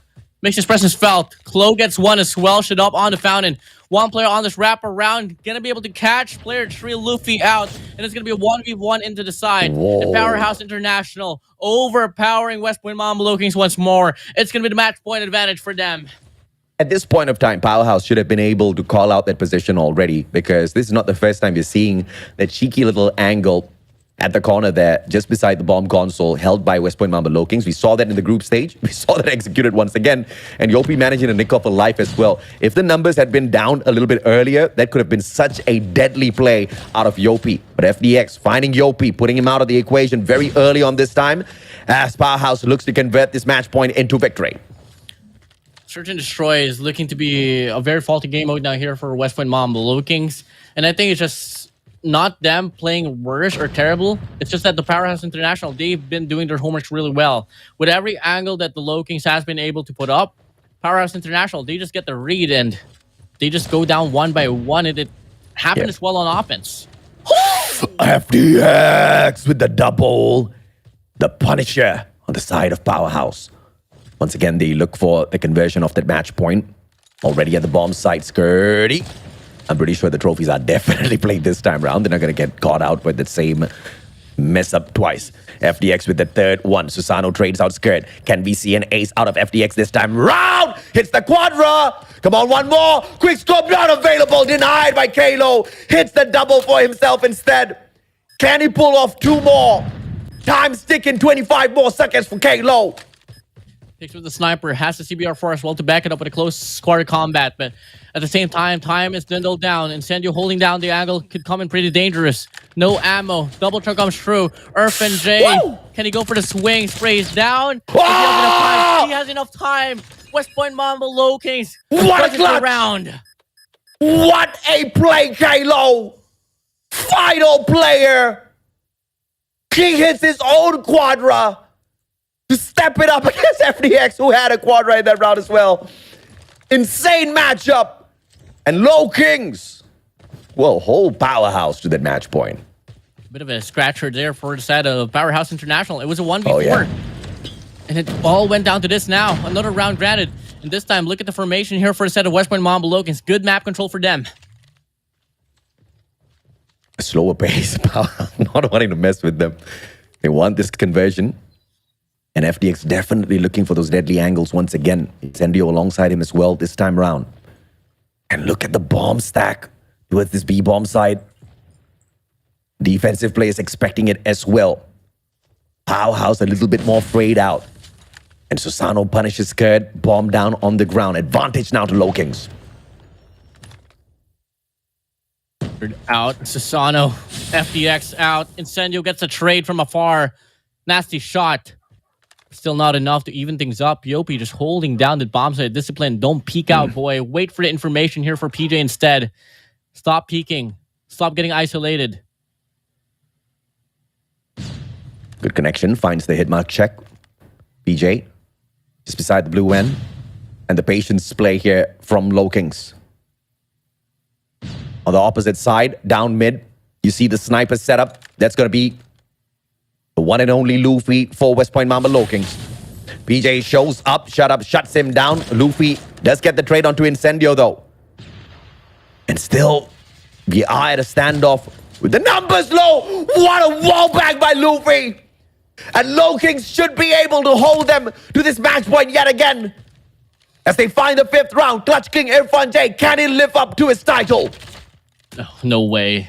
Fennec in hand. pops a nade, looking for the perfect medium rare. Trajectory is on, pops it through, misses it all out. Triple trio comes in, and the West Point Mamba Low Kings, they respond back with one round. You gotta talk about the wall bang there from Luffy. Instead of holding down the heady, he went for the wall bang instead. Higher probability of getting the kill. Genius. Not a lot of people will have that amount of game sense in such a crazy matchup like this, man. The trophy is perfect from the side. A Powerhouse, but Yopi rages on, hits a double. Numbers advantage to the defending team. West Point Mamba Low Kings raging on.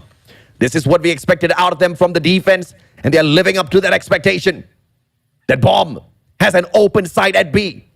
FDX waiting for a little bit of noise to be made here. Susano repositions quietly, though. FDX just doesn't have a one-up on him. A bit of an overheat there for PJ. Was able to get the double, but the rest of his teammates was just too far behind to back him up.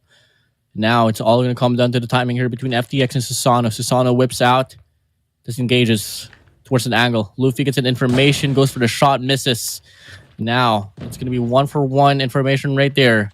But it's really all going to come down to FDX here to make the play.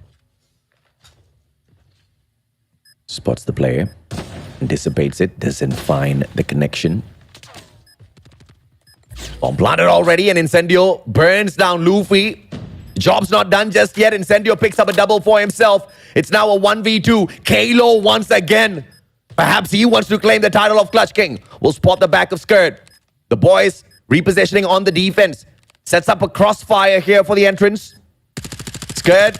Wow, bang! Kalo, no punisher, and Incendio takes advantage and brings the match to an end. S&D claimed by Powerhouse. I would have not forgiven them if they did not, man. 3 games in a row. Dropping the ball on Hardpoint was so disappointing. And once more, 3 games in a row where Powerhouse International is the only team to make a scratch up against the West Point Mamba Low Kings. And what a way to put it in search and destroy. This is just all going to come down to the numbers once again that we have been able to see on Garena Masters 5. Powerhouse International, are they the kryptonite of the West Point Mamba Low Kings? Not yet. I mean, they may be a fraction of a kryptonite. Maybe they just haven't found a big enough stone just yet. Maybe they just found kryptonite powder, trying to sprinkle it all over the faces of West Point Mamba Low Kings. If it doesn't weaken them, at least it might sting their eyes and get that one up for Powerhouse. But dude, if it wasn't for that mess up on Apocalypse, yeah, I'm not over it just yet. Even though they won the SND, they would be 2-0 up. But of course, they can't be like me. They can't hang on to the past. They have to focus on the present. And what a way they pulled that off. Every single player putting in the work. And unfortunately, on the flip side of things, PJ Susano is not finding the numbers in this S&D. I think PJ was just a bit too slow as well compared to what we have been seeing from him, especially in offense. He wasn't really that entry fragger that we got to see, or maybe he was, and the trace wasn't really right there. And I think that could be supported as well coming in from the second to the last round where we got to see PJ was pushed up all the way down to Fountain, but no teammate of him was on the trades. Well, Chloe, on the contrary, was able to clutch things up.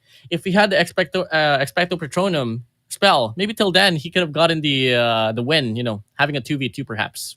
You think these fellas are dementors? Possibly. You see, your Harry Potter game is not as strong as mine. Don't try, WardeN boy. Nice try, WardeN. Validation. EOP was on fire at certain points, though, of course, the top player on the side of West Point Mamba Low Kings. Great plays overall. I think both teams did phenomenally well in this S&D, and it's delivering on the expectations of a heated battle between the two. Mistakes, of course, are unavoidable sometimes, and it happens to the best of the best. Unfortunately, it just happened to Powerhouse in that hardpoint matchup, but the recovery on S&D was super solid, and it's going to keep the hype up for the series, no doubt whatsoever. And I think as well, if they do get forced to another search and destroy, I think utilities must be a factor that the West Point Mamba Low Kings has to double it down, because for the most of it, especially on defense, it was really FDX getting those openers right there, man. He was getting kills left, right. Once you get a kill to the left side, he knows for a fact a trade will come into the right, and it's just so hard to isolate this player now. But hey, search and destroy said and done. We got through Hardpoint. We got through search and destroy. 2 games now said and done. We move over to the middle game. It's going to be control and standoff. Let's see who takes this one away. Of course, at one point, Powerhouse was known as the Kings of Control, as they donned the name Almighty in the past. And they've let off a little bit of the pressure that they play on this game mode. But in recent times, they have been finding those adjustments. They have been finding their previous form as well as pace. And it has been quite a tremendous run from them on this game mode. Control, perhaps once again, where Powerhouse dominates the rest of the teams, we will need to see. They did falter against Kagendra in a close 5-rounder Control at Raid. But perhaps they can be a little bit more concise here against West Point Mamba Low Kings to take the lead. It's all going to come down to this, man. I mean, the evolution of West Point Mamba Low Kings in Control is is pretty much comparable as well to how, you know, Powerhouse or AMT back then is able to put up the runs. I mean, after all, we did get to see a glimpse of what is the potential of the West Point Mamba Low Kings in Control, as we get to see them like, what, 4-0 Q9, 4-0 this and that. So I can't wait to see how this one's going to boil down. But in all honesty, with both of these teams being such a heavy hitter in Control, I think we might just be able to see a round number 5. Oh my goodness. I expected a series to wake me up. This is definitely that series, right? West Point Mamba Low Kings not letting up against Powerhouse. Not going to get over that Hardpoint error, but a great recovery here at SND. Almost choked it. Kalo kept his promise, WardeN. I mean, the guy is playing it on a whole new level now. He's on his way back to be one of the main slayers of West Point. You know, once more, all he has to do is just stay consistent now. Commit to his, you know, settings. Because this guy, once again, he did talk to me during Garena Masters Forest that every after series, he changes his settings. Like, what kind of a pro player does that? But hey, if it works, then I guess why not? I mean, yeah, man, it worked in that SND for sure. But it's going to be a heated one here at Control. Both teams going in for a quick rush towards A. And Powerhouse, being the team that's on defense, has a slight bit advantage. But the life advantage on the side of Low Kings, as I was about to mention it, has been taken away. FDX with a double. Shut Up delivers as well. And now advantage equalized. But Powerhouse on the defense gives them a little bit more of leeway here on this round. You know, Powerhouse International, their system here is really working out quite well. They do have this cut off as well from back alley because they don't want to see the West Point Mamba Low Kings have this extended push as well and go all the way down to P2. Well, the recovery here for West Point Mamba Low Kings responding back, they want to go for Tractor instead and could possibly go for a B hit instead. Can they execute this though? A being teased. Yopi all alone. Nobody's there for the takeout. And it looks like the players on the side of Powerhouse are going to struggle here. Look at the overextension. Kalo's just torturing them. And it looks like it is going to be an opportunity to really cap this A now. Overextension will be perfect for the side of West Point Mamba Low Kings, and they recover their numbers as well from the lives. 69. FDX still the bane of the West Point Mamba Low Kings so far. Trade looking to come true, but PJ shuts him down. 7-5 now here on the board. And looking at the push here from the side of the Low Kings, they want to go for an extensive push once more all the way down middle Grandmas and wrapping around all the way down Gasolines. But they got to go through Incendio first of all. Not really having enough kills. Not really having any kills at all. So this could be 2 opportunities for him to prove and put himself back in the board. Let's see if it does that, because all equal in lives, and Powerhouse still with the perfect defense over at B. Don't need to overextend. They just have to lock down their angles really well. And it seems like that's exactly what they're focusing on here. 1 life in deficit. Let's see if Low Kings can play this to their advantage. Yopi just needs to wait a couple of more seconds. That Sparrow could be exactly what equalizes the situation here. We'll play the safe plays on the trophy first. No respawns for either side. And it's a game of chess at this point. Who's going to make the first move? Who's going to be pawn? Who's going to be the king? So far, Low Kings checking. Klo goes down. Yopi takes down FDX. 3-3 now. Zerf J takes down Yopi now. 23 seconds left on the clock. PJ on top. Hops right down. They take down Incendio. No more map control here from the barn side. Scourge gets swinged down by PJ. And the capture ensues. It's going to be a 3v1 situation. J clutch king moment once more. This is going to be a really tough one. All three players stacking the kill. Regardless of the angle that Irfan J plays here, he needs to pull a quick hit and run. But from Bakery to pull that full rotation around is going to be tough. Finds the first one, and as anticipated, will not be able to string that along. 1-0. What a comeback by the Low Kings. It's really impressive for teams to slow down in the pace of control. I mean, after all, this is a hybrid of Hardpoint and Search and Destroy here, if I must say. And, you know, when you are able to slow down your tempo, most of the times your team or your opposition will not be able to adapt to what you're doing right now. So good call there for the side of the West Point Mambo Low Kings. But this time, they want to barge in here onwards mid-street. They want to go for the clash here onwards at A-point. And so far, they are getting convincing map control. But as soon as they say that Incendio and Skurd, they take the players out from mid, and they get a recovery here so far. Powerhouse. Now they're going to lose out this control. A double push coming through at A. But the defense is going to be strong. Flooding it in with 3 players on defense. That's what I expected out from Powerhouse earlier on. Unfortunately, it just wasn't available. Lives all equal. Powerhouse just can't drop the ball yet again. They need to keep this pressure up. Susano already on standby with the claw on top of everything else. Thus far, he has been doing pretty decent on the eliminations. Luffy, though, needs to step it up a little bit with his LK. I need my mother to teach me the Powerhouse song. Can't vibe, man. I'm sorry. You need your mother to teach you that? Yeah. You calling me old? You piece of WardeN? I'm sorry. Not what I meant. It's just that I'm really reliant to teachers. But you know, someone in regards to teaching, someone has to teach Powerhouse International here to start capturing because they don't have a lot of time left to play with. They're trying to play with lives here. Still can be a method of execution. But you have to keep an eye on the timer. They do exactly that, but they falter at pausing the time. But the attack on B is going to buy them a little bit of lifeline. War Machine, Incendio on the spawn trap. Will be able to keep Low Kings on the pause for a little bit as B gets captured. Hunter Killer Drone will get shot down. And that's a no-go for Powerhouse. But in terms of lives, they do have the advantage. And now no more respawns for Low Kings. Bravo, about to get captured. Only one more segment away. Shut up, gets a read onwards, top Grandmas. And they get the break here so far. Alpha now is starting to get captured as well. Bravo, player 1, Skurd, might just be able to get this one through as well. FDX takes them 1, forcing it down to a 2v5. It's all going to come down to PJ and Yopi. And FDX throws down the Hunter Killer Drone. Misses the shot on towards PJ. And Incendio wants to go for the shot with the Killer Drone. Skurd holding down the angle. PJ has to check right, and he does, but it doesn't matter. Irfan J from the back as well could have gotten the trade. And now the Powerhouse International, they get a round back. Great place. Both teams winning out the attacking round. And defense this time around. Let's see if or not Powerhouse can take the advantage. Grenade toss first, and it looks like it's not going to get a lucky one. And the defense very early on from Scared over at B. The rest of the players trying to stack A, and they lose out their gunfights. Final survivor, though, Irfan J has got the Purifier. Can he continue to burn them down? Answer is no. The denial is there. Fantastic response out of the Low Kings.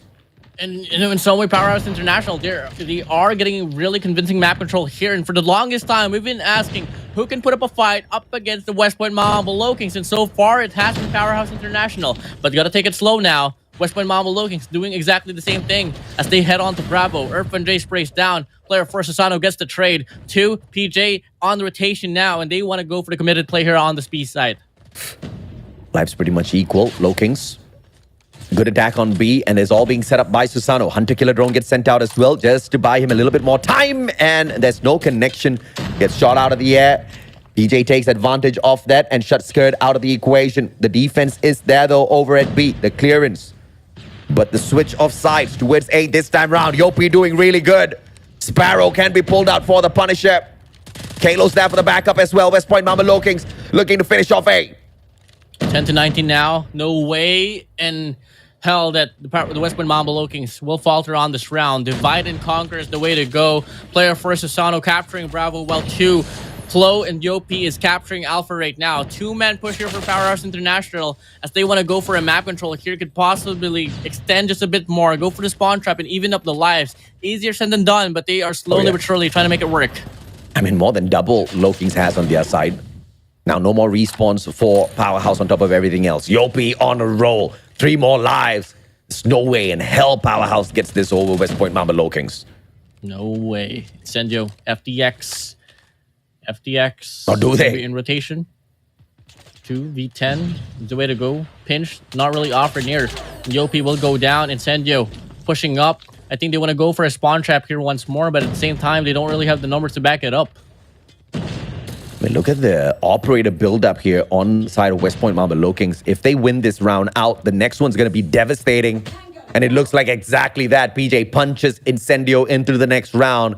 And they're about to open up the welcoming committee here, West Point Mamba Low Kings. Look at the operators. Look at the score streaks. I hope you're ready, Powerhouse. The resources are popping through here for the set of West Point Mamba Low Kings. It only takes one successful break, one successful push for them to go for a very heavy spawn trap. As PJ here with Annihilator, let's pick up one, looking to get the double, but J gets the trade. J gets the double overall, and the recovery comes through. That's going to be one operator out so far. And this is just devastating at this point of time. Freddy's going to be dropped. Hunter Killer Drone follow-up from Yopi as well. He's just setting everything against Powerhouse. But in terms of lives, there's not much of a deficit here. Less by 6. Powerhouse still has a decent chance of pushing their way right back in here. But the initial operators that were invested didn't really give them all that too much. Now a 7 life deficit made into 8. Scared on the push. And he wants to get a spawn trap executed here. But the players not allowing him to get anywhere close. Instead, it is a reversal from West Point Mamba Low Kings, knocking down on the doors of Powerhouse. Well, it's going to be such a huge discrepancy now as Powerhouse International, they only have 11. West Point Mamba Low Kings has 10. 20. Double it down now. 9 more lives remain. 28 seconds left on the clock. And I think this should be a game set and over with and dealt with here for the side of the West Point Mamba Low Kings. I mean, how dominant, man. No doubt at all this was going to go their way. You can't have that much of utility. You can't have that much of streaks, operators on your side, and drop the ball. Especially if you're Low Kings. That's never going to happen. 2 more, Scared as well as Irfan J. Might be the Clutch King, it might be the Super Filipino, but it's just not gonna fly against an absolute crazy squad in the name of West Point Mamba Low Kings. The timer brings an end to the matchup, a 3-1 victory. Low Kings in the lead for the series. You know, it takes a lot of discipline for a team to go coordinative in regards to like the investments. I mean, come on. When do you ever get to see a team of Control where in one round they have 5 operators ready? For some teams, they'd like to invest 1 at least to lower down the lives for a moment, but they know for a fact it's not the most practical way. Just play it surely on towards the next round. Until then, invest it all throughout. And guess what? I mean, if Powerhouse International, they had their own operators, till then we could have seen a fight, but with no resources given for them, it's obviously not going to happen at all. That's one way to look at it. The other way to look at it is West Point Mamba Low Kings just didn't need to pull out any of their resources. They were winning out majority of their gunfights. Just nothing Powerhouse could do against them. The firepower was great. The positioning was fantastic. And it was just overwhelming effort from the side of West Point Mamba Low Kings to just keep Powerhouse down in the corner. And by the time they got to that final round, it was a no-brainer, right? You've got the final round. Obviously, it's going to go your way. You've got all of these operators and score streaks stacked up. We might as well use them now. Although, even if they didn't, there would have just been a victory on their side as well. Because once again, the gunfights were just super solid. PJ dropping the 30. Susano right behind him on the 26. I mean, these guys were on fire on that round. Now, you know the password. You can join the lobby. Guys, don't please. I mean, no team needs to substitute her so far. So, not needed. But, you know, talk about PJ here actually bouncing back. I mean, was really the worst shape of PJ that we got to see on Search and Destroy Slums, but was able to carry the team here all the way back here to control standoff. So that's exactly the bounce back that you like to see. And what moreover is that, you know, they lost their first game.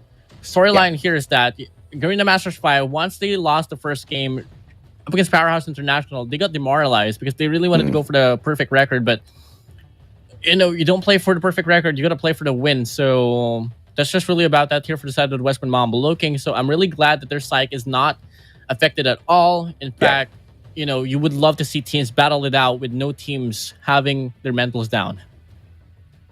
I mean, valiant effort from the side of Powerhouse, but this was just a different form of West Point Mamba Low Kings. They are slowly becoming the kings of control as far as Garena is concerned. They have been pretty phenomenal thus far.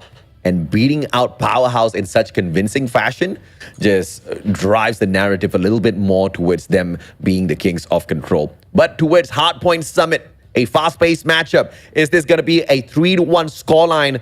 Because we know for a fact Powerhouse not going to be new to choking out a Hardpoint matchup. I am not going to get over Apocalypse.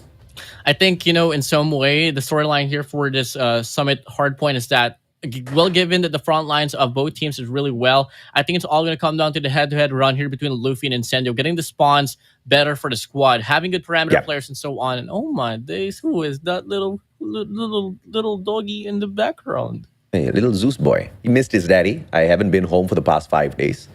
I just got back.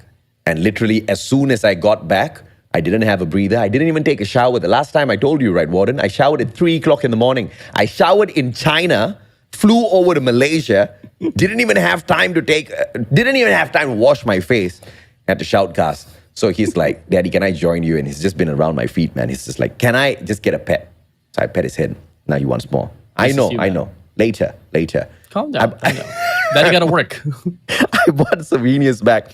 The lady at the souvenir shop thought I was buying it for my kids. I was like, no, it's for my 3 dogs for them to cuddle. She was like, you're buying souvenirs for your dogs as dog toys? My mom, once... No woman doesn't know my dogs. My mother, one time, I asked her, what's for lunch? She told me, oh, wait, I've only dealt with Charlie's lunch, not yours. I'm like, oh, okay, feed it to the poodle then. Be it. It's okay. I mean, dogs over children any day. Well, At least she fed you a mochi earlier, okay? Yeah. My mama's never fed me a mochi. Aw. It's okay. I'll feed you a mochi here. All right. Looking forward to it. Susano gets beamed down. KRM on power play here for Skirt. PJ shows up a little bit and shows exactly what he can do with the gun as well. But Powerhouse starting off hot at Summit Hardpoint as Mamba Lokings finally finds the opener on this P1. Now, once more, Powerhouse International. They are winning most of the gunfights here at the first hand, but at the same time, it's still going to be a very big hustle for them as a split will come true. Yopi here with a KRM does get one. Can he get a double? It's going to be PJ here backing it up. Shut up, finds a double. Yopi Klo under his hands. It's going to be a back and forth here in regards to the gunfights, but in regards to who won the hardpoint, it's going to be Powerhouse International for you, baby. Yeah, it's good. Just beaming, but only 5 eliminations for him thus far. PJ still winning out the KRM fight with a 6 on his side. Irfan from up top, trying to control the pace of this matchup. This is going to be P2 on the play this time round. And West Point Mamba Lokings have the advantage. The advantage is spawned on the side of Powerhouse, but when the hill is on the side of Lokings, what can Powerhouse do? Here comes the equalizer. 1 more second. Hi! The prevention is there. Powerhouse, what a play. Hop right in. 2F is the way to go here. If you want to get the retake, you got to get the 2F control alongside with Dark as well. Until then, you can start to leech away the points out away from one another. And so far, it's going to be the West Point Mamba Lokings holding this factor down. Very scrappy hill, but West Point Mamba Lokings, as they're defined here towards the left side, they also got the rotations for next hardpoint. Luffy Susano beaming. Lokings with the advantage now as well as the lead. And the early rotation towards P3 as well. With 15 seconds left on the clock here at P2. Single player rotation FDX. You cannot anchor against West Point Mamba Lokings like that. The commitment needs to be stronger, and Powerhouse now on the back foot. Now, once more, early rotations here for the set of the West Point Mamba Lokings. 2 players, 3 players possibly flooding inside the hill. It can't be a full barge in here for Powerhouse International as PJ with a Sparrow holding things down. We need to see a split come true. We need a split indeed, but the decision-making here has been pretty questionable out of Powerhouse. I don't know what sort of game they're playing, but I'm sus. No, I'm sus. I'm feeling sus. Well, PJ, KRM. Guy barely needs to do anything. Nobody's questioning him. Bang. One more. Bang. Bang. Dude, this guy spreeing over and over Bang. again. Finds a triple over. All make it a 4th spree for him. 88, 89, 90 to 28. Powerhouse International. 1 life to invest into as they move into the next hard point. Talk about your mother. Pouty Cookie's calling your mama his mother-in-law. I don't know what's happening here. 104 to 28. And it looks like Powerhouse will be able to find the scraps being treated like stray kittens here by West Point Mamba Lokings in the Summit Hardpoint. You might want to cuddle those kittens. It's a little bit too cold to leave them straying around here in this whole map. PJ holds the angle. KRM barely needs to do anything as the rest of his team members find the sprays. But the spawn has been taken over by Powerhouse. Perhaps this is that comeback. Earth and J Spear Fire gets cancelled out by the KRM. Clo finds a double feed, make it a triple feed, make it a 4 spree. Shadab hopping in. Spear Fire invested for Susano, but it gets cancelled out. Shadab making the play of his life. And they hold on to the hard point. They hold on to the spawns. And they zone out the West Point Mom Below Kings. Who's that singer that sang the song, "Cause you're hot and you're cold"? Who's that one? Oh no. You're yes and you're no. You're in and you're out. Oh, come on, WardeN. Katy Perry. Filipinos. Katy Perry. Yeah, Powerhouse pulling a Katy Perry on me with the way they're showing up and then not showing up on this hard point. Where were all of these gunfights earlier, right? Now they just beam down these players. They've lost the spawn already, so obviously the scraps gonna go over to West Point Mama Low Kings. P1 on setup. Powerhouse. Early rotation means nothing on P1, unfortunately. Well, still, the points double down here for the set of the West Point Mom Below Kings. Powerhouse International. They have to find a way to get a full 60, which is obviously not the most probable case here for this hardpoint number 1. But the setup that they have right now could possibly back it up. They have mid-door so far. They got 2F control. They got the time inside the hill. And so far, it's all going to come down to Susano here, trampling down here to lose the map control for this hardpoint number 1. So really good start so far here for Powerhouse International. I mean, they woke up. I mean, look at these gunfights. Look at the play. Look at the pacing from Powerhouse. Now they're in. They're not out. They're trying to kick West Point Mamba Low Kings out. Trying to give us a game number 5. Let's go, baby. That's what I want. It is going to be West Point Mamba Low Kings with the denial, though. PJ on the slide alongside Yopi, the double KRM. Just absolutely devastating gameplay as Powerhouse finds the refrag towards this P1. West Point Mamba Low Kings gets the break once again, and they don't want to drop the ball. P2 hasn't been set up yet, but Powerhouse will be gifted the spawns. Now, once more, we had this talk right here that it's all going to come down to the parameter players of Incendio and Luffy. And so far, it's going to be Incendio not too far behind in regards to the killing department. Same goes for the set of Luffy, so it's still going to be just a 50-50 battle now. All going to come down to the adjustments that they do. And Yopi with a claw will zone things down now here. 2 players for him on the front lines. Green spawn still for the side of Powerhouse International, but this is exactly the hard point you don't want to be in if there's a claw on the opposition.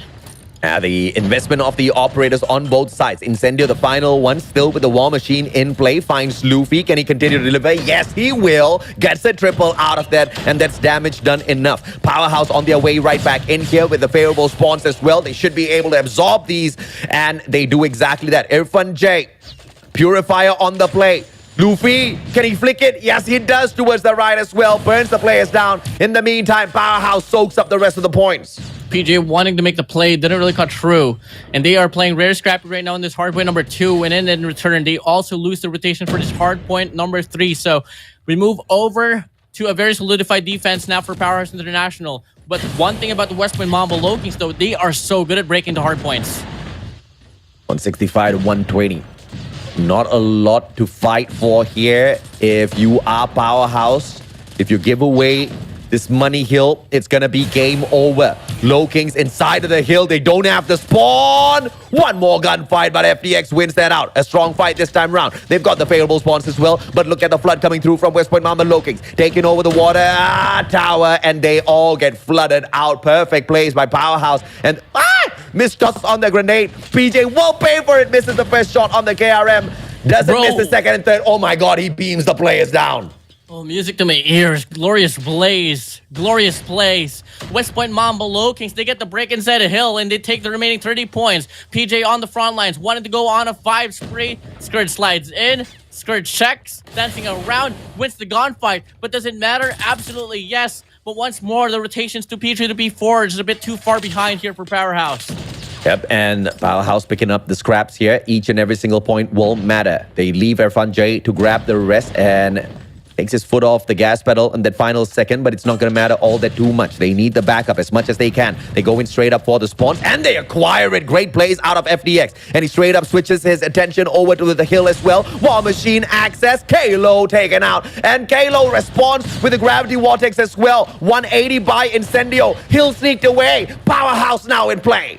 Captain Incendio still holding this mid cargo down. And and they are going to be able to retain the points for the time being. Powerhouse International, they need this badly. They need every little bit of point to even things up with West Point Mambo Low Kings, and so far they have the factors to back it up. 2 players inside the hill, 1 player around, 1 on C-Dom, swinging out, 3-man push for the side of the West Point Mambo Low Kings, haggling things down. Can they get the break? Absolutely not. Powerhouse International holding things down for the time being.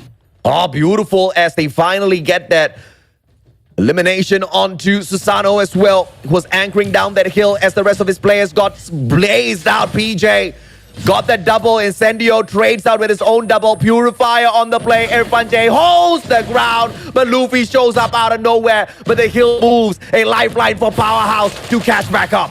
195 to 188 as we go back to the third set of hardpoint number 1. Susano with a Purifier, holding things down here all the way down to the mid doors. 3-man push here coming in from Dark. Skirt goes down, and now it's only going to be a one-dimensional play here for the set of Powerhouse International. And the West Point Mambo Low Kings looking like they don't have any problems holding things down.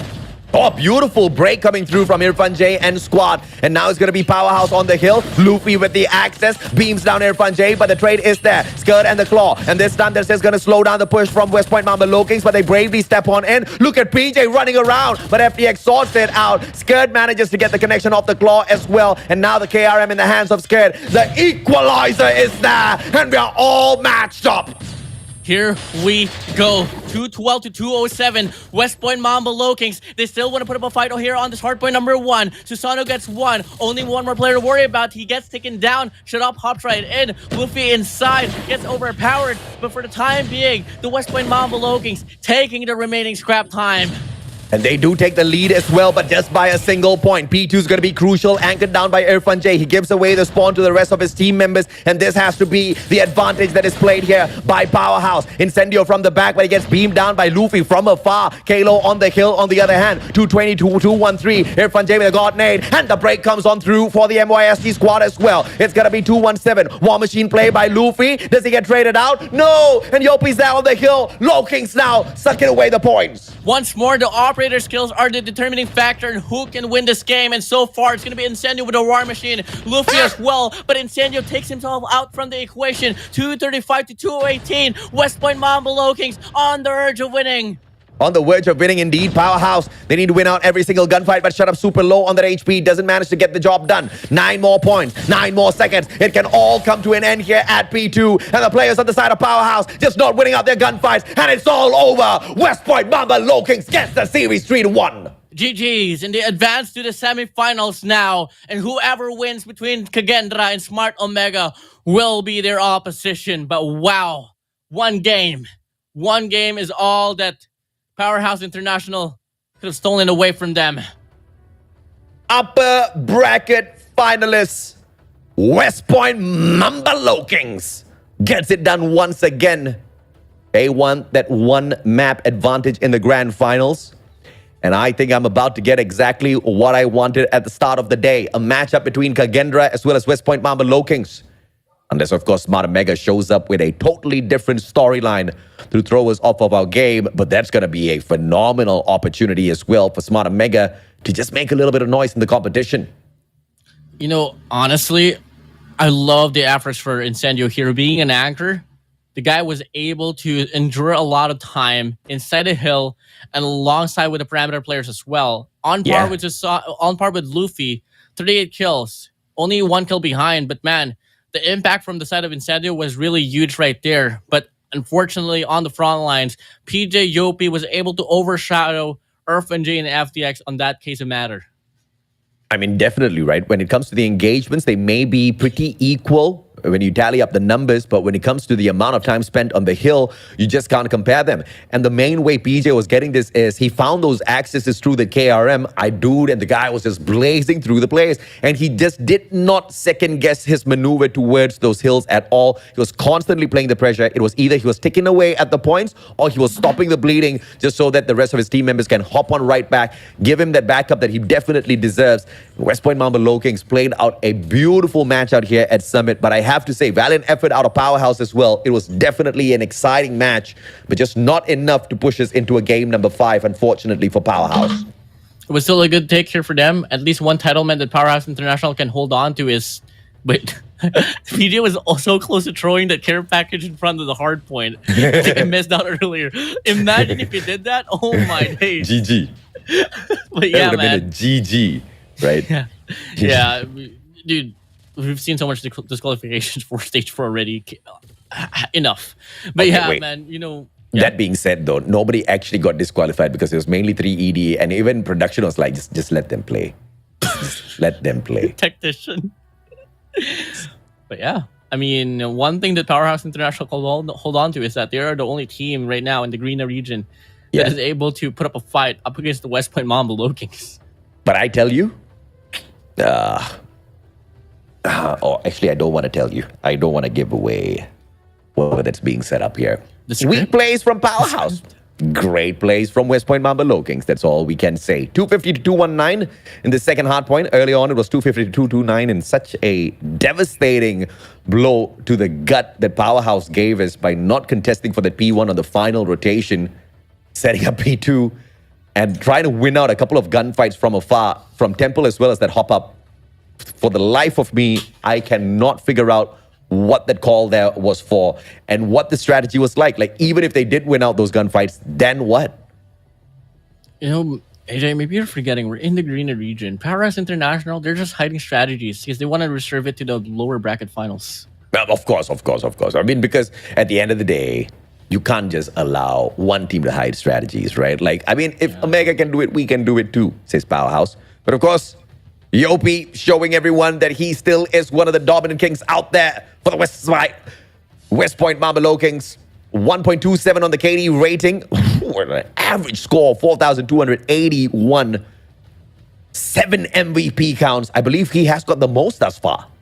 I think he is on par with Shadop, if I'm not mistaken. So 7 for him and 7 for Shadop for this run of the stage 4 take. And, you know, I'm really proud for Yopi here. You know, I think going back to Green Masters 3 where they did falter during the last year's stage 3, he had a lot of inconsistency. But with a new device and with a new face and with the new personality that he is backing himself up, the guy is owning the town.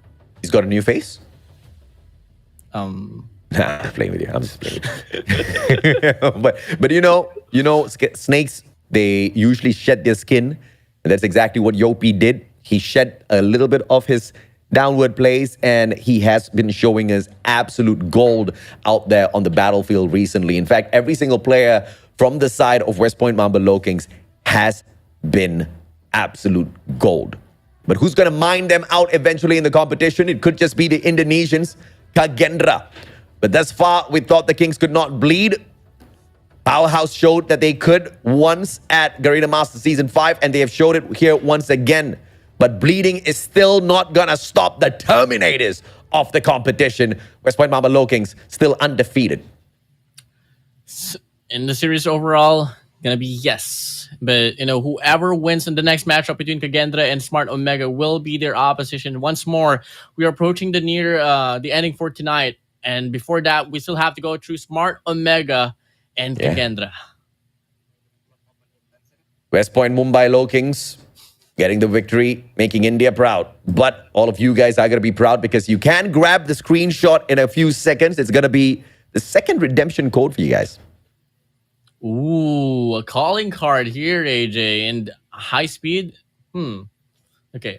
My mind impulsively just tried to think of a reference for high speed, but, you know, the night hasn't been too speedy, so can't really say anything.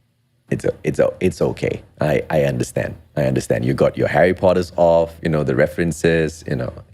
Then unfortunately you were stunned as well, just like me, for that Apocalypse Hardpoint where Powerhouse tried to play a Powerpuff by fighting the hill off of the hill.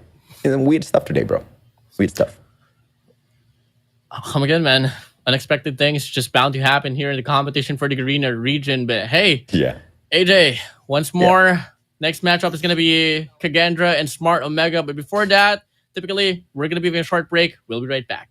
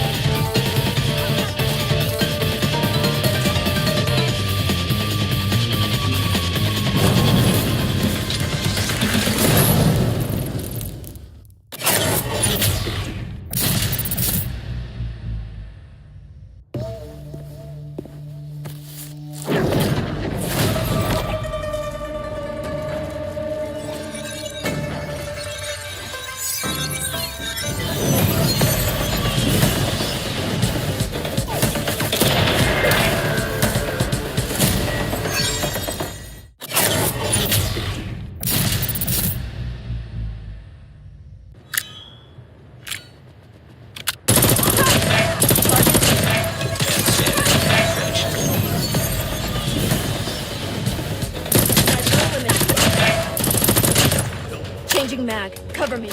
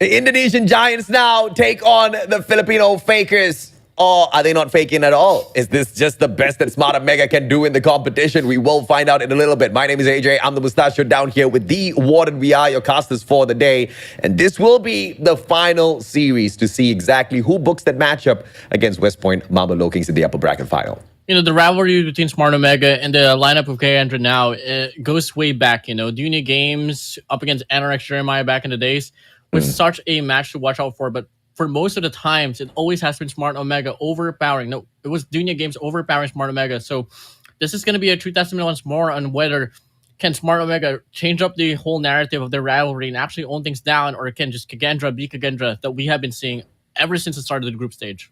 Now, I would have loved to hype up the rivalry if both of these teams have been on an upward trajectory, but unfortunately, it has just been Kagendra on the upward trajectory and then just going overpowered and saying they're Super Saiyan mode at the moment through Kagendra, right? I mean, Junior Games has truly evolved. Smart Omega, on the other hand, I have not seen an evolution. Instead, we've got a devolution. The guys have taken a couple of steps down, and I just can't peg exactly what's wrong with the squad. Is this on purpose? We saw some signs of life out of them, but keyword here is some signs of life, unfortunately. Smart Omega is one of those teams and organizations that has been trying to experiment with their own system, their own settings, even going into their own HUDs, even, turning on the sync to ADS FOV. It hasn't been beneficial to them at most, as we get to see, there's a lot of things that they're excellent at, but at the same time, if they get closer to, if they want to go head-to-head in regards to the gunfights, they don't really have what it takes to go into the competition right now. But hey, once more, they're still alive and kicking. They're still on the upper bracket here, so it's about time for them to prove something up. It's a little bit surprising, though, because Smart Omega, they've been sponsored by, obviously, the brand for the longest of time now. They've got a gaming house. They've got the investments. They've got the coaches. They've got, what is this? They're data collectors on their side. They're analysts. That's what they are. They've got all that is needed to make a team supreme. And yet here we are questioning whether or not they're hiding strats or whether this is the best that they can give, right? Something seems to be wrong here. And the brand needs to figure out as quick as possible, WardeN, because if not, they are going to be left in the dust. And soon, even right now, they're not even looked at upon as a threat anymore within the scene, which is so unfortunate. I can't really praise him a lot as well, considering the fact that they were so close of not even making it to the playoffs. ABC and them was pretty much tied up, but it all went down to, obviously, the last and final run between Powerhouse and ABC. And if Powerhouse dropped the game, till then, we could have seen Smart Omega not seen at all in the playoffs. Which was insane. I mean, you've got so much of investment going here. You even brought Jericho. You took him off the casting desk. You threw him there to the team. They were doing well, I have to say. But, and it's just been an unfortunate no-show. Now, if there was some sort of strats being hidden, now's a fantastic time. Now's the brilliant time. We have to see some fruits of all of that hiding. Now is the time where we see fruits of all of that labor of being pretty much trash talked up to this point because they have been so inconsistent. But if they cannot pull this off, I think my camera did. Okay, now it's back. If they pull this off, it will be a tad bit disappointing. I think it's not just AJ alone here. I think I'm lagging as well. AJ, can you hear me? It's just our cam's lagging now. Yeah, definitely. I can't even chat in our Discord, actually. Okay. Nice. Oddly. But don't worry, go on talking. I think we're all right. The broadcast should be fine. Yeah. Well, moving over to the run here between Kagendra and Smart Omega, I think Respawns might just be pretty dominant here for the set of Kagendra. And moving over now to Search and Destroy, I think this might just be the game mode that we can find a Hiffy, but at the same time, Kagendra has been so dominant in S&D. Even West Point Mambo Lokings can vouch them for that one. I really don't know what sort of bet to take on Smart Omega eSports here at this point of time, because once again, Kagendra has been very clean. They are the West Point Mambo Lokings of the Indonesian region. They've got the quality. They've got clove. I mean, you throw garlic into anything, it's going to taste good. That's exactly what clove is in a game of Call of Duty Mobile. I'm allergic to garlic. Unfortunate for you, my friend. Garlic red smells good, though.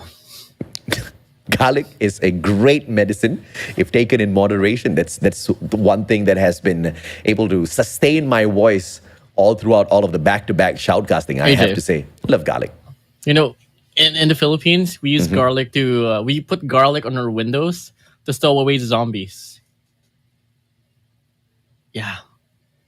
I always knew I love you Filipinos, man. Have you ever found one though? Okay, wait. You put it there, so they just went away. They never came, huh? Yeah. Great prevention. Clearly it works. Clearly. Zombies are allergic to garlic. Wait, am I a zombie? Maybe you are. Maybe that's what Smart Omega needs. Maybe they need a deterrent to keep Kagendra away from them. It's not going to help, is it? Because even in the long-range engagements, we have seen some fantastic plays out of players like Zen as well as Reef, and they have been pretty devastating in every single S&D matchup that they've taken thus far. Like you've mentioned, right? Kagendra thus far only forced to bleed one time. That was against Powerhouse. But even that, the recovery was there. They took that reverse sweep. They took that 2-1 victory on their own series. The only one that they did drop the ball on a tad bit was that Hardpoint, which was a tad bit surprising, I have to say. It's going to be interesting later on if ever, let's say, Kagendra does overpower Smart Omega and force a run up against West Point Mambo Lokings. If Powerhouse International can put up a fight up against West Point Mambo Lokings and Kagendra put up a very convincing run onward Search and Destroy and Control, we could absolutely see them back it up and run things down against West Point Mambo Lokings. But now we get to see the composition here. It's going to be Clove, Fran, Me6, Reef, Zen, and ZZX. All of these players extremely capable, but the highlight player has to be the one and only Clovey.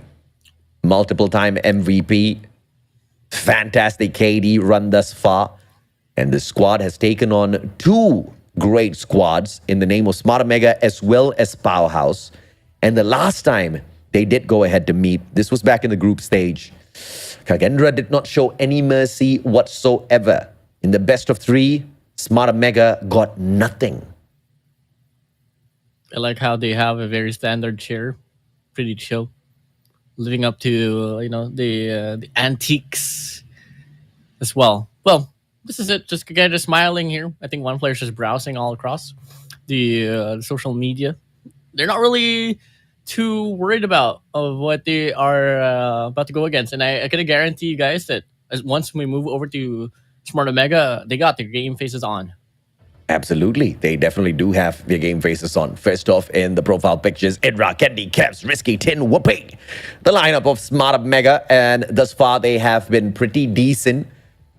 We did see their phenomenal victory over Wolf earlier on. In the best of five, they took a 3-2 victory Express went to overtime to secure it, but secure it they did do at the end of the day. We were thinking Hardpoint was going to be their weakest point, but it turned out to be phenomenal over at Summit. So perhaps we can get dragged into the map again for Smart Omega to really prove they can get the job done there. I want to see Kev smile. I want to see him, having the groove of the game and overall just fitting into the squad of Smart Omega because, once again, he has been facing a lot of backlash in regards to the, his performance. And we get to see now the faces of Smart Omega, well prepared, all in it, ready for the game. As we get to see their game faces is truly on. What in the world is an aswang? It's a zombie. An aswang's a zombie? Nangangain ng tao, meaning a man, the chat's just frying you at this point of time for calling them zombies, bro.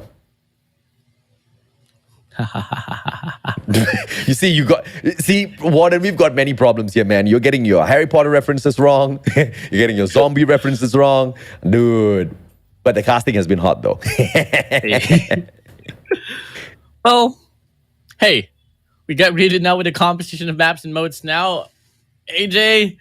Yeah. Oh, wow. Hardpoint agenda. You're not going to get your chance at Summit. They ban it out.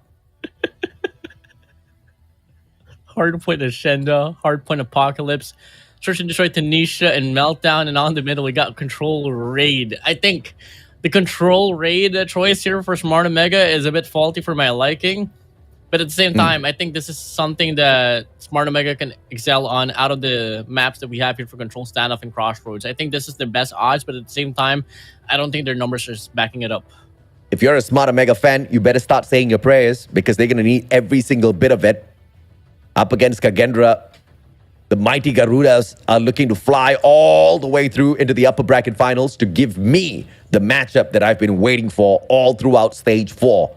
A game against West Point Mamba Lokings themselves. Pretty sad that I have to wish that over the heads of Smart Omega, though. Yeah. I mean, back then, I think you would be... you don't even have to say things like that, man. I mean, those were the definition of Smart Omega now. I mean, back then. But now, gotta remind them just a little bit. Now, will it be them having it processed all throughout their heads? Or are they going to falter once more? And after all, I think this is going to be their strongest fight so far in this tournament up against Kagendra. Powerhouse will want to match up against that statement. They'll be like, no, we were their strongest one. Unfortunately, Kagendra did meet out Powerhouse. We don't know if or not Powerhouse were hiding strats there because clearly it seemed like Apocalypse, they had the strat. Just didn't play it, right? For some weird reason. Let's see if Smart Omega will smarten up this time round as we start things off at Hacienda. The rotations that they have been bringing into this map in the past have been pretty decent. And it has to be absolutely supreme if they want to stand a chance against Kagendra.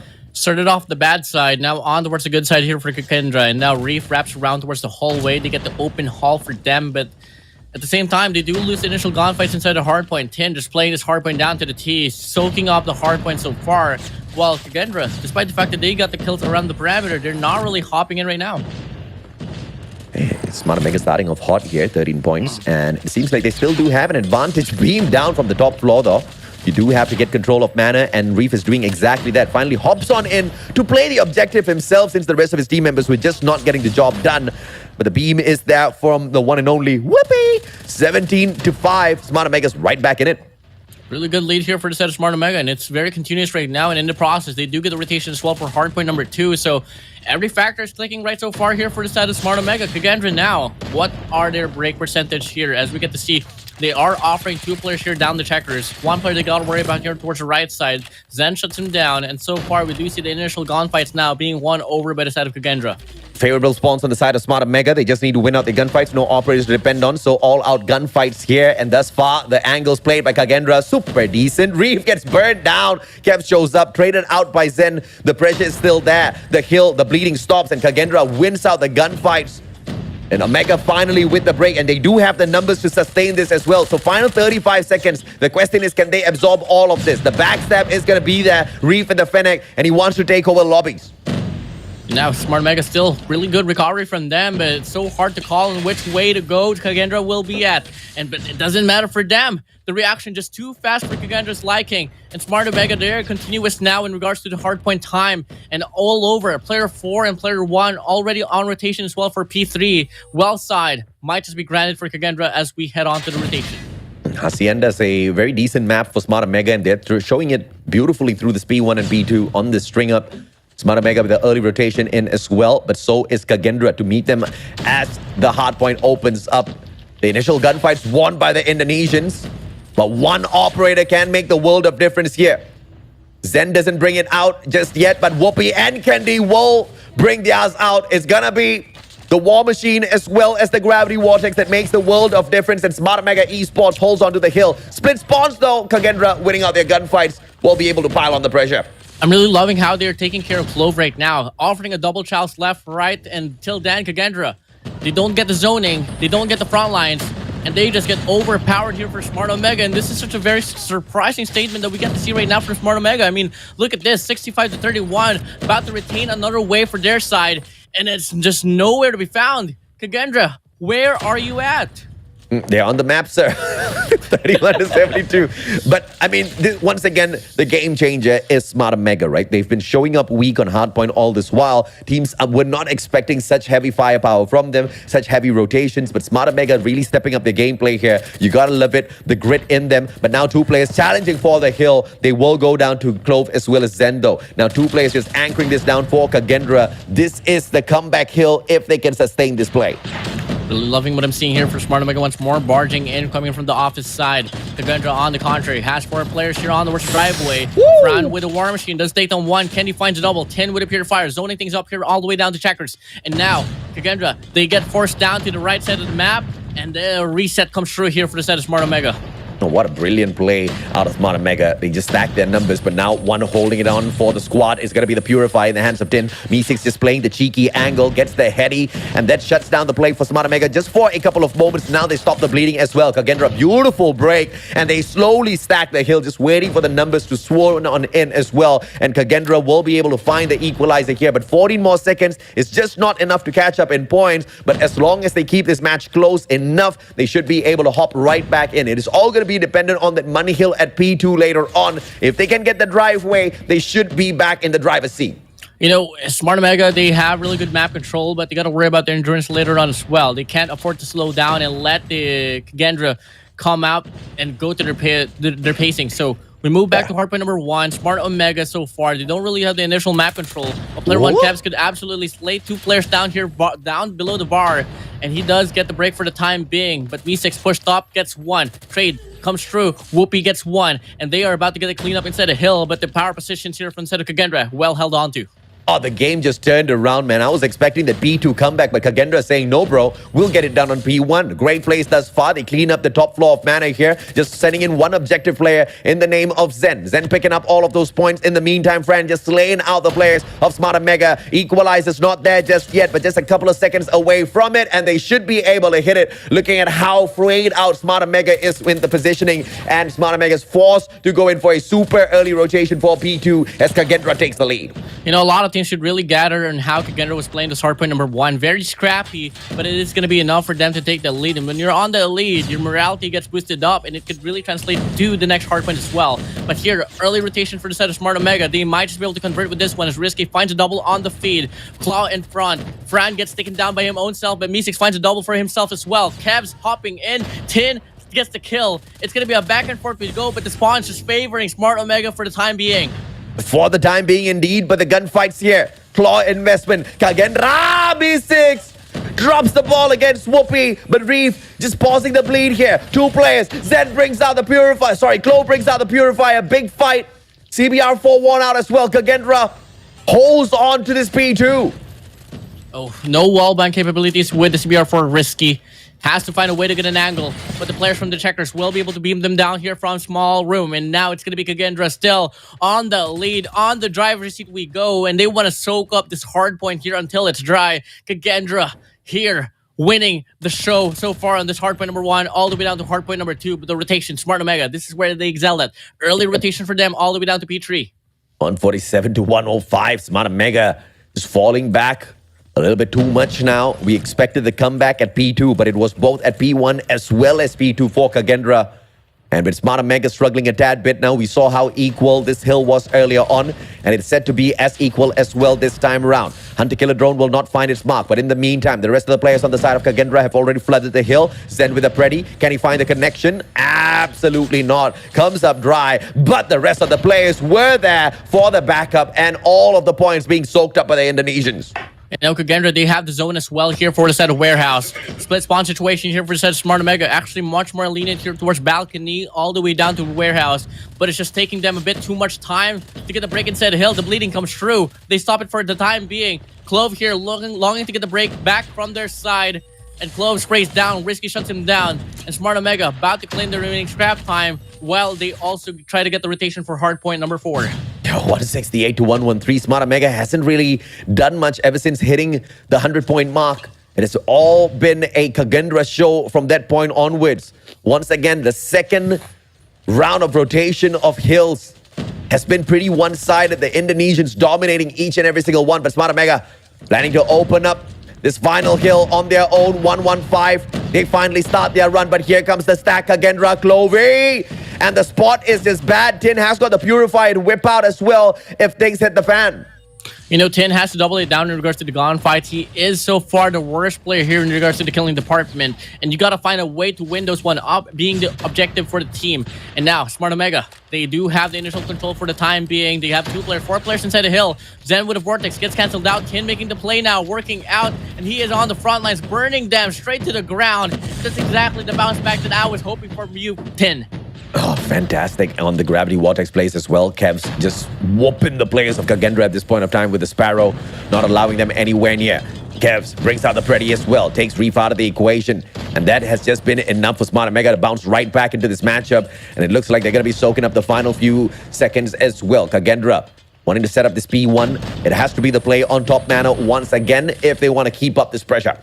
Kendi front, getting the scrap time, getting a double as well. And that's going to be leaning towards them, getting the chain in regards to the map control on towards the open hall. So far, they have the map control here for this hardpoint number 1. And they absolutely need this right now if they want to take the lead back away from KAGENDRA. So 171 to 180, only an 8-point discrepancy. It might just get mitigated down, but KAGENDRA, they still want to hop right in. 9 points differential here, and KAGENDRA, they have the advantage, stacking from the bottom side. And the higher floor of mana has been controlled by KAGENDRA really well thus far. They've got 4 operators on stack. Smart Omega has already brought out all of their investments earlier on. So this should be KAGENDRA's show from here on end. But the question is, are they going to keep it for P2? If they are wise, they'll just stick to their gunfights here. Try to whip up Reeves' operator as well. And if they've got a 5 operator investment over at P2, it should be a game winner for them. And thus far, the gunfight's doing phenomenally well for them. Smart Omega trying to get the break. Just can't get there. Consecutively, we've seen so many teams falter, all because they can't play well on hardpoint number 1, which is a very scrappy hill. KAGENDRA doing absolutely the opposite. They get this one through. They hustle the points, and they're on the lead right now. Break percentage up high. Can they get it through? 2 players out from the set of Omega. 3 more to go here inside this hardpoint. But with the War Machine here from Whoopi, it might just be able to cancel the push here from KAGENDRA. Absolutely. Timing's going to be crucial here for the operator investment of KAGENDRA. 4 on standby. Whoopi did not waste any time whipping out the War Machine, but is this a mistake? 40 more seconds to go. Bleeding gets stopped. Here comes the investments this time round. It's going to be the players first flooding in. Clove will be the first one to bring out the Purifier. Gravity Vortex will follow it up as well, and it's going to be the KAGENDRA show moving on forth. Oh my days. Zen with the Gravity Vortex. Takes down Small Room. Kendi looking to make the play, but he doesn't get the opportunity. No entrances for him. Availability for the pinch will come true, but unfortunately, they're just too far apart. Has to settle for the next hard point. I mean, next hard point, 12 more seconds to go. They're giving way too many points to KAGENDRA here, and very smart investments from the Indonesians, keeping 2 of those operators, Me6 as well as Fran. They are going to be deadly on the next hill, and KAGENDRA, they soak up each and every single one. They only need 12 more points to finish the job off. Smart Omega, they need to play the game of their lives. They've got 2 operators on investment as well. It's going to be about the timing once again. Smart Omega opening up the hill. Captain Whoopi, hold your grounds, win the game, but it doesn't matter no more. Kev steps up, finds a triple with a Sparrow, and that is the play that Smart Omega has been hoping for to do. But Fran on top with the War Machine, zoning things up to get the players out. They hop right in, 12 more points to claim, make it more 11, make it more 10. And unfortunately, the timing of investment for the side of Smart Omega just wasn't wise enough. It was just a little too premature. They do get a couple of kills, but not a lot of points to make up for it. Kagendra, this should be the finisher. The bleeding gets paused just for a second, but not enough to take the game away from the raging Indonesians. The Garudas execute a pretty easy one against Smart Omega. The scoreline may be close, but it was such a confident run for Kagendra. The investments so timely. There was just no point in that matchup where it looked like they were going to drop the ball. As Pouty Cookie would say, Kagendra fly high with a Garuda. Huh? I mean, You simping on Pouty Cookie? I mean, he's a nice person. Yeah, man. I mean, dude, talk about Reef. Talk about Reef. I talk about Kevs and Whoopi, my sir.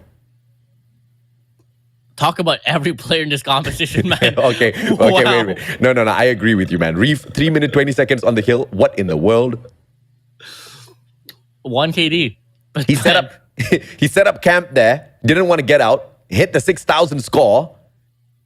I don't know how Smart Omega allowed Reef to get away with that.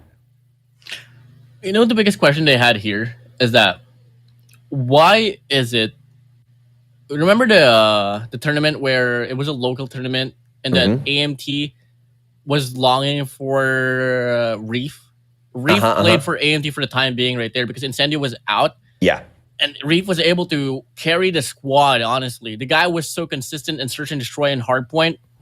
I never understood why they let that one slide, or maybe Reef just wanted to go back to his hometown here to play for Indonesia.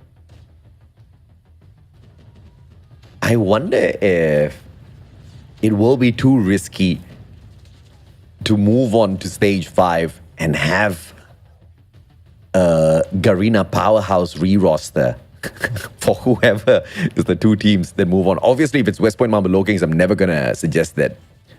But if it's Smart Omega, definitely, a couple of players do deserve to get swapped out. Powerhouse, they look quite solid at this point of time. But if they can pull another Indonesian to their side, might be a game changer. Yeah. You want to know a funny lineup change that people were, putting theories about? Smart Omega not qualifying for stage 4, Scotty picking Whoopi up. What the heck? That was so random, man. I saw it in the comment section. I mean, people can dream, It's all about the dream. It's Call of Duty Mobile at the end of the day. Whoopi with Cisco. It would be quite a legit lineup, I have to say. I would be quite excited. I would be quite hyped up. I mean, okay, if we were looking at Scatty during the run for Search and Destroy and having Whoopi there, it could have made a difference, honestly. Oh yeah, no doubt, right? But of course, speaking of S&D, we head on into Tunisia now. It's going to be the Snipers game. And Smart Omega, in a fast-paced gameplay, they did manage to take a good one against the players of Wolf earlier on, but couldn't show up strong against the one and only Garudas. Kagendra, once again, the score was so close, but the game style, the composure, the investments, the timing was so beautiful out of Kagendra. I was convinced all throughout that matchup that the Indonesians were confident. Need I to say this once more? I mean, the biggest hard point that really made the difference right there was hard point number 1. So scrappy time really paid off there for Kagendra, and they got the breaks as well for the hard point number 2s, 3s, and 4s. Slow one this time around. It's going to be hopefully like this round after round. Oh, Me6. Angle held down. Whoopi did not go out for the slide challenge. Strolled on out. Got punished for that Me6 advantage. Don't take your eyes off of the corners, son. Timing just not on his side. The flip side of things, it's play number 2 in yellow tin. Has got the Locust in hand. Stalemate so far. It's going to be Omega having a 2-2 split here. relying on Risky to possibly find an opener here on this B bomb site, but the bomb is just so far apart on Winery. And with the pacing just a bit too slow for my liking, that's going to be, what, 3 snipers already out on the scene? 10 on the snipes. I mean, 2 snipers out from the scene. That's going to be Whoopi and Kenny for you. 10 on the snipes, not the best one, but at the same time, you know, open for changes here. But if I was on the side of Smart Omega, invest yourself into one bomb site and play head-to-head, because if you play isolation, you're most likely going to get taken down one by one. They were trying to play that isolation. It's just the corners held by KAGE just a little bit too lethal. Risky. Quiet play. They spotted another player as well. Not get the lethal connection. Clovey, backstab, Cavs. Can't turn your back on the players like that. Reef as well as then, they step it up. Too easy of a round for KAGE to pull the first one to their side. Once more, the pacing, which is a bit too slow there for Smart Omega. I mean, I'm all in it they were for down in Whoopi. numbers. Yeah. I'm just all in it for Whoopi and Kendi being such a reliable sniper.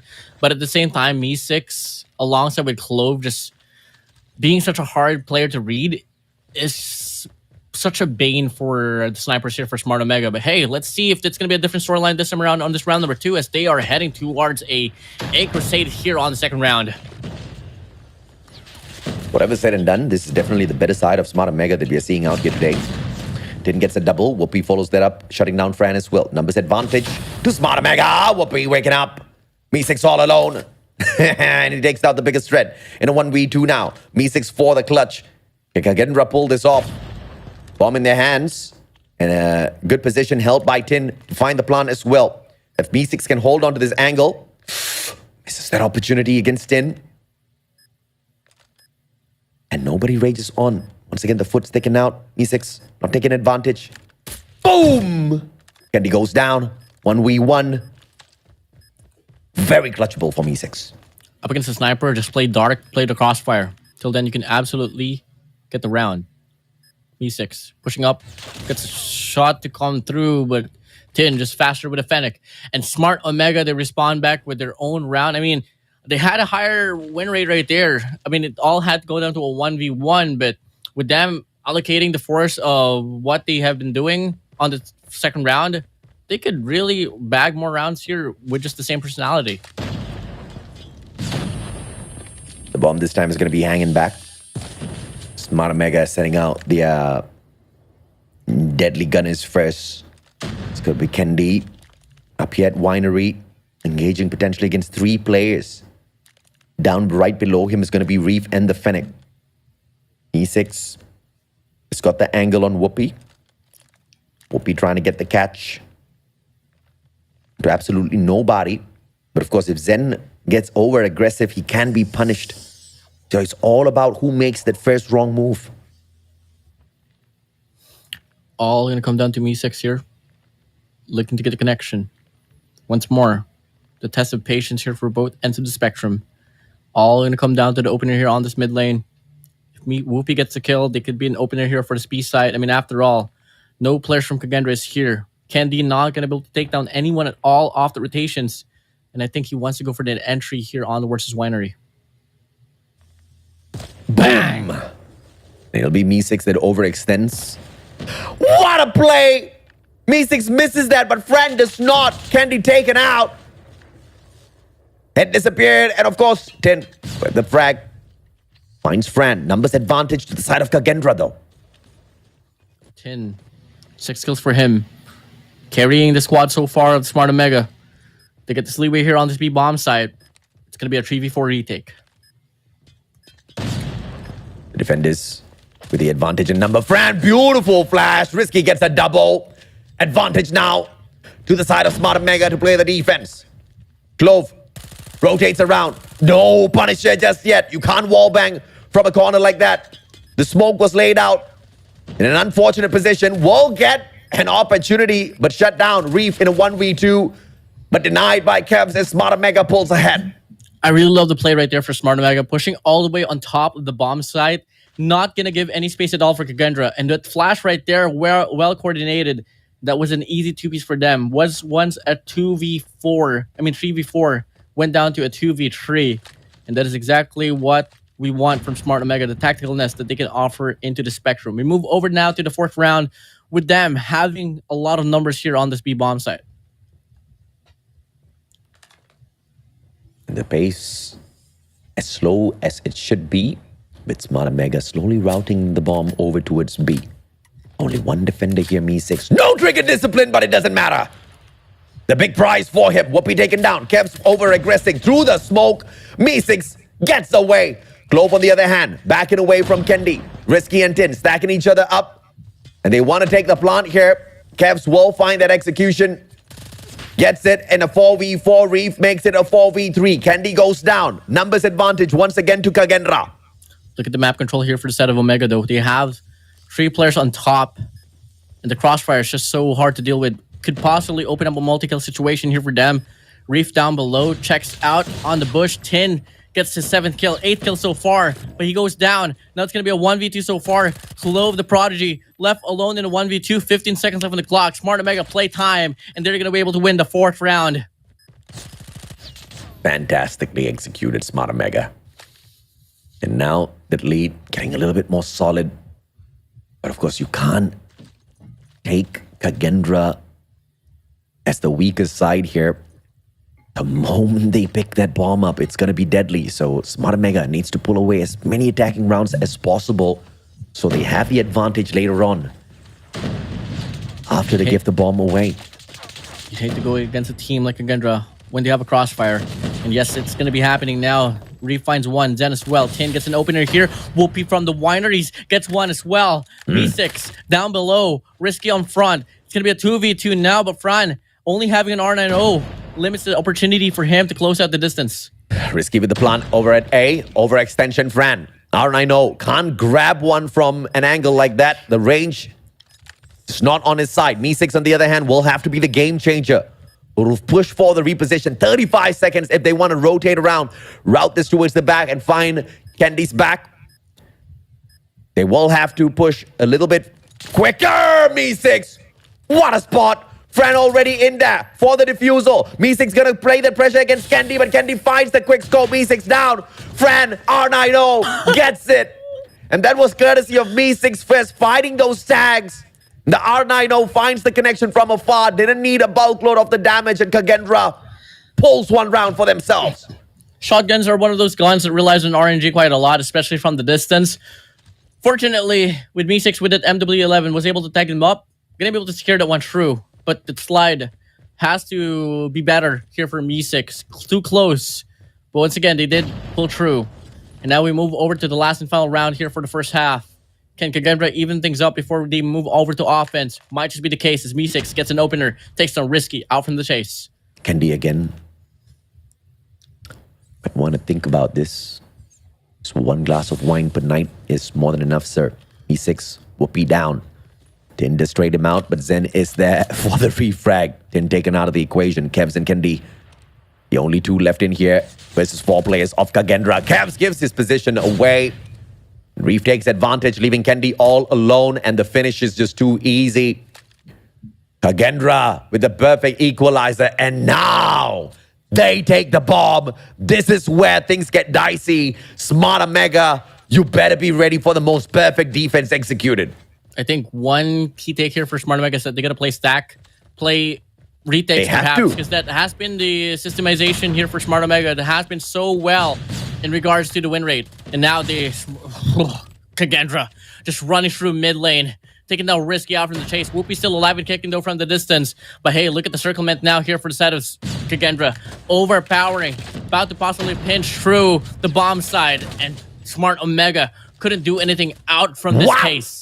I mean, Zen's on fire, man. Takes a triple already, leaving Kevs all alone. In this one, can he hit the quad as well? Kevs playing the worm. Doesn't spot anyone out just yet. Clove right in front of him. Beautiful. Punisher gets the double. What a straight transfer. And now, the prevention of the plant as well. He's going to find that reposition. Grenade! Connection! Unavailable. Fran, aloof, confused. Don't exactly know where Cavs will show up. Cavs wrapping around here all the way back connectors.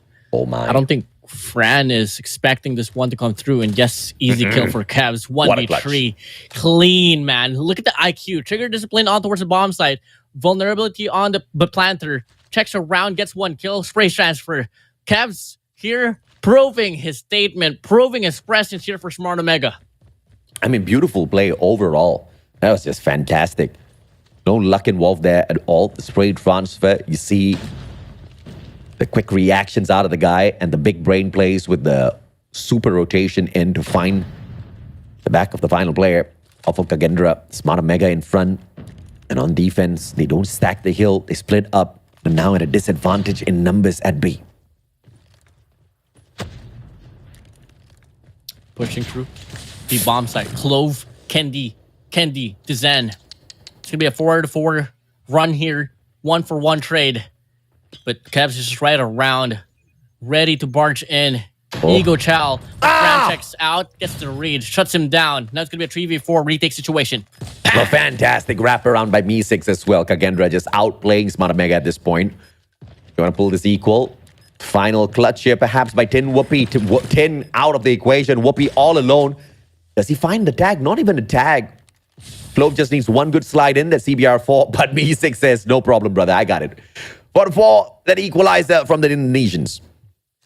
Smart Omega always has troubles with the Indonesians in regard to search and destroy. Come again, the last time we got to see Smart Omega play out an Indonesian team was one against ABC. Well, went down to 12-10. So looking at the scoreline right now and looking at the pacing, we might just be able to see the same thing once more. Can Smart Omega get the final adjustment, or are they going to fall down because of their endurance? I think the designer went on overkill with the number of bars available to mark the win for each team. The best of 5, potential of 5 bars to fill up there. It's like, I'm not redoing the graphics for the grand finals again. You use this all the way, even for the best of 7. Clove making a play here, down tunnels, checking out. Kendi from the top shuts one down. I think they gotta find a way to mitigate the snipers here from the side of Smart Omega. And Reef gets the kill here on the word Skeps. It's gonna be the opener as well on top. Kendi has to fall back, regather with the rest of the squad of Smart Omega. Because a heavy hit will come along, not unless he wants to go for the Ego Chow. Bang! Oh, beauty. Gets the double, Kendi. Can he get another one, Reef? Towards the left. And he does the triple for Kendi. Like taking candy from a baby. Swear the guy got his name. No, I'm kidding. I don't know where he got his name from. Me6 on the flip side. All alone. In a 1v3. Kendi will be punished. Fantastic headshot. Bomb on the ground. 2 players stacking each other. Tin and Whoopi. The double chow should be more than enough. But if they line each other up, the collateral will be a devastating way for Kagendra to pull ahead. But a smart play to pick up the bomb and route it over towards A instead. Smart Omega doesn't get the read right there. Me6 pushed up. But I think they're well aware of the situation right now. Now they're instead at bomb site soon enough. No time left. Has to go for the committed plant. And the double chow might just come true. They know exactly where Me6 is. This should be a round here for the set of Smart Omega. And Whoopi sorts it out. Just with the secondary, and Smart Omega still ahead. Proving that Kagendra is not that big of a threat against them on attack. But we have seen this sort of storyline one too many times. Can Smart Omega find the finisher? Can they pull this into match point? And drop it like it's hot as well. Me6 raging on though. 13 eliminations already in this SND. Smart Omega. Having only one player here that's going to be kept for you. Kendi making the biggest play of his life so far on the search and destroy run. Second round, previous round at least. Getting a triple. Slow things down here for Kagendra. Kev's getting the precious information but doesn't get the kill. Kendi gets the trade with a nade. Looking to get some more, but Zen shuts him down. And now Kagendra gets his quick opener here on this B side. Zen finds a double. Might just be able to get the triple as well. Don't overdrive. Take this one slowly. It's still a 3v2. Can Smart Omega pull this off? Oh, both of them all tagged up. Can't get aggressive. Have to retreat. More time bought here and risky. So runs in to his death. It's all up to Tin in a 1v2. Goes out, shows up, spots the first player. Doesn't engage with Clove just yet. His position given away and a very aggressive play. And Zen, what a fashion shot there. Beautiful, slides through the final player as he takes his foot off and finds the equalizer. 5-5, both teams on the verge of getting the match point advantage. KAGE once more, their pacing is a bit just so fast, but it's working out quite well. They play aggressively. They don't want to hold on to any more seconds. And they're barging in here all the way down mid connectors. Meeting Risky down. Gets taken down from the chase. 2 players here left remaining on this A bomb side. That's going to be Whoopi for you. Taking down 1. Trade comes through. 1 player down below Winery. Still alive and kicking. Double Chow comes in. 10 goes down. That's going to be a 2v2. Tin does take 2 out of the equation first. So valiant effort from him. Could not play it as slow, way too low on that HP. As Candy routes his way around towards A. Kevs needs to stay silent as long as possible. Can meet Zen halfway though. But Candy's not gonna allow Me6 much space to help his brother out. 15 eliminations in the hands of Zen. And very quickly took it over from Me6. And now in a 1v1 versus Candy. Oh, wow. Oh, wow. Oh, wow. Candy. Clean. The reads here for Smart Omega is just so well here on the Search and Destroy. No such thing as hiding strats, bro. Yeah. Okay. No KAGE is hiding strats, man, for the next round. That's true. KAGE is hiding strats for the 2039 World Championship for Call of Duty Mobile. Me6 says hello to Kevs in the most devastating way. Match point for Smart Omega. Can we find the conversion? Already 1 man down. Things don't look great for them at this point of time. KAGE looking for the extension and the overtime to turn things around. 3v5, maybe in overtime. Me6. Definitely in overtime. Tin, Whoopi left alone. Tin on top, Whoopi from the backside. 2 players we gotta worry about. Fran shuts him down. It's all gonna come down to Tin, and look at how Zen is not even gonna wait it out. Wants to push out. Clear. Overtime. Neither one wants to give in. I have to say, I thought Me6 was impressive, and then Zen showed up. And now I just can't take a pick between the 2 monsters, I tell you, these KAGE players. Beautiful rush towards B. Smart Omega is going to be catching KAGE off guard. How's the retake going to look like here? Because this is a definite plant coming through from the Filipinos. 5v5 retake situation. First round of overtime. Tin holding down the mid lane. Zen just right around. They're going to go for a 4-man, 3-man push here on top of the bomb side. The crossfire not so dominant here so far for Smart Omega. So if they can go for the double chow here towards the left side and all the way down to the right, till then they could possibly get this one through. They collapse now to the bomb side. It's going to be a heavy clash here. Reef finds a double. Kevs finds 1. Can he get some more? Sprays down, gets a double. Checks to the right, couldn't get the kill. Now it's going to be a 2v1. Make it a 1v1 situation. Can he clutch it up? Unfortunately not. KAGE. It go down. They go down here with a round win for the first round of the overtime. If you're a fan of Smart Omega, you are not smiling at this point of time because KAGE, what a comeback, baby. And now, 1 round for the finisher. This time, it's the Indonesians with the match point. And on top of that, they've got the bomb. They dictate the pace. And straight away, towards that A bomb site that only shows up with 2 defenders. But you can see the routing towards mid as well. Smart Omega have a good setup here. Tin down below, takes some Reef. Reef frag comes through. Clove takes him out. And that's going to be a 4-4 run here. Zen finds 1. Clove finds 1 as well. Whoa! And Smart Omega, they collapse on this very round. This might just be the last. GG. Risky. Show me a clutch, bro. Kevs as well. Routing around from the spawns. The 2v4. The players just can't take any bit of risk there. They need to play those long ranges. Locust picked up. Sticky. Finds no connection. Positions played well by KAGE. Has to be a winner for the Garudas. Risky out. Kevs. Plays the heady beautiful, but Clove on the double. And it's all over. Kagendra 2-0 up in the series. 2-0, morality down. Smart Omega, are you going to take that, or do you want to put up a fight once more? And as we all know, Smart Omega, the heads behind, they want to put up a fight. But man, when you get an overdrive, when you get an overconfident Kagendra, it's just so hard to deal with, man. I mean, recovery is there. Smart Omega, they do have the tacticalness to back themselves off, to slow down the pace. But Kagendra, it doesn't matter for them. They want to go fast. See, the problem is, there's a African saying, if you want to go fast, you go alone. If you want to go far, you go together. Problem with Kagendra here is they're going fast together. So there's a problem here, and it's a huge one. Unfortunately, Smart Omega just can't keep up. It's like dealing with a person you know. You hang around with this person. If you're not on the same page, most likely you'll part ways, and most likely you'll both collapse. And my days, look at this. Look at the numbers here. Art. Damn.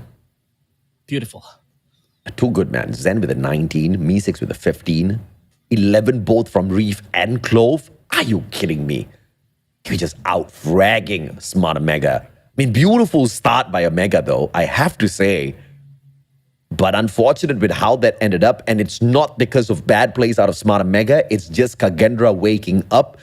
It was just not a weak play at all from Smart Omega. It's just a better side out of the Indonesians. And that's the kind of gameplay we want to see. That's the kind of defeats that we will accept out of Smart Omega. They have their own pacing. They have their own calls. They have their own respective gunfights being won over. That is exactly what Kagendra did. Not discrediting Omega, though.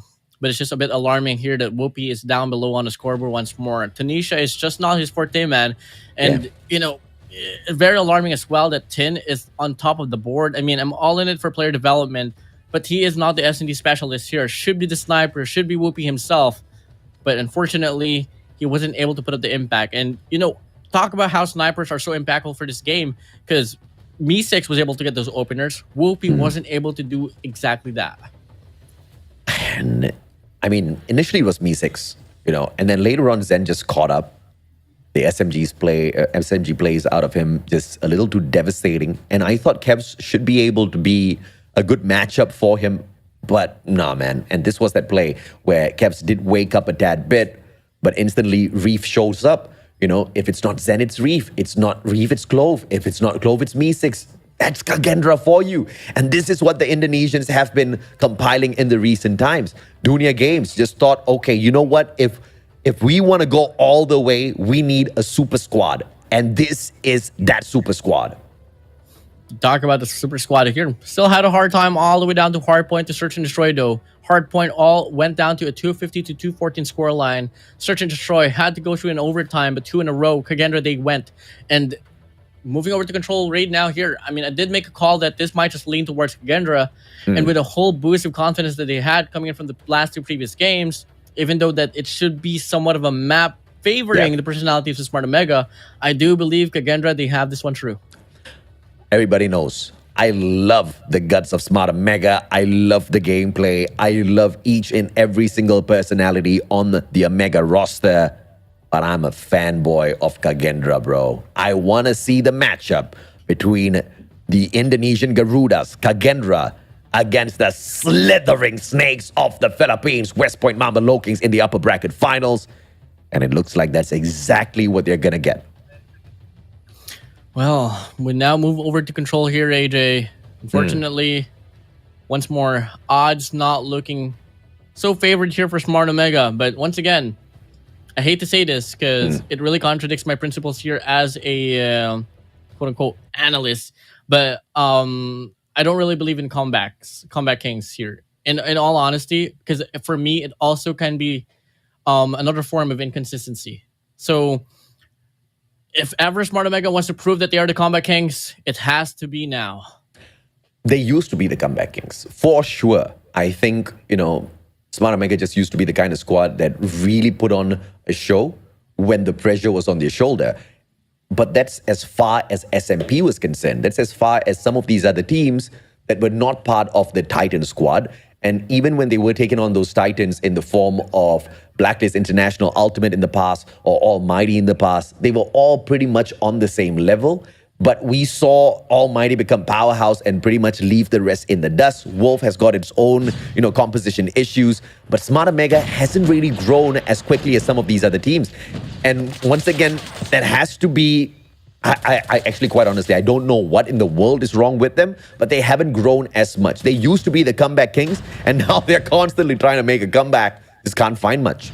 I know Combat Kings could also be just one thing as well, man. I mean, composure is really the biggest factor here in how you can put up a comeback like this. I mean, after all, you're facing a 2-point discrepancy and you have none. And it's going to take a lot of mental fortitude for you to put up a fight once more and prolong the series even more. Talk about endurance. This is where it's going to get tested now here for Smart Omega. Can they continue to put up a fight, or are they just going to trample and fall down and accept a 3-0 defeat?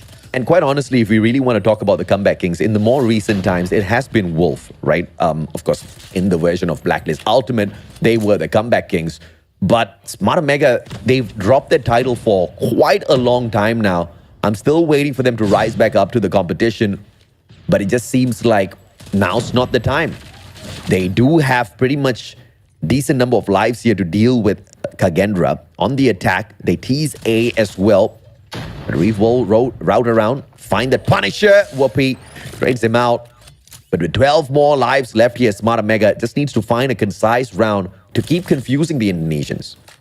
But at the same time, with them like scattering all across the map, the train of thought here for Smart Omega, I don't really feel it happening right now. I mean, time is dwindled down. They only have 30 seconds left on the clock to play with. 14 lives remaining here for Kagendra. If they want to go for the most practical play here, I think going towards Kitchen, get some map control there. Until then, start capturing and put some influence on that alpha point. Until then, they could lower things down, and I think that's exactly what they're doing right now. 9 lives left, just 2 in deficit. That is not really the problem. The timer, though, is the issue. Candy's going to be sorted out first. There's a player all across towards that Tiki, but that's dealt with instantly as Smart Omega does get prevented over at A. They route themselves over to B, but look at who's there to meet them. 2 players on the side of Kagendra. Reef shut down. Zen as well. But Omega with just 4 more lives to play around with. They get a capture here on towards the second segment for the side of Bravo. Moving over, it's going to be here. Kagendra, 7-4 once more. I think they want to let go of this Bravo take instead. Kagendra, Alpha has to be the way to go, but they can't afford to get isolated one by one with the snipers. Kenny finds one, gets traded off. Kev's 10 goes down. Kev's left alone. Can he do it? Absolutely not. Kagendra takes the first round. Is it going to be a 3-0 here at control as well? With the pacing of Kagendra, with the way they've been able to route around their lives, play the perfect defense, it seems pretty indicative of exactly that. But now Smart Omega on the defense, advantage to them. Let's see what they make out of it. First skill, Kendi gets an opener. Fran, and overall, the War Machine coming from Zen will be popping off. He takes himself out, quite unfortunately. And at the same time, with a lot of investments coming along, they don't really get a lot of lives dwindled down here for Smart Omega. So a bit of a lopsided investment here for Kagendra. Smart Omega, all they got to do now is extend a bit of map control here all the way down to Bravo and cancel out this capture. Until then, they can win this round convincingly. Just one more gunfight to win out. Clove stays alive, gets away, but Kendi finds the Punisher from the opposite side of the map. Great place, but 2 segments capped already. And now all Kagendra needs to do is just sneak their way over towards A. And you can see the backstep from Risky as well. He can be the guy that prevents the play over, and he does exactly that. Beautiful stuff from Smart Omega this time round. 16-23. Smart Omega pushed up. Whoopi here has the Annihilator. Reef as well. Clove pushed up all the way down Zig. Up against Tin, dancing in, sprays down, gets the kill. And now they are looking to reside back here on towards this A side instead. Only 2 players they gotta find to put down. That's gonna be top of the window. Tin right around, Purifier for Clove, zoning, Kitchen out, and the capture ensues. Fantastic play this time around. And towards A, it's gonna be the Purifier main pressure here. But he backs away from the rest of his team members, and Clove's just not gonna be able to play the pressure off of that operator. In the meantime, the ball is dropped over at A. 11 more lives. Make that 10 for Kagendra. Unfortunate waste of an operator. Did manage to pull off a couple of lives, but made no difference whatsoever to capture the point. 15 lives, double down. Smart Omega on the verge of winning once more. And this is exactly what we like. Smart Omega building up the heat. Kagendra, nowhere to be found now. 4-man push here all the way down driveways. One pushed up, and now KAGE about to lose his first round. Bravo capture, not going to matter at all. So much lives here for the side of Smart Omega. At least it's not a 3-0. It's all equaled up with a potential of a reverser here. Smart Omega. Can they drag it out? Can they torture my soul and keep me up for longer? I would love that because this match is hot. But KAGE on the defense, of course, they have the advantage. Stacking one player on defense at A seems a little cheeky, but they get the right read here. So far, a very heavy hit here on versus B side will come in. KAGE, though, looking to get the pillars out away alongside with Gravel as well. But the capture will come in. But Kevs hops in. Doesn't really get the proper read here for Smart Omega. And now they have the opportunity here to go for a cut here for the set of KAGE. But Smart Omega, they want to play this one slowly, waiting for the aggression to come true. But KAGE, they also fall back. Great plays from KAGE. Making sure they quickly disable the attack onto B. But now, a single player left here for the defense. Reef in a sticky situation. The smoke will be the distraction for a bit, but Whoopi still finds the hill. The bleeding is going to be paused for a tad bit, but Zen gets sorted out. And finally, Smart Omega with the run towards this capture of B. Me6 just a little confused as to what angles he wants to play. The rest of the members, they do fall. War Machine wasted as well. Smart Omega. This is their opportunity now to run away with B.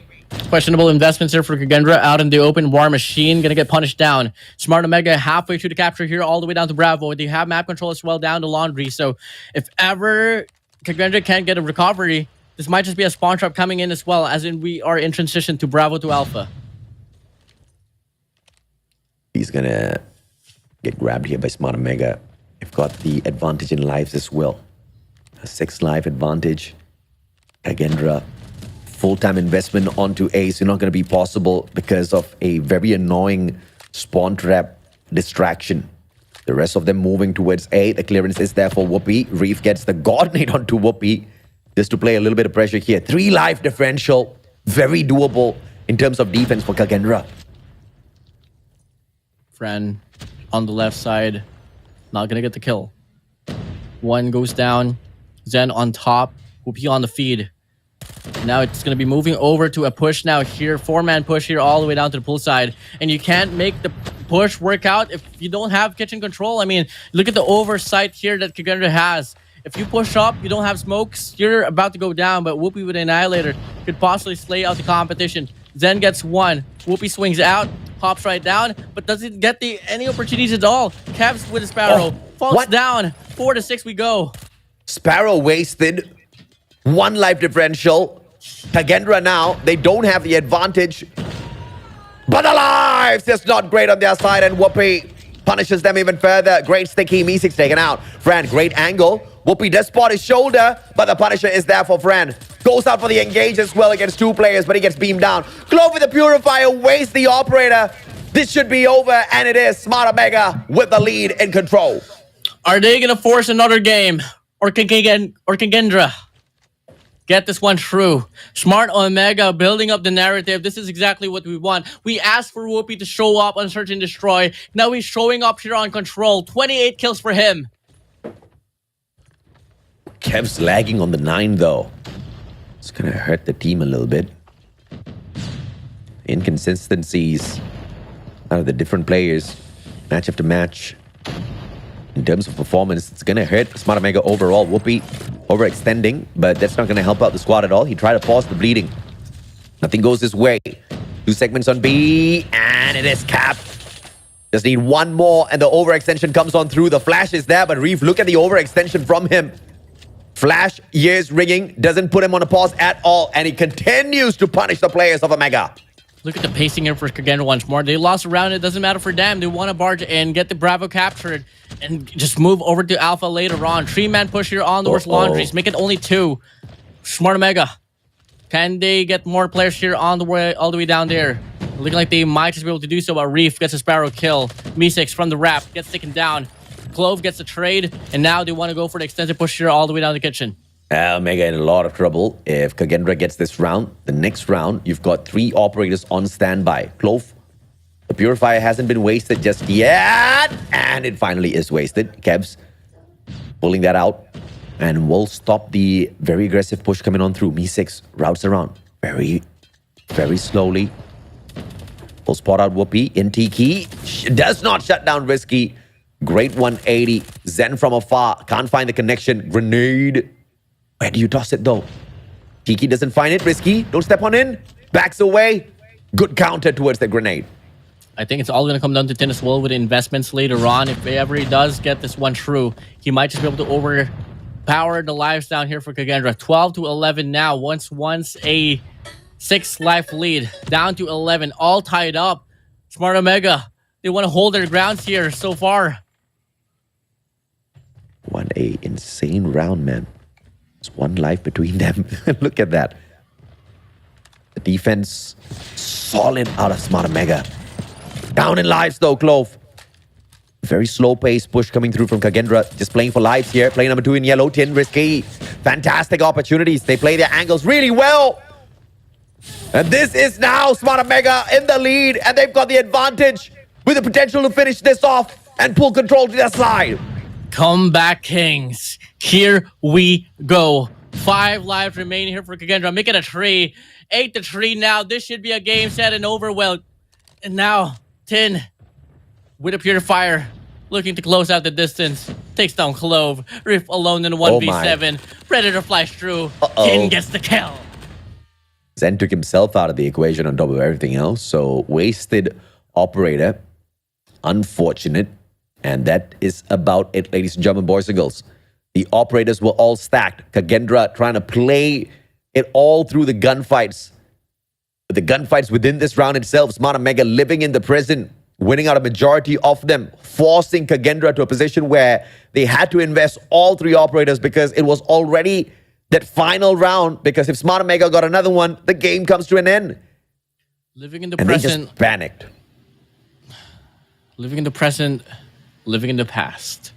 Building up the momentum, building up the narrative. Whoopi showing he is right now truly the best marksman here in the Call of Duty Mobile Garena region. 31 kills, 19 assists, 10 on 29, 29 to 21. Risky on 22 to 17. Kendi on 17. Kevs on 13. While on the opposition, Mi6 was able to run things down with a sniper and from a distance on search and destroy, but on control. Different storyline here. Fantastic pull right back to the side of Smart Omega. But the series is not over just yet. They've bought themselves a lifeline. They still have got a Hardpoint and SND to go through. You've already seen how that went down earlier on. Can Smart Omega keep the title of the Kings of Comeback, or at least earn it for themselves here at stage 4 off of Kagendra, the demons out of Indonesia? 2 games, 1 for Kagendra, 1 for the set of Smart Omega. We're in a best of 5, ladies and gentlemen. 2 more for the win for Smart Omega, 1 for Kagendra. We're going to go back to another round of Hardpoint here. And AJ, Yeah, it's looking to be a very long night here, man. you're telling me? You've had a long day already. And on top of everything else, I found out that the broadcast was starting 1 hour earlier. Literally 1 hour earlier. So it was a GG for me indeed. But whatever it is, whatever said and done, work is work. And we deliver, baby. Kagendra has got the exact same emotion here within the series. But can they deliver at Apocalypse? Will Smart Omega choke it out like Powerhouse did earlier on?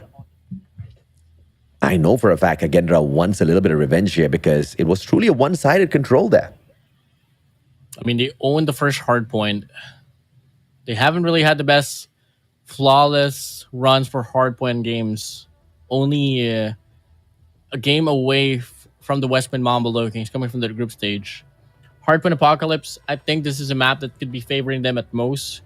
But if ever, let's say they don't get the rotations here for the next few Hardpoints, then till then, we might just be able to see them go down. And what moreover as well, if we do move over to game number 5, Meltdown on Search and Destroy, I think this one could go really 50-50 if ever Smart Omega can force another run.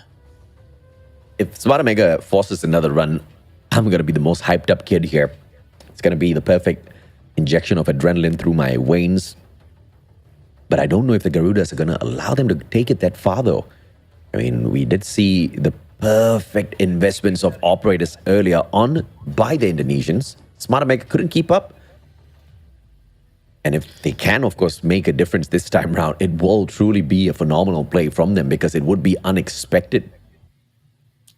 For you guys in the comment section below, may this be a long journey here for Smart Omega. Once more, they're building this narrative up, AJ, and this is exactly what we like to see. Smart Omega, I did throw some shades against them. Maybe they're not the Combat Kings, but they won a game right after that. I want to see them more. I want them to prove me wrong because this is exactly what we like, excitement. Because when we make predictions, when we make statements, we believe that it's going to be firm, all because of the statistics and all. But we're open for miracles. We're open for changes. And I'm loving what I'm seeing here from Smart Omega. Dominant around on control, something that I didn't expect. Called it out 2-3, make it 3-1. WardeN quickly eating his words before Mega does anything. Because you got to recover, man. You got to recover. I get you. Unexpected turnaround at control for sure. After watching what happened to them, I mean, SND obviously was close. Great plays from Kagendra. I think that one was just a battle of grit down to the end, right? But fast-paced gameplay over at Hardpoint earlier on. I think the strategizing, the zoning was just so much more cleaner from Kagendra. Of course, Smart Omega did have a fantastic start. They just couldn't sustain it. At Apocalypse, it is going to truly depend on how you manage those spawns, especially when you want to play that P2 later on. Let's see if or not either side can pull off a West Point Mamba Low Kings here. So far, initial opening here, it's going to be Smart Omega barging inside at Hardpoint, but at the same time, they don't really get the power position all the way down on top of TVs. And now we get to see Kagendra so far getting map control, but they're not really winning gunfights inside the hill. And it's still 40 more seconds to go to play with, and it's going to be a back and forth here. Beautiful plays. It's all about the angles, and Kagendra just finding it perfectly against Smart Omega, forcing them to spawn off the left-hand side of the map over at the fighting ring. It's a little bit too much to route around. 20 more seconds to go, and Kagendra pretty much soaking up all of the points. Getting the gunfights as well. Final 17 seconds, and they still win it out yet again. One final gunfight. Clove does go down, but the setup for P2 is there for Kagendra. Zen still trying to force the issue here to stop the bleeding, but gets denied out by Kevs. Clove on the double, and Smart Omega, although they do find a couple of points, the anchor down at Temple is going to be key here for Kagendra to take the game away at P2. 24-18, Smart Omega on the deficit right now. Kagendra, they have the fully solidified defense here that they have. Temple run for them, and now they move over here to the hardpoint itself. Kagendra having the hardpoint right now, but they don't have the spawns. It's going to be a slow one for sure. Kagendra, spawn break so methodical from the side of Smart Omega. Nobody's on the hill just yet, and Whoopi just waiting for the timing. Now Kagendra going to try to force the issue. Fighting from P4, from Ruins alone. They want to get the gunfights. Even if they do get it, look at the players, the numbers, the yellow dots just swarming on in towards P2. And Smart Omega just the better ones on P2. Taking away that anchor spawns at Temple. Definitely key here. And Smart Omega playing this down to the T, and they'll find that equalizer either way. 43-38, scrappy hard point time here for the side of Kagendra. Same goes for the side of Smart Omega. They play for the scraps, and they lost this one true. Now moving back here, it's going to be hard point number 3. 10 on top, going to spray down, Close shuts him down. 2-man pusher on top. Whoopi with the War Machine, though, might just be able to mitigate the players here on top. But the rest of the opposition here from the side of Kagendra will fall down as well. And so far, Smart Omega looking to have a better look at this situation. Oh, neck and neck. And this is the kind of matchup that we like. Smart Omega showing up strong. The pace is so different. The gunfight so solid. Smart Omega with the lead. Kagendra struggling a tad bit. Hunter Killer Drone will not be able to find one. Hop on in towards the house at Ruins. And now straight for the fight at the hill. Whoopi holding the wrong angle. Punished by Reeve. But Kendi is there with the operator. Gravity Vortex sucks up 2 players. And the advantage still to the side of Smart Omega. 70-45. Hopping in. Kagendra still not having anything at all. Big investments coming in from the side of Ray. Finds a triple overall. Kevs on front. Shuts him down. But the conversion inside Hardpoint, not really the best accumulation for them. 52-74. Rotations all the way down to Hardpoint number 4, though. Might just go for the way for Kagendra. 74 to 55, Kagendra on the back foot. Early rotation towards P4, this time for the Indonesians. But can they hold their angles down? You can see Smart Mega taking a 2-angle push here. Straight up from the ruins, as well as overextending towards that intel room. Armory will give them enough cover. Keeps them hidden. Backstab. And they take away the anchor spawns from the back as well. Prevention is just not there for player number 5 in blue. Me6 goes down. And the favorable spawns now in the hands of Smart Mega. Split spawn situation now here, Kagendra. Can they get the break? Smart Omega on the hardpoint right now. And so far, Smart Omega has been able to retain hardpoints to hardpoints now, coming down from hardpoint number 1 to P2 to P3, down to P4. And they're holding the power positions down. Kagendra looking quite aloof, looking quite confused. Where are you at, Kagendra? Right on the map, sir. Apocalypse is just a little bit confusing, and you have to play your spawns really well. Smart Mega has been doing exactly that earlier with that P2 anchor down at Temple. Now with this P4 anchor down at Main Road, they've been playing the map down to the T. And as long as you keep this up on a game of Hardpoint, you are going to put pressure on. And of course, you have to keep up your gunfights as well. And that you can thank Risky as well as Kevs. They've been stepping it up. Look at Whoopi as well, hitting that 16. Smart Mega have woken up and they're running away with this matchup. They want to activate that game 5. 71 to 114. Moving over. Big man push here coming in from the side of Smart Omega. That's going to be a 2-man pinch here coming in. And Kagendra couldn't do anything about it. Kendi, Predator, flies through. Gets Fran out from the chase. Smart Omega getting the scrap climb. 2 factors that we all have been asking for from these teams. I mean, look at the points here now. A little bit more to double whatever Kagendra has been able to get on the map thus far. A full flank around from the team in blue. Kagendra gets just a single second on, but Risky in the position that he holds is just so punishing. Clove will be able to trade him out, but now a single player on the side of Kagendra. Tin hopping on in, but the smokes will obscure their sights as Smart Mega keeps the pressure on, but it also helps Kagendra stop the bleeding. 77 to 140. Game so dominant here for the side of Smart Omega. But player 1 from the side of Kagendra here wants to make a play. Fran holding down the backside. 2-man push here. Make it 1-man as well here coming in from Hop Up. Clove getting the scrap climb, takes away Kendi. And now, so far, they get the definition inside the hardpoint number 2. Anchored down the spawns at Temple. This is going to be key for Kagendra. The break from Smart Mega. They want to find the access through Hop Up. Look at the stack, a 4-man stack now. Towards Main Road. They hop on in towards that intel room. They're aiming for the players at Temple. They fan out. One loses the gunfight. Dude, Me6 just burns them down to the ground. They don't even go in for that hop up. They still want to focus on the Temple. 32 seconds to go. The points all soaked up by just one objective player in the name of Reef. He's got the Sparrow in hand as well. Overextends to make sure he stops the Temple spawn steal, but that is unsuccessful. The Smart Mega players finally take it. 19 seconds to go, but the flank is there. Pincer maneuver. Kagendra still on the hill. Clove dancing in inside the hardpoint, denying the 2 players inside the play here for the side of Smart Omega. Kev from White right behind. Killer Drone gets him out from the chase. And Scrap Time gonna go for the way of Kagendra. But where Smart Omega is right now, early rotations all the way down to P number 3. And they have 5 players so far to surround the parameter. And this might just come in huge for them, not unless they lose the gunfights. And just like that, we are neck and neck yet again. 139 to 142. Smart Mega. They tried to run away earlier on, and this must be a tad bit soul-crushing for them. They thought the job was done. They thought that they had already gotten the best of the Indonesians, but not just yet. Whoopi pulling out the war machine, and Fran doing the exact same as well from the opposite side, and Fran will be the better operator user in that situation with Kagendra now taking the lead, and the Indonesians want to fly away with this. They're on the lead right now, and so far, the coordination here for Smart Omega is just a bit lopsided now. 2-man push here from the mid lane. 2-man on rotation. Clove here cutting off the rotation as well, coming in from the mid strike. And unfortunately for the set of Smart Omega, they're not really making the most out of this situation right now. 17 seconds left on the clock. Kagendra about to claim the rest of the time. While Smart Omega, they gotta find a way. They gotta find a look here to get the break inside the next hard point. Oh, Majula Indonesia, this is a brilliant play from them. What a comeback, baby. A 70-point deficit now turned into a 30-point lead, and they're still on a roll. Early anchor spawns on for P4 as well. 2 players here to play the objective. They're gonna try to stop the routing over from the side of Smart Mega. They're not gonna allow them to catch their backs anymore. But from the side of P2, they're you just have to be careful. 3 players on the stack. Hunter killer drone sent out, but Reeve single-handedly gets the job done with the Fennec. Risky trades it out at the CBR4. Hill opened up for Smart Omega, but they don't have the anchor spawns.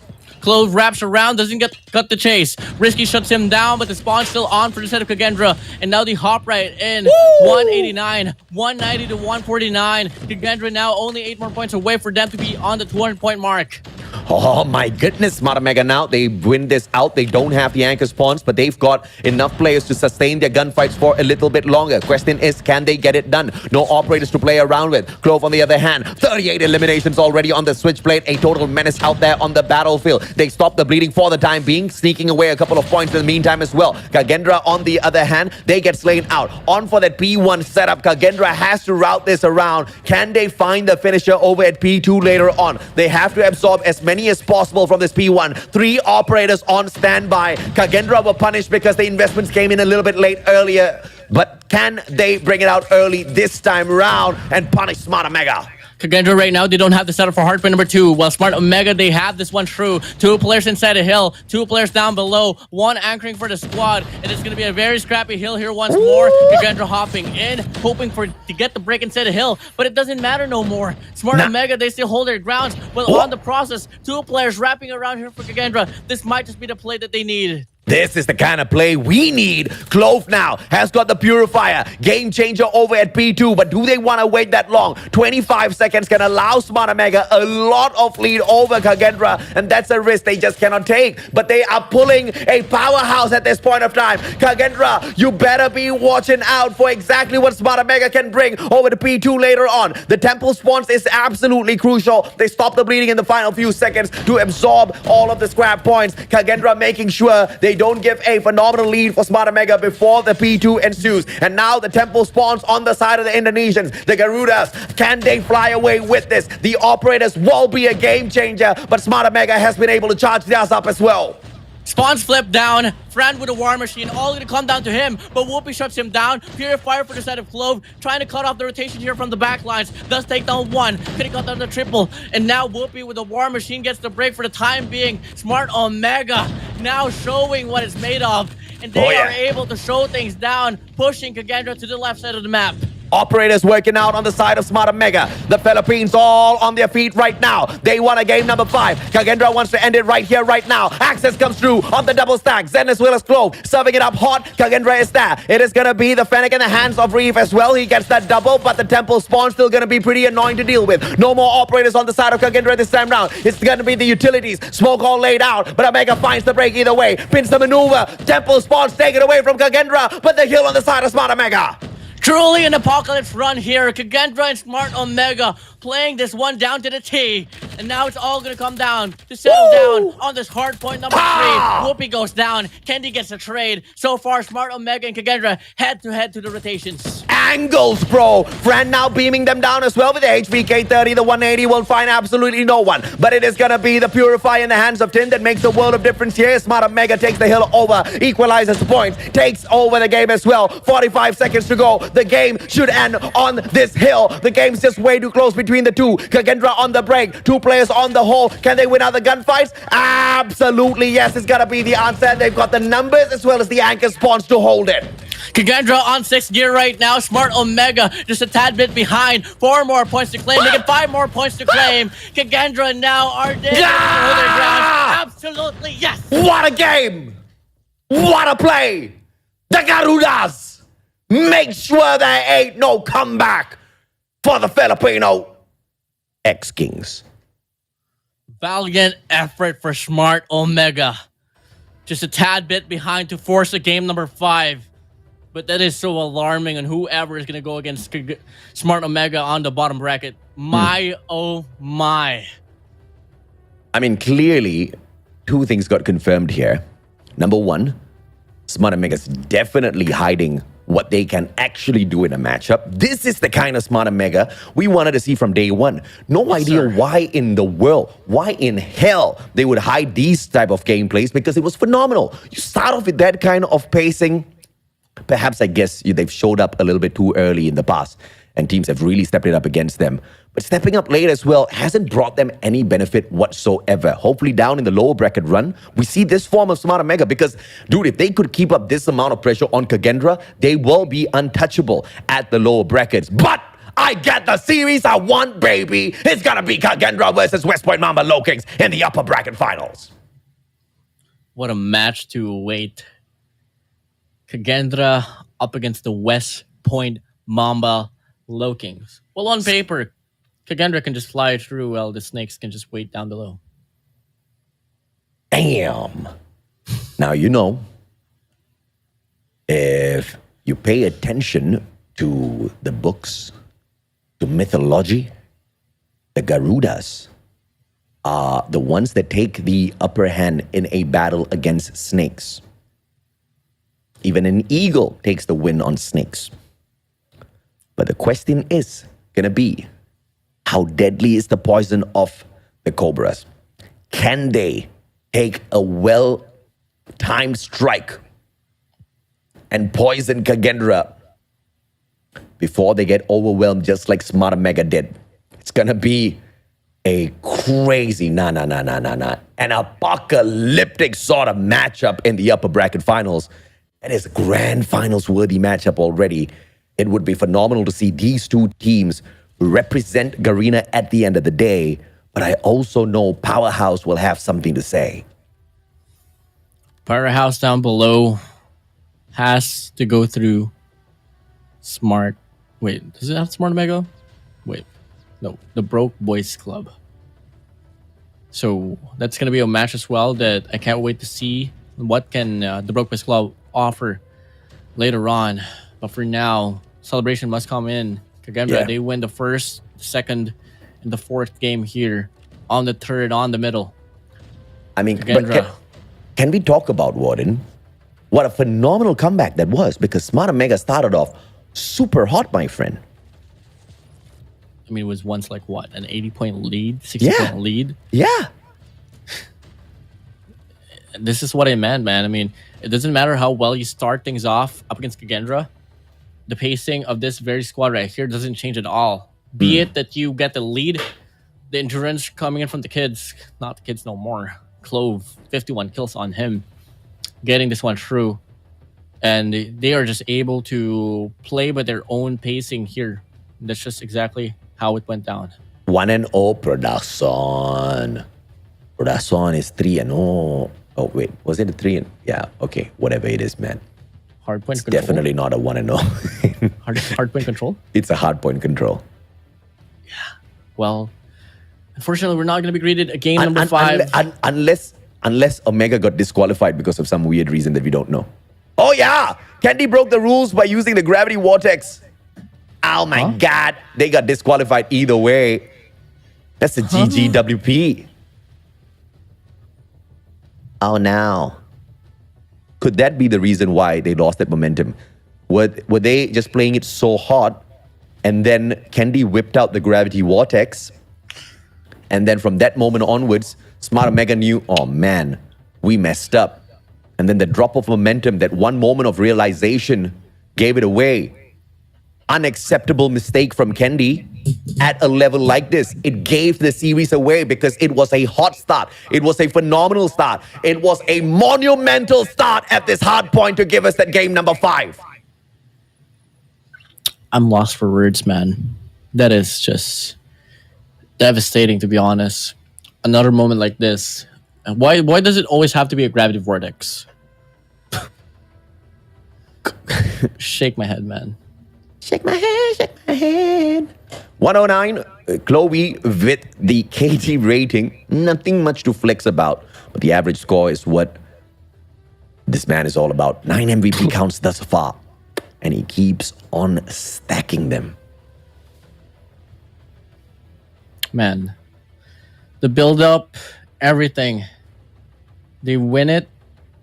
Even if they win, still wouldn't go their way. I mean, that is just too devastating. I don't exactly know how it happens to a team like Smart Omega, but imagine if he didn't pull out the gravity vortex and they still kept that momentum up with that confidence. You know, This would be that one game that Omega just slaps all of the haters in the face, kicks Kagendra down into the lower brackets, and goes on to meet West Point Mamba Lokis in the upper bracket final.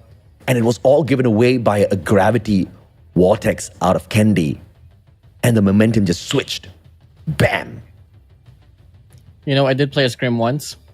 No, it was a tournament actually. And I thought I had the Hunter Killer drone in my loadout. It was a UAV.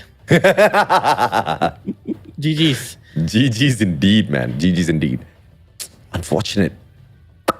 I guess I can understand because you do have the bans just pulled off right before this matchup. Obviously, the bans and picks happened only after that initial matchup against Wolf was concluded and Smart Omega booked their matchup against Kagendra. So at the loadout phase, as you're rushing through all of your weapons as well as operators on the selection, there's a high probability of messing up.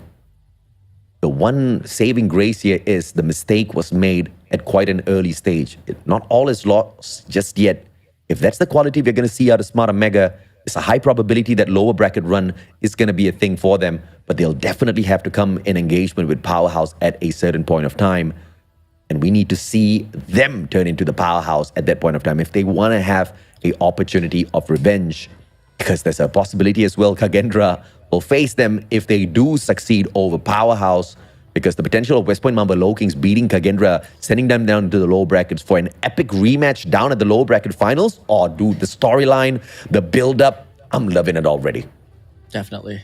Now, moving over, we have the next set of matches here up in the board. Lower bracket, first round. It's going to be the Broke Boys Club against Smart Omega eSports. Down below, shocker, it's going to be Wolf up against Powerhouse. And on top, upper bracket finals, West Point Mamba Lokings and Kagendra.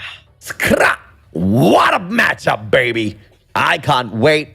Either way, that's my grand finals. That is my grand finals match there already. Of course, there's a high probability Powerhouse powers through Wolf, kicks them out of the competition. Unfortunately, Yobabs did wake up. Hasn't been waking up a lot, but did step up his gameplay today. Even that being said, Smart Omega still managed to defeat Wolf. So it's not looking great overall for Wolf. If Powerhouse wins that out, it's a great opportunity that it's a matchup against Smart Omega eSports. And this is once again an opportunity for Smart Omega to prove themselves.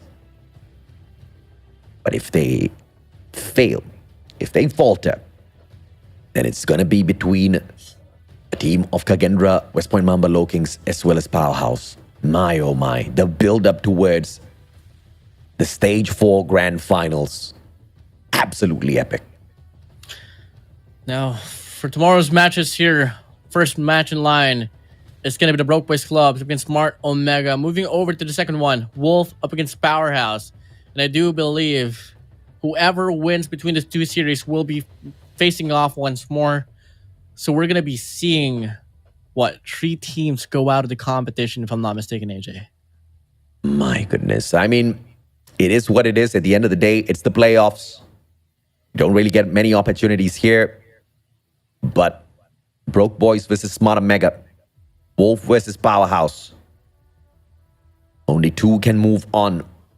And it's not going to be an easy day at all. We will be back tomorrow, ladies and gentlemen, boys and girls, for sure.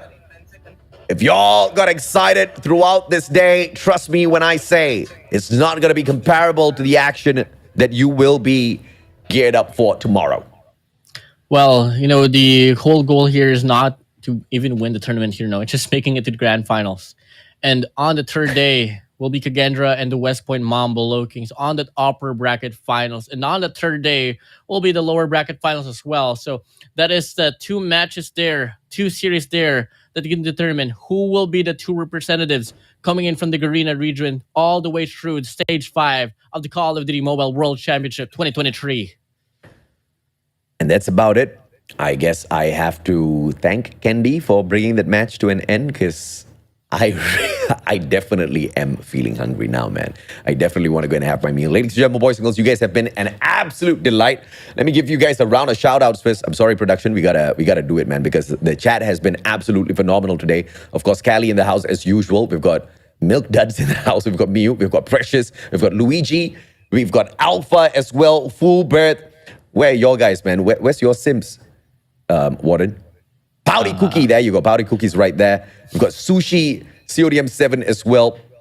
Got a bunch of these guys. Aurinji. Everybody. You guys absolutely rock. And you guys rocked the comments today. Yeah, much love to you guys. If it wasn't for you all, we wouldn't be so hyped up earlier. I mean, the energy was there. You guys were backing it up when moments where, it was just too slow there. Quick shout out as well to Perseverential Adane as well. Shout out to NL for everything. Thank you guys so much. AJ, this is my last day casting here for stage 4. I want you to take this one through. Love you, man. It has been a pleasure casting with you. Fire performance as usual, WardeN. Ladies and gentlemen, boys and girls, that's about it. Thank you so much for joining us. We'll meet you right back here. Same place, same time tomorrow. Take care. Good night. Goodbye.